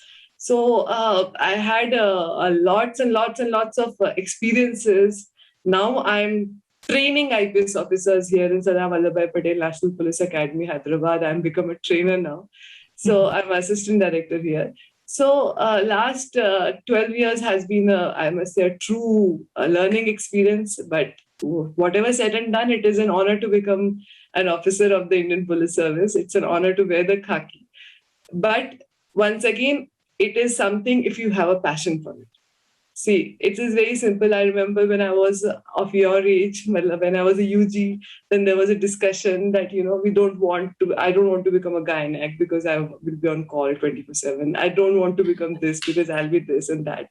So I'll strictly request you one thing, that find what is your calling, find what is your passion. A lot of people have asked me this question, ma'am, that how do you balance life? You are a police officer. How do you balance it? Don't you get calls at 2 o'clock, 4 o'clock? I said, it is an honor actually to get a call because it's my job. I love my job. My people are my responsibility. My area is my responsibility. If something happens and I get informed, it is my responsibility to react, and I don't feel it as a burden. So my request is, find what you like. Find that passion, what you like. And nothing is right or wrong in this world. We have one life. We have every right to experiment on it. There are going to be failures. There are going to be failures in traditional way also. And there are going to be challenges in the non-traditional way also. Everything is not hunky-dory. It's always going to be something, a balance has to be struck. Your personal life, your professional life, that feeling of achievement and satisfaction. So that is always going to be an effort, but it can be done. Luckily for us, there are so many avenues now that you can specialize, you can do whatever you want to do. But most importantly, please identify what you want to do. Don't too much believe in peer pressure or others' what opinions are, because luckily for us, we are in a position where we can taste success in whatever we do. And in today's world, skill is the most important thing. I may be an IPS officer, but if I do not have the skill of an investigator, I'm of no use. And nobody is going to give me any value if I'm not good at my job. So if you have the skills, you can definitely prosper in anything you like. And sky is the limit. You just go on exploring. Things sometimes do appear to be pessimistic, but there are always opportunities in every challenge that we face. Corona was a challenge, but it was also an opportunity. So similarly, opportunities are going to come. Now we just have to be prepared mentally to take that.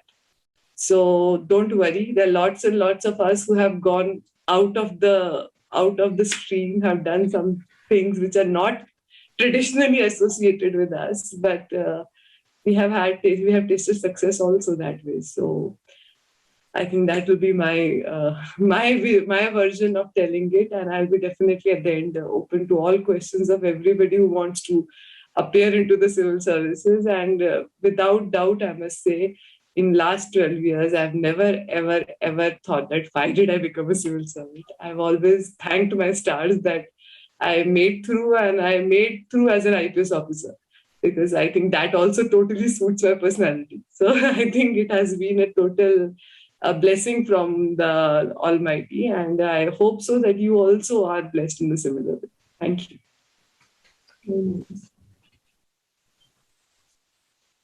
Thank you so much, ma'am, for your thought-invoking talk.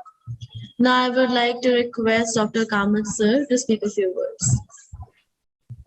Thank you very much, and good afternoon, everybody. I'm Dr. Kamath. I'm a batch of 92 with two of my colleagues sitting here, Dr. Suhas and Dr. Gargil. We are very close friends. We are still close friends, but we lost contact because I joined the army in 1987. And thereafter, those last 25 years after that, I continued in the army. And during my tenure in the army, I did MD in hospital administration in 1991, which was a very new branch then. So before I come and discuss the options which we as undergraduates probably didn't have or didn't think of, I'd like to share my screen to all the viewers so that I can present a little short talk. Okay. Can you see my screen now again? Yes, sir. Okay, great. So when I was asked by one of the doctors, Dr. Kshitija, can you speak on what next after MBBS? I literally was very excited to let people know what options we probably didn't have that time and now are available to all of us. You can remember this nice, cheerful, young budding graduate who finishes his graduation and is very much in a dilemma like all of us as to where his luck is going to take him. And he always feels that Papa कहते हैं बड़ा नाम करेगा लेकिन कहाँ ये उसको भी पता नहीं जैसे हमको पता नहीं था. But choosing your career is very difficult one, and it is very important also. Like Dr. Swasni and Dr. Rohini has talked about all the options. It is one thing which you have to choose as much as you take efforts to choose your partner, because both last you your lifetime. Choosing a wrong partner and choosing a wrong career would cause daily long headaches. Otherwise, if you choose a job you love, you'd never have to work even a single day in your life. That's what they say. And that's what Confucius also said. Because if you love what you are doing as work, everything would be play and it would be absolutely joyful. And even Steve Jobs said that you can enjoy and produce great results at work only if you love your job. So it is very important to choose your career in long time. Like Dr. Suhas has said, that there is a plethora of options available to you, whether clinical, non-clinical, non-medical. All of them have their own pluses and minuses.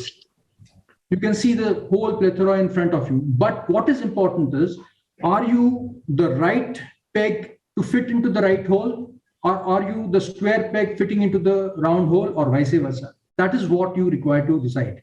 And therefore, you should be able to understand and decipher what your passion is. Everybody wants name, fame, money, and every respect and whatnot. But do you have the aptitude? Do you have the skills? Do you have the attitude to take on this particular responsibility for your lifetime? This is what you require to decide. Always a dream career is always misguided by the influence of many, our peers, our friends, our colleagues, our parents, the society, all of them influence us, pressurize us in one way or other. But we should know what are the options available, what am I capable of, and what would I like to take for the whole life as a career. There are two options. One is career for earning, which may or may not be a joyful thing, but you may have other options also, where you can follow your calling irrespective of what career you take. Let's come to healthcare and hospital management as a career. This is a very important and a very novel career at the time I joined it. I was among the second batch where MD in hospital administration was started in MUHS that time, Mahatma Phule, Savitribai Phule University. So why did I take, or why should you take hospital administration as a career? The private sector, due to various regulatory and other restrictions, the private healthcare sector is, expanding.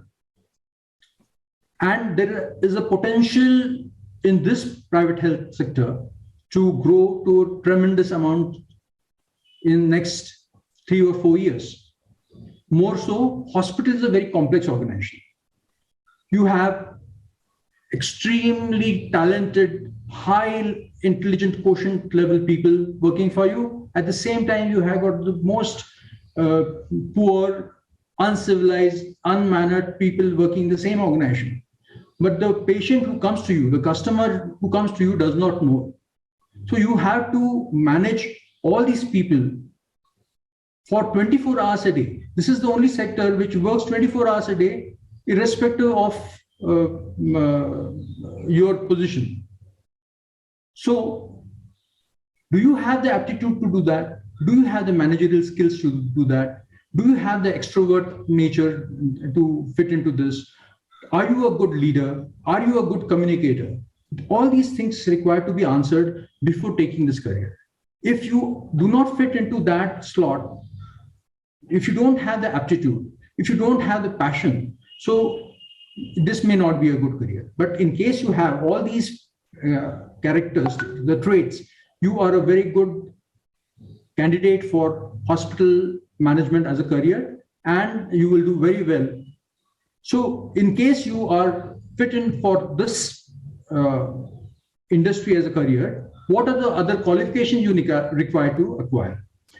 You can see MD Hospital Administration is 1, MHA is 2, Masters in Hospital Administration. Third is an MBA, MBA in Healthcare and Hospital Administration.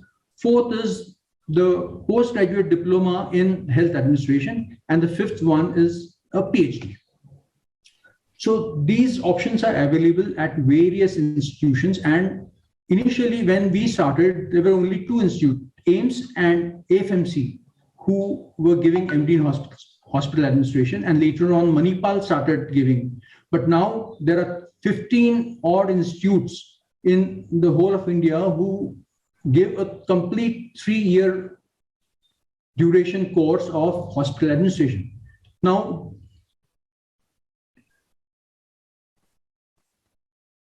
so when you see this course and the other courses, you will find that MD Hospital Administration is the only course where a medical professional, that is MBBS doctor, is eligible for doing this course. And he requires an experience of at least 3 years in hospitals to join this particular course. So these two important things you have to keep in mind while taking MD in hospital administration as a means of entering into the healthcare sector.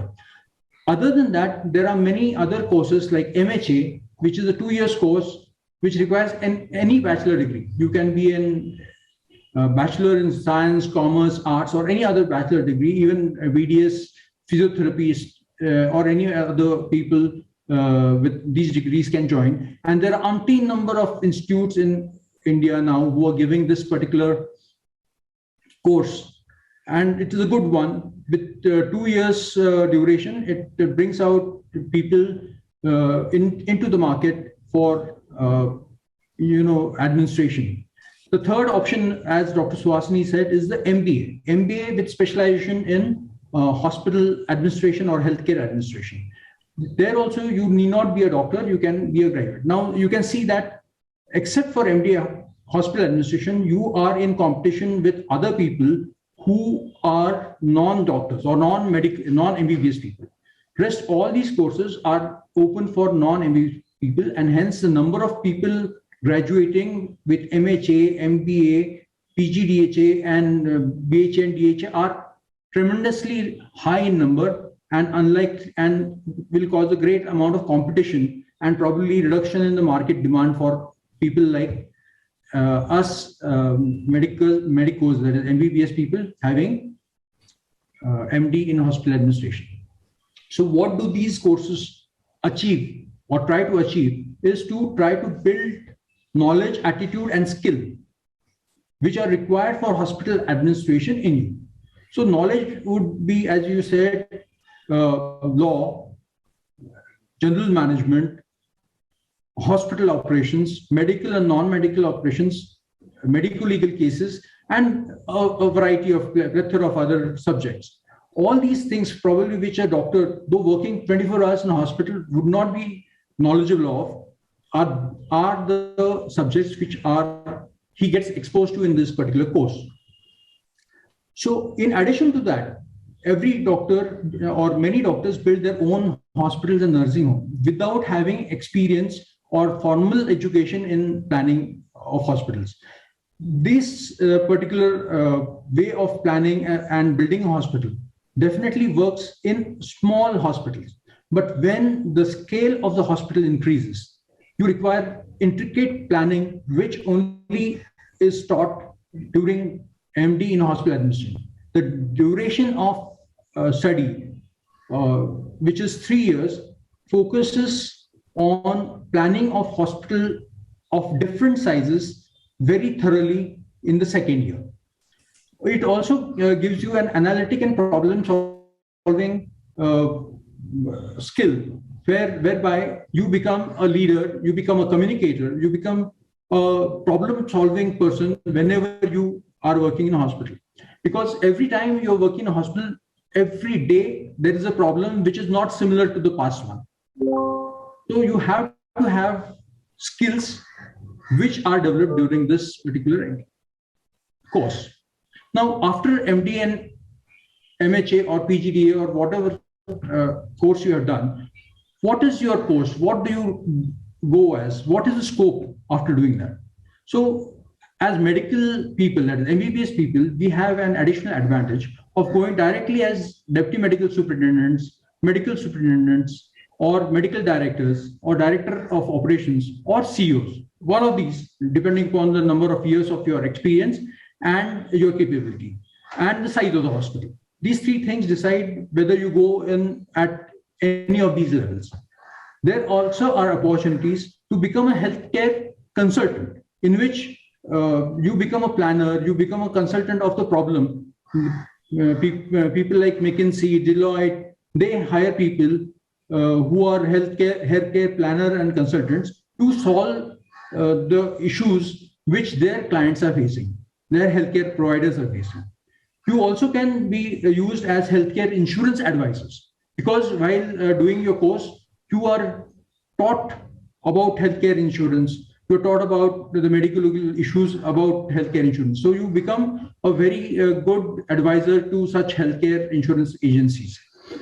quality has picked up in last 10-15 years, and quality is one very important part where we get trained to ensure that whatever product or whatever systems are in place in a particular institution or an organization are suited or tailor-made for delivering quality service to their patients. So one more option after the course you do is quality managers. Other options, as Dr. Swasni already has said, that pharmaceutical and medical device companies try to take you in case you have that flair in their particular areas. Healthcare insurance is also an option. And one more thing which probably was not covered is startups are the order of the day now. Every now and then you see that many companies are started, like e-pharmacies, like have been started, whether it is 1mg or NetMeds or whatsoever. These people require doctors who understand all the things, the law, the pharmacy, the healthcare, personal management, and all other things for which they require people who are trained as hospital administrators. Also, medical journalism is another field which hospital administrators can undertake. With this, I complete in brief what options you have as a hospital administrator and what scope you can get after doing your hospital administration. In addition to that, I would like to just brief you also of the opportunities you have in the Army Medical Corps, being in the Army services. It is the most, I joined the Army 24, almost 30 years back as a captain. And I can tell you very proudly that it is one of the most satisfying services that anyone can have. It is most respected, it is exciting, every day is challenging, it is dynamic, every day you are on the move. Especially this is very, thrilling when you're young. As you gradually age out, probably it may not, you may like to settle down at a place or otherwise, but in the younger days, it is extremely thrilling. I have been in the most coldest of temperature, like -51 at Siachen Glacier. I have been in the most hottest of the temperature at the border of Barmer at plus 51 degrees centigrade. I have seen the torrid rains of Cherrapunji and Bhutan borders. At the same time, I've seen the heights. So whatever, every aspect, every day is challenging. Seeing a battle going on in Op Meghdut is also a lifetime experience, so which you cannot get anywhere in the world. So in case you are having that flair for adventurous activities, adventurous opportunities, Army is there for you. Not only that, but when you are in peace stations, you are having time to follow all your hobbies, your passion, whatever. In addition to your earning profession, you have your ample of time to take on your hobbies and follow your passion, or if in case you have not been able to do that in your normal working time, you can go ahead with that. Not only that, you can have a medical career. You can be a specialist, you can be a super specialist, you can be a very good doctor in spite of joining the Army Medical Services. Many cardiologists, cardiothoracic surgeons, neurologists, neurosurgeons have national and international repute, which are still serving in the Army Medical Corps. So it is not that you lose touch of your profession. You can continue with your profession. At the same time, you can also have the niceties of being in the Army. So how do you get into Army? There is a short service commission which is available to all of you all. Annually, there is a vacancy list which is generated, and from July to November, the lists are out, the number of vacancies are out. You have to apply before a particular date. And all these details are available on this site which I have given, AMC Center AMC SSC entry.government.in. Every time if you can follow it up, and you can definitely apply. The only issue here is that the MBBS entry maximum age is 30 years, whereas PG entry is 35 years. So earlier you get into it, the better it is. The only thing is you apply online, go in for interview if selected, do your medical examination. If found fit, you get into the army, and you can enjoy the perks and privileges of the army. So I have just briefed you about two options, that is hospital administration as a career, and the second one was Army Medical Corps or Army Medical Services as a career. In addition, you should always also think whether you have that inclination of going abroad or not. You want to stay in India or go abroad?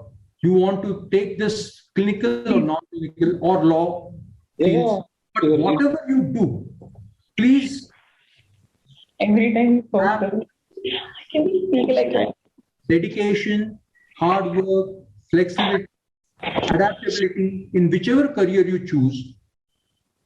It will help you stand in good stead in long term. Please, whichever career you choose, be sincere, be dedicated, do a lot of hard work, be flexible and adaptable.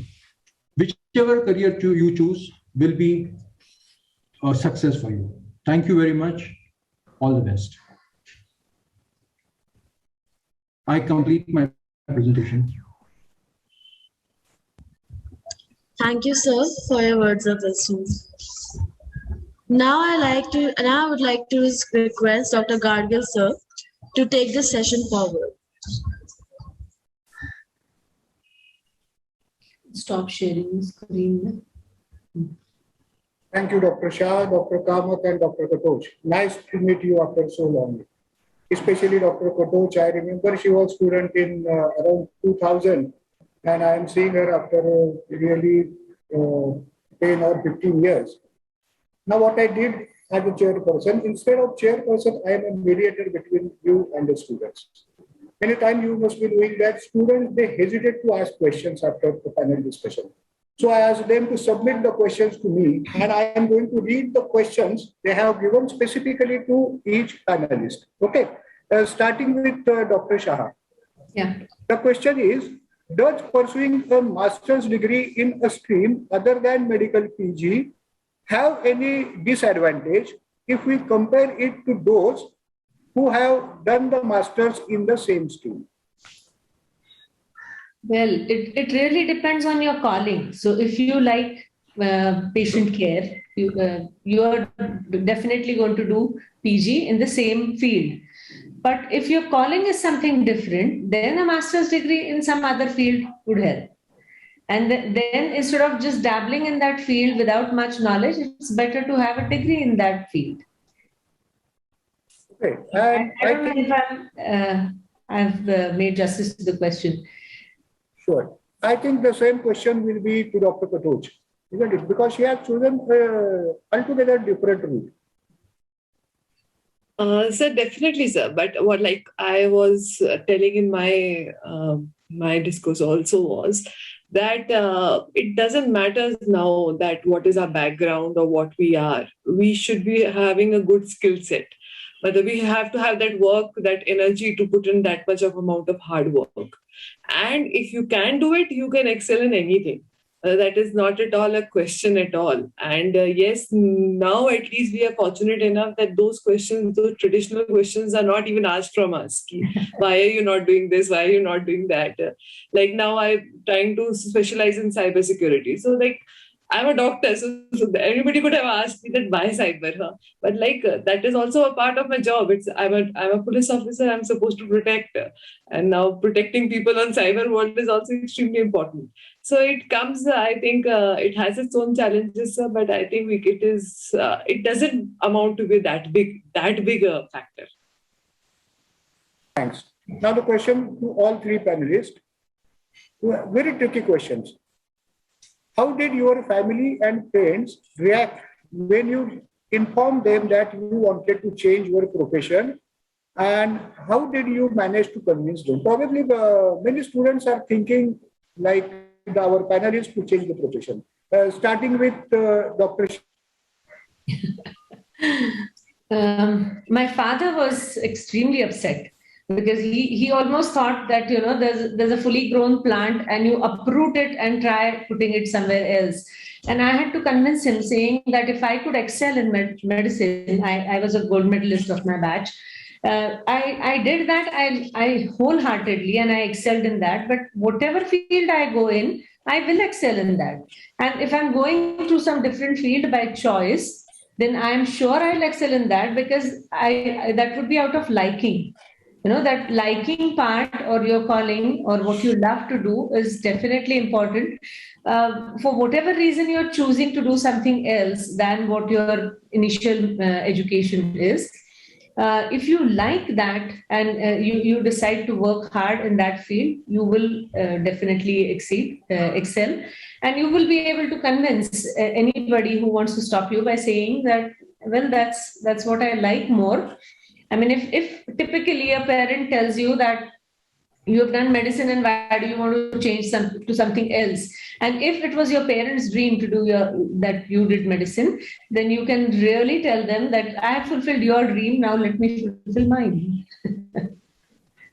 Convincing is something, I mean, you can convince anybody, no issue. That's very, very great reply. I have, let me fulfill my dream. Dr. Katoch. So mine was a much more dramatic kind of a change from medical to the other professions, and then finally landing up in police and being a lady. It has lots of doubts in the mind of everybody. So my parents were obviously neutral. They were not that much of they did not have that much of an opposition.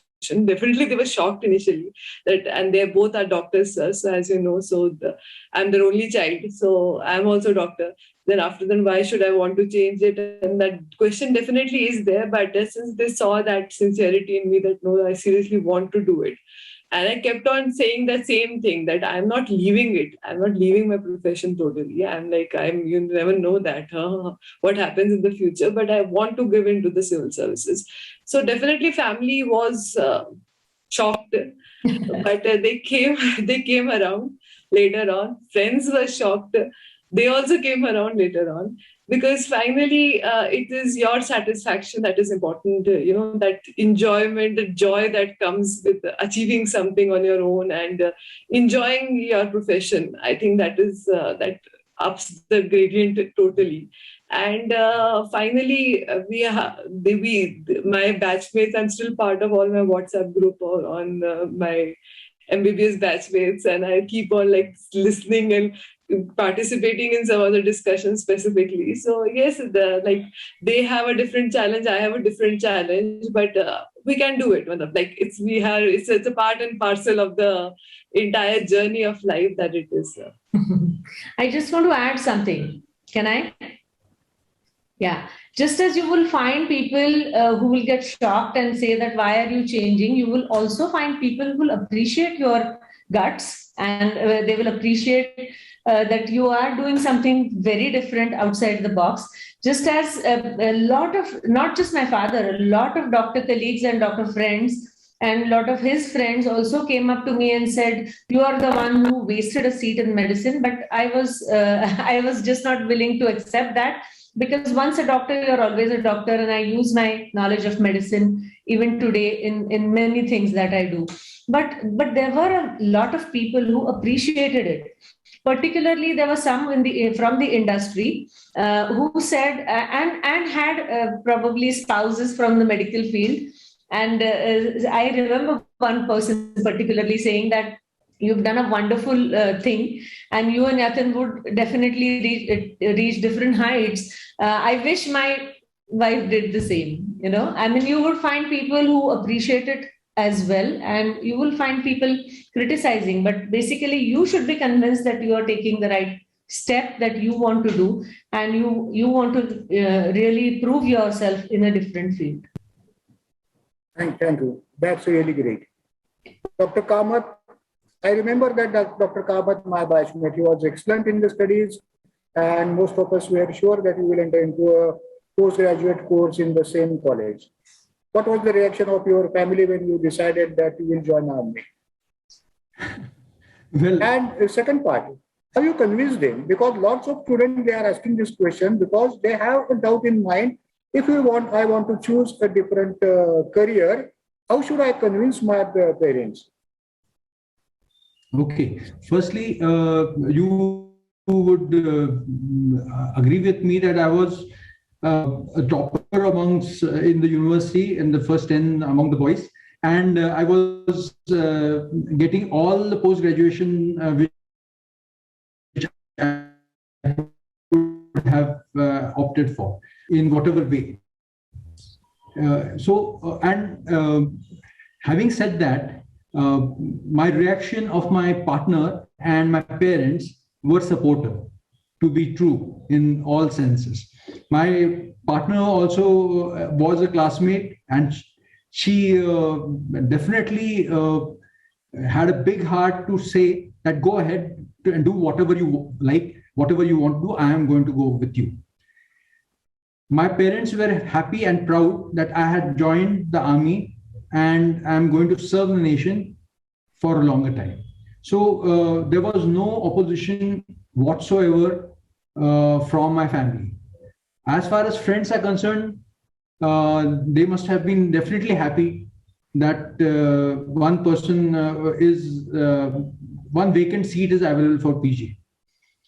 And also they would probably be very happy that there is somebody whom I can get canteen liquor from. Leave aside the lighter part of it, but definitely there was no criticism on any side which directly came to me. Everybody was happy that I joined the army, but most of them were very doubtful as to whether it would lead to a successful career or not. However, my tenure in the army has definitely proved many predictors wrong by having a very nice, happy, and successful, most satisfying, I should say, more satisfying tenure in the services. Thanks a lot. That's it. Thank you very much. Thank you for sharing. Well, now, a question to Dr. Kamath. I would like to know about the opportunities for doctors in the armed forces and how can we apply. I think in the presentation, the last two transparencies were regarding the same.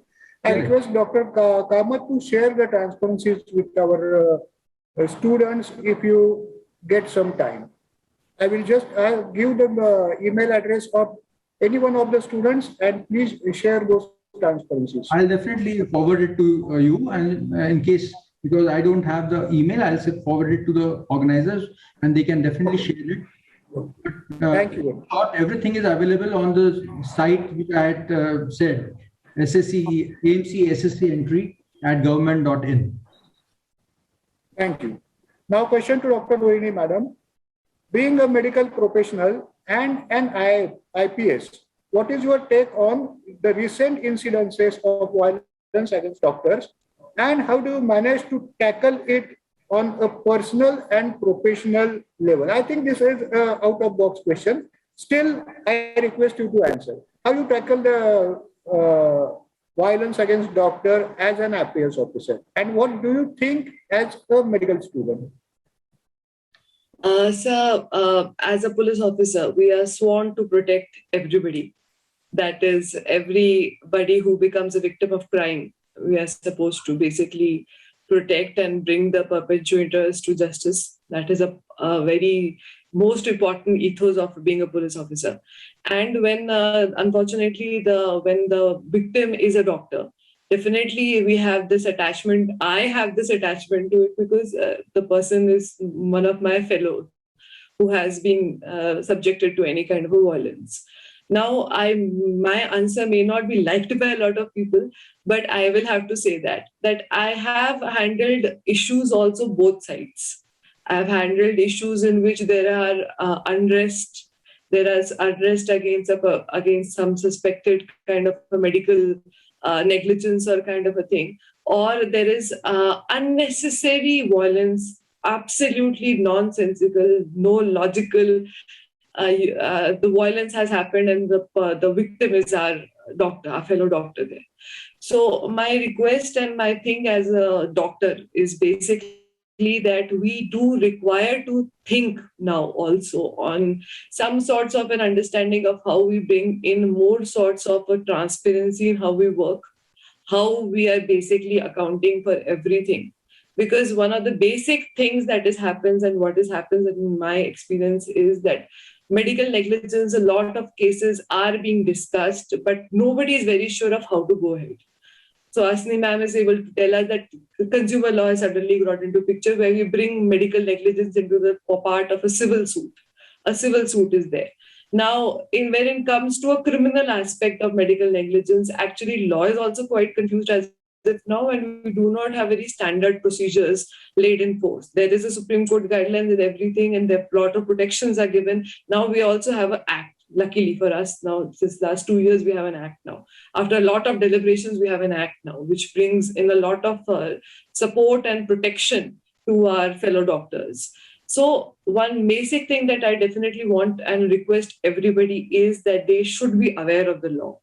The ignorance of law is not an excuse in legal parlance. That is what it is said, that you have to understand how the law works. You have to understand what all questions may be asked tomorrow. A police officer may not always be a doctor like me. He or she may not be able to understand your perspective. He may not be understand the technicalities. They try to understand that he or she is also doing his job. Unfortunately, the situation has erupted in a way in which a civil police officer is called in for your protection, and he's trying to cool down the tempers on both sides of the things and try to reason it out. So definitely we have an understanding, and I have a much better understanding being a doctor myself of how stressful the life of a doctor is. But still, my request as a police officer is also that please try to understand there is an equally stressful life of a police officer also. But sometimes it's even worse. And we don't have that. That kind of an IQ is not expected from a common police officer and ASI who you may be interacting. So my request to all of you is, first of all, please equip yourself with law. Please understand what these two legislations are all about, what Supreme Court guidelines say about medical negligence. Consumer protection, I'm not going to go into that detail. Ma'am will be a better person to tell about it because it is a civil suit. It basically doesn't approaches the police, or we don't come into the picture there. But we are definitely there for protecting each and every individual citizens. Each and everybody is our responsibility. And protecting the doctor, we are duty bound to protect the doctors. It is our sworn responsibility. Now there is an act for your protection. We will definitely be there. Will be doing it. But one small request from my side is, don't take it on your ego. Please try to explain it out, why the procedure is required, why was the procedure done.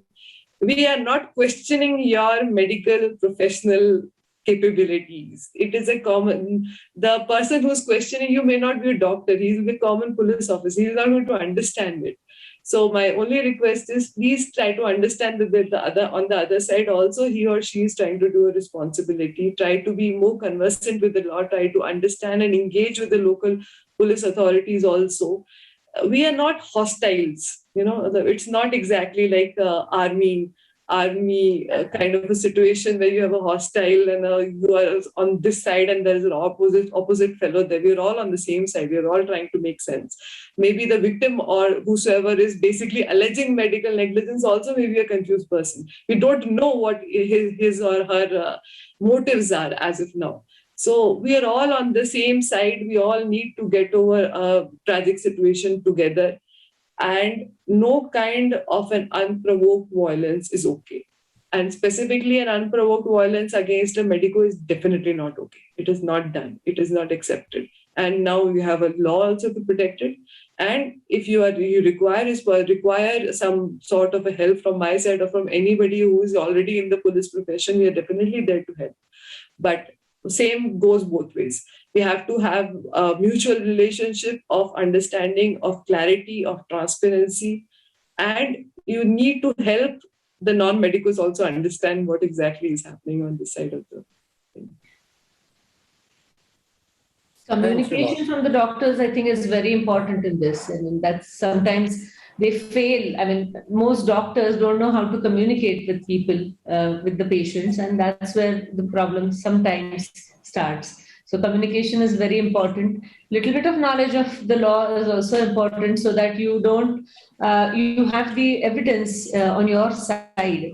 If you have not written the notes and if you have not added something later, that all works against you. So some small things should probably, be a part of the medical curriculum. I have spoken about this at a number of occasions when I'm talking to medical students, that you should know a bit about law, a bit about taxation, and definitely how to communicate with people. That skill you must, as practitioners, as clinical practitioners, you must have that skill. Absolutely. And in fact, all the practitioners, before going into civil practice, should be given a thorough training on documentation of medical records.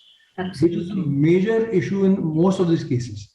And whenever any administrator or speaks to the doctor, there is an ego clash between them.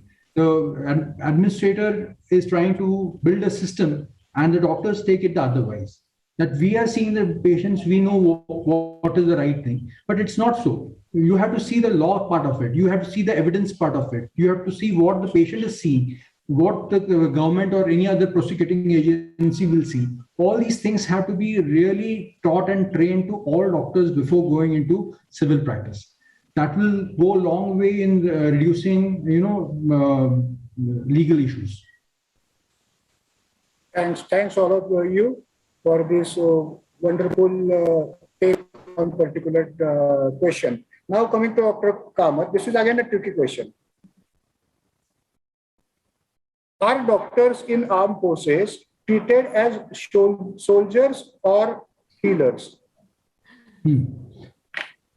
When they are being trained as soldiers, they are treated as soldiers. When they are seeing patients as doctors, they are treated as doctors. I like that. So when you are doing the role of a doctor, you are respected as a doctor. When you are being trained as a soldier or you are doing a duty of a soldier, you are expected to be as tough as any other soldier and as trained as any other soldier would be.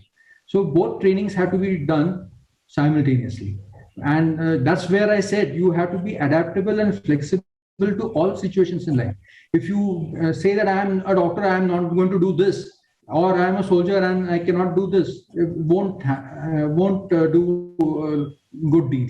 So you have to be very, very flexible and adaptable in any situation. This stands for probably for any one of us. Sir, you are on mute, sir. Can't hear you. Sir, you are on mute, sir. The last question, a really tricky question. I don't know why this question has arrived. Medicine is a very ethically motivated field. Has that mindset affected your later profession? It has helped. It has helped the later profession, I would say. For learning medicine, you need to be like, we used to examine a patient, go through the differential diagnosis, reach to certain conclusions. So have a very analytical mindset, and that helps in any other profession. That would help in any other profession. Did I get the question right? What was it you said? Question. That medicine is a very ethical motivated field. Has that mindset, means being ethical, help you in the future or other profession? Ethical, everybody has to be ethical. In fact, it's not only for medical profession, but whatever profession, wherever you go, I mean, if you work ethically, nothing like it. Ethics is a part of any profession you choose. Yeah. All professions are ethical professions. Absolutely. Without ethics, no profession can be successful. Very true. Correctly said. Are there any questions in the chat box? Any other questions in the chat box? Yes, so there was a question regarding taking medical sciences as an optional. So I just thought I'll just take 2-3 minutes. So basically, UPSC revolves around the concept of choosing an optional subject, and obviously that optional subject you are going to be assessed on it. And later on, there are other subjects like general studies and mental abilities and other thing, essay. So basically, UPSC tests everything. Test your reasoning, it tests your ability to write and present your answers in a proper way. It also tests your in general ability to remember facts and figures and basically. So in my case specifically, I had not taken medical science as an option because during the year which 2008 I had appeared, we were supposed to take 2 optionals. Now that recently got changed and now it is only the concept of 1 optional. But in 2 optional, taking medical sciences at 1 option and another, and mastering another option was according to my understanding and my planning, it was almost impossible for me to do. So I did not take medical science as my optional. My optionals were public administration and psychology. But that said and done, a lot of people also take medical sciences and are successful. And the idea of taking medical sciences now when you have only 1 optional is as good as any other thing. But there are certain optional subjects which are more successful. Now, why they are more successful is because they have a very concise syllabus. Medical sciences doesn't have a concise syllabus. It's a reality. It's a vast syllabus. It has all 20 subjects combined into one. So it is a vast subject, but if you're already trying to master it and you're trying to also, get your expertise and prepare for your PG, so that may sound reasonable to you. But for quite a lot of people, they prefer to take other subjects like psychology, anthropology, which has a little bit of medical leanings, not 100%, but they also have a concise syllabus. So if you are thinking of taking or entering into the UPSC, my simple suggestion to you is you will require some dedicated 1-2 years of dedicated studying is required, because that is how you will be able to understand what different aspects and prepare yourself for all different aspects, because UPSC in one go in all 3 stages are going to test you in everything. It is going to test your understanding, your ability to be factually correct in your prelims.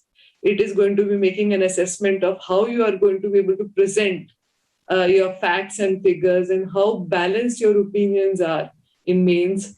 And finally, there is this interview which comes in which no matter how much you try to bluff, they are going to come out with the original personality of yours.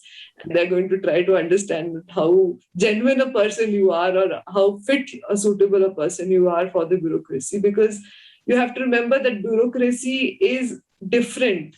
It's not exactly politics. You're not the political masters here. You are here as an implementer of the system. The system works as a clog and wheel kind of a thing, and that clog is you. You are going to put that thing into motion. You are going to run the administration for every practical aspect. But you also have to be clever enough and pragmatic enough to understand that your opinion is your personal opinion. Also, it is not the opinion of the government.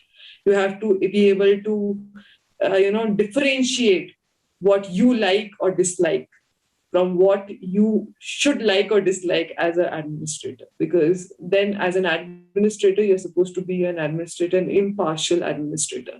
Because no system is going to survive if there is any doubt on the partiality of its administrator. The doubts are going to keep on coming, no matter how well you are.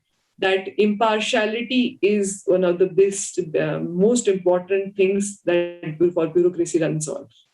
If I am appearing for this civil service, I'm nobody. I'm just a roll number.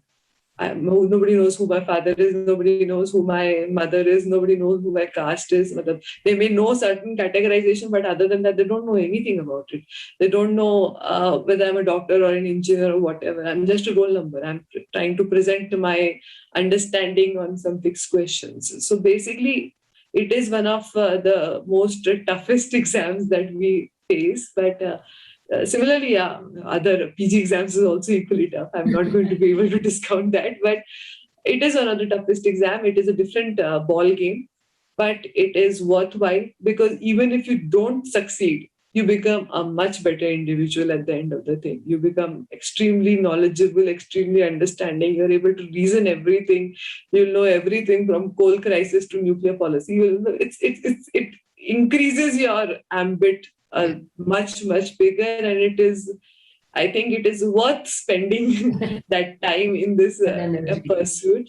But there is also a question that you should have a backup plan. Yes, definitely, you should definitely have a backup plan. Medicine was my backup plan. That if I don't, went in with a very clear-cut objective that I'll either be this side or that side by the end of 2 to 3 years. If I am successful, I'll be going inside. If I'm not successful, I'll be pursuing my PG or something like that. So backup plans are definitely important, and that gives us technical people an edge. Engineers, doctors, we definitely have that edge because we have a backup career standing behind us. We can fall back on it any point of time. And MBBS doctor is, you can serve anywhere and everywhere. But it's not as if you're going to be dependent on it. It's just a highly skill-based profession. So I think that becomes a part of a backup plan. And there was also a question regarding how do you keep yourself motivated and things like that. So motivation is extremely important for civil service. It is a 1 year long exam, and typically people definitely spend at least 1 year in preparation. So you can say like 2 years kind of a thing is there for it, and it is going to test you. It does test you.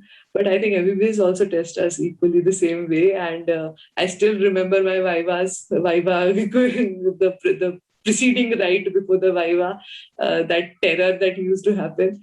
But that stress is definitely going to be there, and you do require to have a positive approach. And that's why it is important to develop and to focus on the complete personality or complete self-development rather than just focusing on being a doctor or later on just focusing on yourself being a UPSC aspirant.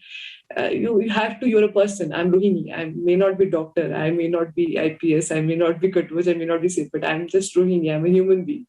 And I have my own feelings, my own things, my own ambitions.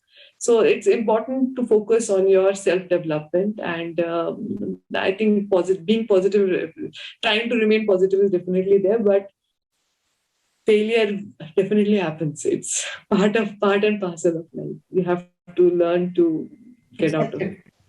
Yes, accept it and overcome it. And move forward. Yes. I think that was all. There are no questions now. Any questions? Thank you, all of you. Just I will share the thoughts we had on the sidelines of this conference yesterday with Dr. Avinash Abhinkar. I just asked students that they should have an objective in front of their eyes. I told them that you have two births. First, when you come on the earth, and second, when you graduate. The fortunate and beauty part of the second birth is you have very long intrauterine life, very long intrauterine life. Like Abhimanyu during this time, through these conversations, through these conferences, you can learn many things. Now the students remember that you have to learn, unlearn and relearn in this time. If you want to become a successful, I will again say you have to learn, unlearn and relearn. And you have heard to all three distinguished alumni from our college. All three have different parts of their life, but I request you to consider the realities of each part. They have achieved these heights only not by luck, but by definite efforts they have made to reach that height. Thank you all of you, and thank you very much. Thanks. Thank you very much. Thank you.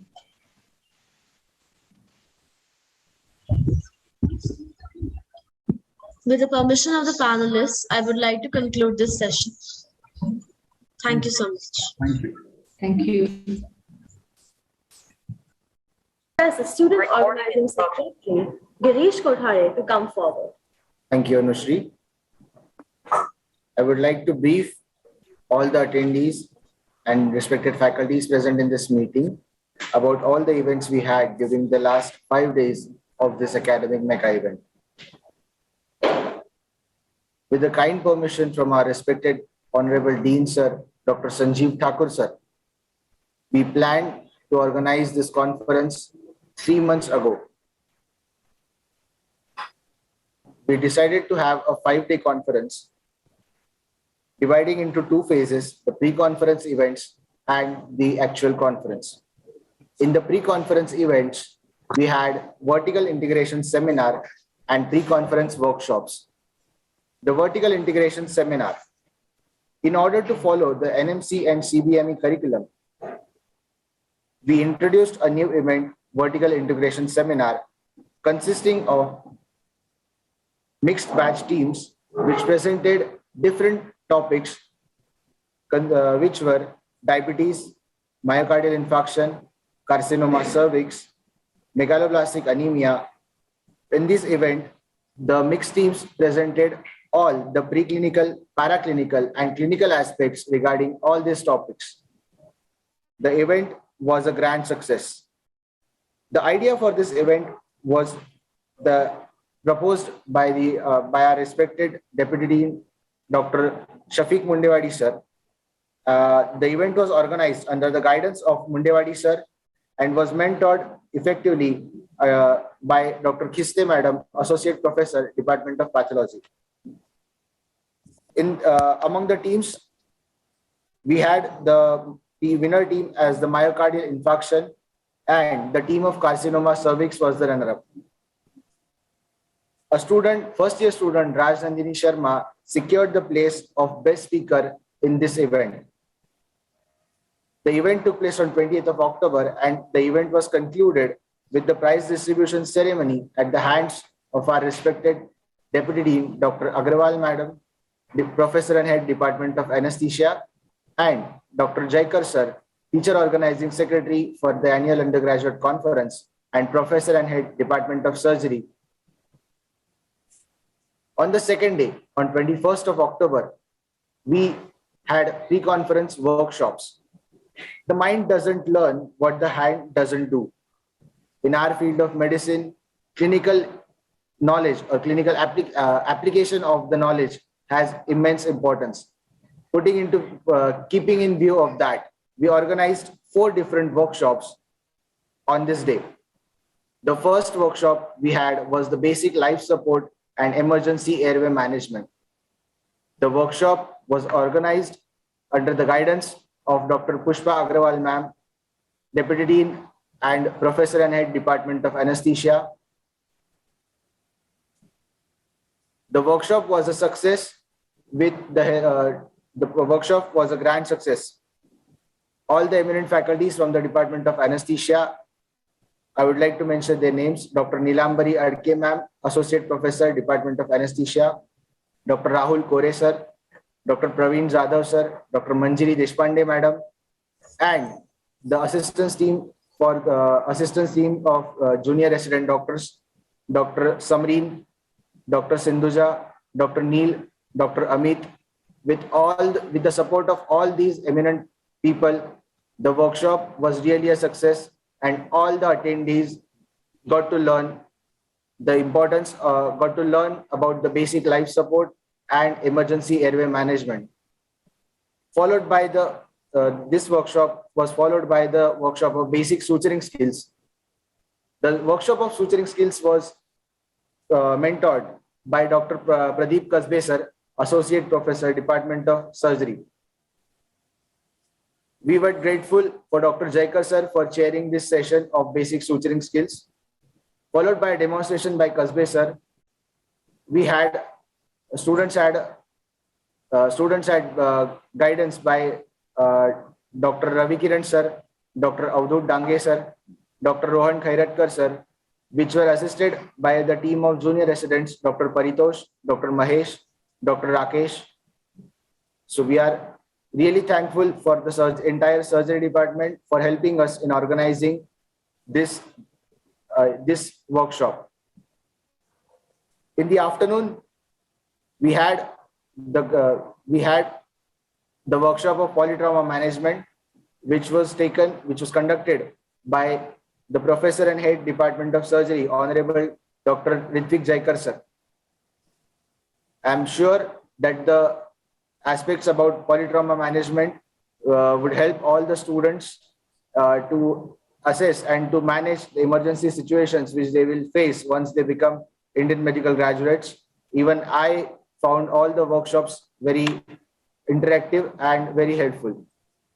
After polytrauma management, we had a workshop of ECG, basic ECG workshop. It was conducted by Dr. Sunil Shevare, an eminent cardiologist from Solapur. And we are thankful to Dr. Sunil Shevare sir for sharing with us his precious time. And with the workshop of ECG, with the conclusion of ECG workshop, we concluded the second day of pre-conference events. On 22nd of October, we started with the second annual undergraduate conference Medalium 2021.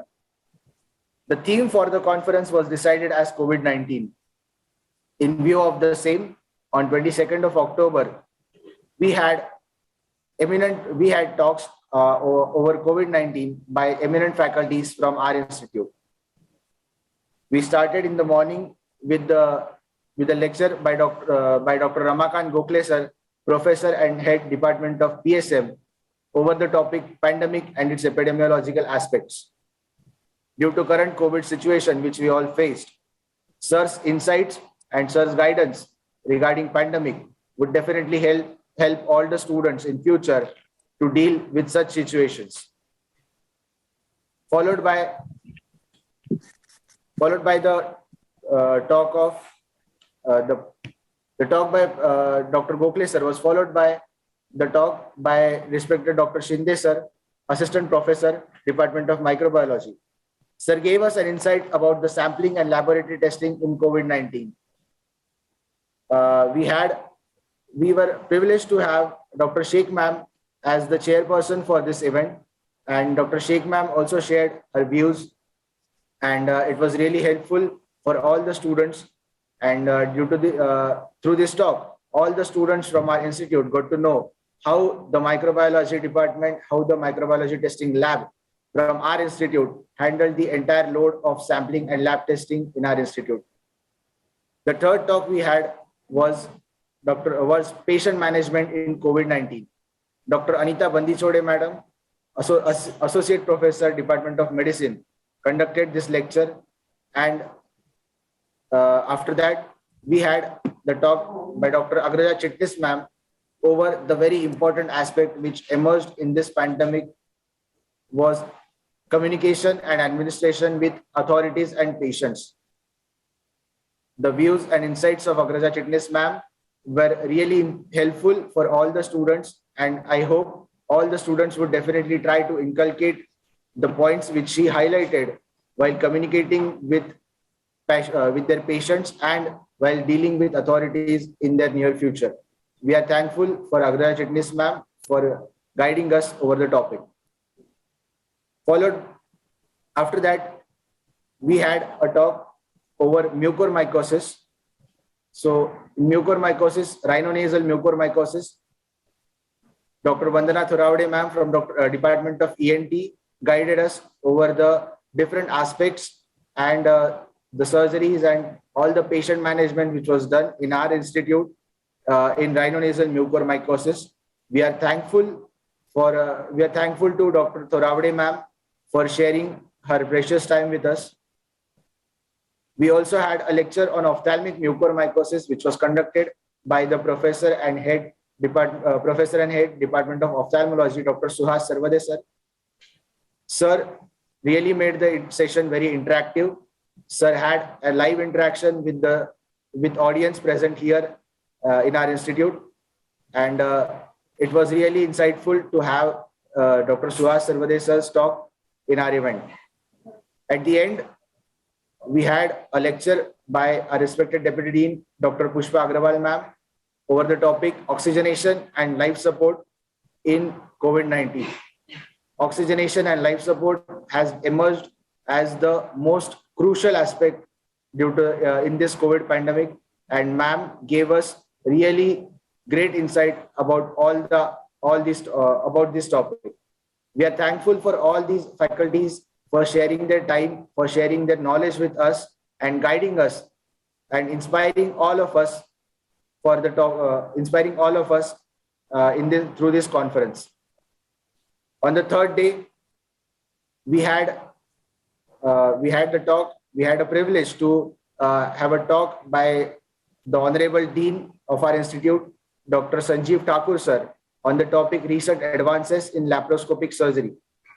Sir also demonstrated laparoscopic cholecystectomy, which was performed by him to the students online, and all the students, we got a response that it was really helpful and it really helped them to know the surgical anatomy, surgical anatomy. So followed by the talk of respected Dean sir, we had in the afternoon session, we were grateful to have the world's well-known geneticist, Dr. Avinash Abhyankar sir, at our institute to be with us. Sir shared his views about personalized medicine with the students. Sir guided us over choosing career opportunities as well. We are equally grateful for respected Dr. Avinash Abhyankar sir for being with us. On 23rd of October, we had 2 events for the undergraduate students. In the morning session, we had case presentation. We had students who presented cases not only from our institute but across Maharashtra and across the India. In the evening, we had intra-collegiate quiz competition, which was hosted by respected Dr. Prasad sir, Professor and Head Department of Medicine. We are thankful for Dr. Prasad sir for sharing his time with us, and we are thankful for Dr. Gadgir sir for coordinating and for guiding us in organizing the quiz. For case presentation, we are thankful for Dr. Ravi Kiran sir, Assistant Professor, Department of Surgery, for guiding us and hosting the session as the judge. On 24th of October, we had the first talk of the day on the topic research and publication, why it is important and how to do it. The talk was conducted by Dr. Gyanendra Sharma sir, an eminent urologist from Solapur. We are really thankful for Sharma sir for sharing his insights with us, and definitely sir's talk has, I'm sure sir's talk has inspired a lot of undergraduate students towards research, and I hope all students will try and invest more and lean more towards research. Followed by that, we had a privilege to have the father of laparoscopic surgery, Dr. C. Palanivelu sir, the director of GEM Hospital, Coimbatore, with us today live. Sir shared his journey as a surgeon with us, and it was really an inspiring talk. So we are grateful. We are really delighted. We are really thankful to Dr. C. Palanivelu sir for sharing his experience, his words with us. Later on, we had a talk. By Dr. Shirish Vasankar sir, neurologist from Solapur, over the topic cognitive learning. We are thankful for Vasankar sir for sharing his knowledge with the students. After that, we had a symposium, what more after MBBS. The symposium had members as Dr. Suhasini Shah ma'am, Director, Precision Cam Shops Limited. Then Dr. Rohini Katosh ma'am, who is IPS officer, Karnataka, and Dr. Narayan Kamath sir.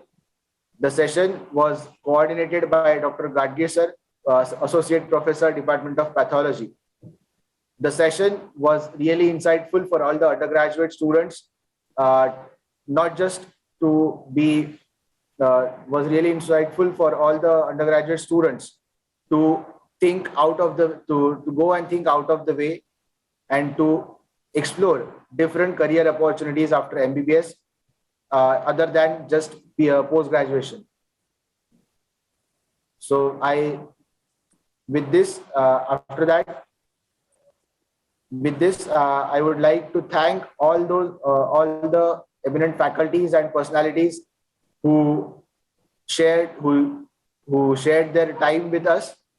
And with this, I would like to conclude my talk. Now, I would like to call Shruti, and I would request her to please announce the winners for the 4 competitions we had in this conference.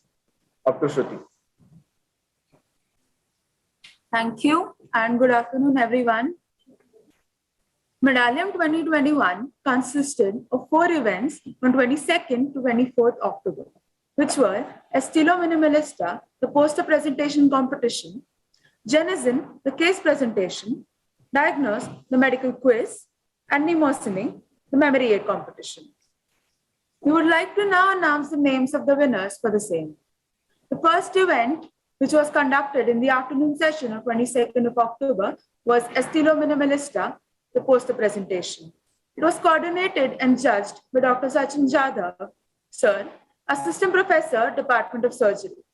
The runner-up is Shashank Patel, first year MBBS, Dr. VMGMC Solapur.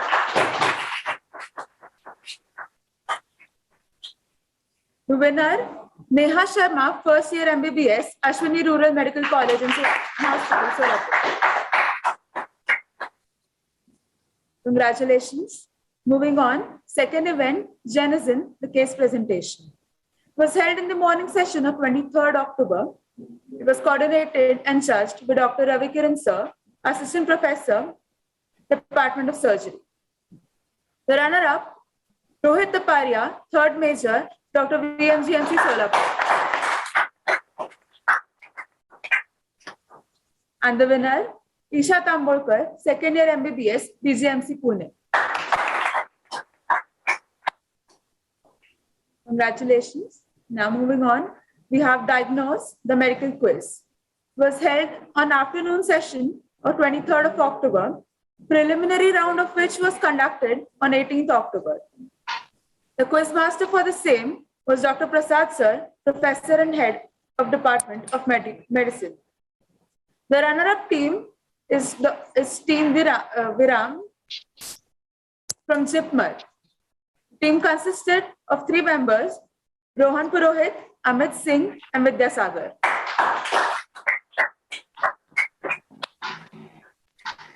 Now for the winners, we have Team RX from SETGS. The team consisted of Manav Shah, Manasvi Pandharkame, and Samitra Janodia.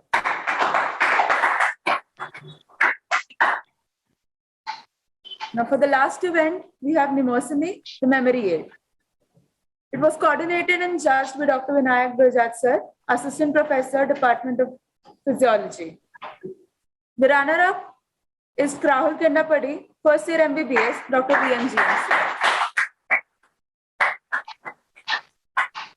And winner, Nishant Bhangare, first year MBBS, Dr. VMGMC Solapur. Congratulations to all the winners. Prizes would be delivered to the winners soon. And now I invite Kirish Kodhale to give the vote of thanks. Good evening, one and all. The chariot of conference which we see today, the planning for this started years ago. The planning for this second undergraduate conference started right after the conclusion of the very first Medalium, which took place in August 2019. Due to COVID-19 pandemic, we couldn't organize the conference immediately in the year 2020. But the enthusiasm from all the undergraduate students didn't vanish. We started planning to organize the event online, and the planning was started way back almost around 6 months ago. With the kind permission from our Honorable Dean, Dr. Sanjeev Thakur Sir, we began with the preparations for the organization. In the organization of this event, I would like to thank Very firstly, Honorable Dean Sir, Dr. Sanjeev Thakur Sir, for standing firm behind us and supporting us in all our events, supporting all our ideas for organizing this event. I would like to thank Honorable Deputy Dean Dr. Jaiswal Madam, Professor and Head, Department of ENT, Dr. Agrawal Ma'am, Professor and Head, Department of Anesthesia, Dr. Jaikar Sir, Teacher Organizing Secretary, Professor and Head, Department of Surgery, Dr. Mundewadi Sir, Professor and Head, Department of Physiology, for always supporting us and always promoting our ideas. Whenever we went to them, they all listened to us very calmly, and I am really thankful for all of them. After that, I would like to thank all the faculties which helped us in each and every aspect, be it coordinating and inviting the faculties for this conference, delivering talks, or be it guiding us regarding any aspect related to organizing the conference. I am thankful for all the faculties who hosted all the events as the judges and coordinators. I would like to thank Professor and Head, Department of Medicine, Dr. Prasad Sir, for being the quiz master for our quiz. I would like to thank Dr. Gadge Sir for being the coordinator and guiding, for being the coordinator of the quiz and guiding the students in organizing the quiz. I would like to thank Dr. Ravi Kiran Sir for being the coordinator and hosting the case presentation as the judge. I would like to thank Dr. Sachin Zadav Sir for guiding us and judging the session of poster presentation. I extend my thank you towards Dr. Doizer Sir for guiding and judging the session of Nimosine, the memory aid competition. I would like to thank Dr. Gokhale Sir, Dr. Sheikh Madam, Dr. Shinde Sir, Dr. Bandi Chode Madam, Dr. Agrawal Ma'am, Dr. Thoravade Ma'am, Dr. Sarvade Sir, Dr. Chitnis Ma'am, for delivering lectures over different aspects related to COVID-19. After that, I would like to thank all the eminent faculties, eminent guests for our conference. I would like to start from Dr. C. Palanivelu Sir for sharing his precious time from his busy schedule with us, for being live with us. I would like to thank Dr. Gyanendra Sharma Sir, Dr. Shirish Varsankar Sir for giving us really helpful insights about their topics. I would like to thank Dr. Suhasini Shah Ma'am, Dr. Rohini Katoch Ma'am, Dr. Narayan Kamath Sir, Dr. Gadgir Sir for hosting and being with us in the symposium, What More After MBBS. I would like to thank our sponsors, Precision Camshafts Limited, Marrow, Walters Kluwer, DG Shield, the Marrow official title sponsor, Precision Camshafts Limited, the main sponsor, then Walters Kluwer, the prize sponsor, DG Shield, the streaming and registration partner, Corona Remedies, and all these sponsors. I would like to thank them for being with us and helping us in organizing this event. I would like to thank all the remaining faculties whose name which I forgot to mention, and I apologize for that. And I am really thankful for them for guiding us at each and every step in making this event a grand success. I thank all the faculties from my institute for encouraging us and supporting us for organizing this event. After that, last but not the least, though I am sitting here, but the conference, because of whom this conference is happening, this conference has become the success. I would like to thank my entire organizing team, and I am obliged to mention all of their names, starting with Harsh, Meet, Kshitija, Krishna, Shubham, Shriya, Ramani, Winston, Shruti, Amol, Shubham, Tejas, Aftab, Yash. I'm sorry for the audience, but I am obliged to mention each and everyone's name because it is because of all of them this conference is happening and this conference has become a success. I would like to continue with the names. I would like to thank Shashank, Sad, Aryan, Anshita, Purnima, Alok, Sharvari, Shruti, Priya, Aditi, Akanksha, Pranjal, Ajit, Shivi, Mansi, Joshika, Shruti Khanpuria, Pranali Patil, Abhishek Kulkarni, Shubhjyoti, Shubham, Khushi Virdi, Anupreet Kaur, Vanshika, Anushree Mukadam, Vaishnavi, Kajal, Rajnandini, Shruti, Kshitij Shah, Samarth Kulkarni, Kshitij Bhadange, and all the rest of my team members, which if I apologize, but if I forgot their names, but I would really like to thank all of them for being with me, for being the firm support behind me. And I hope I have covered all the people whom I am thankful to. Again, I would like to extend the a thank you for all who indirectly or directly supported all us in making this event a grand success.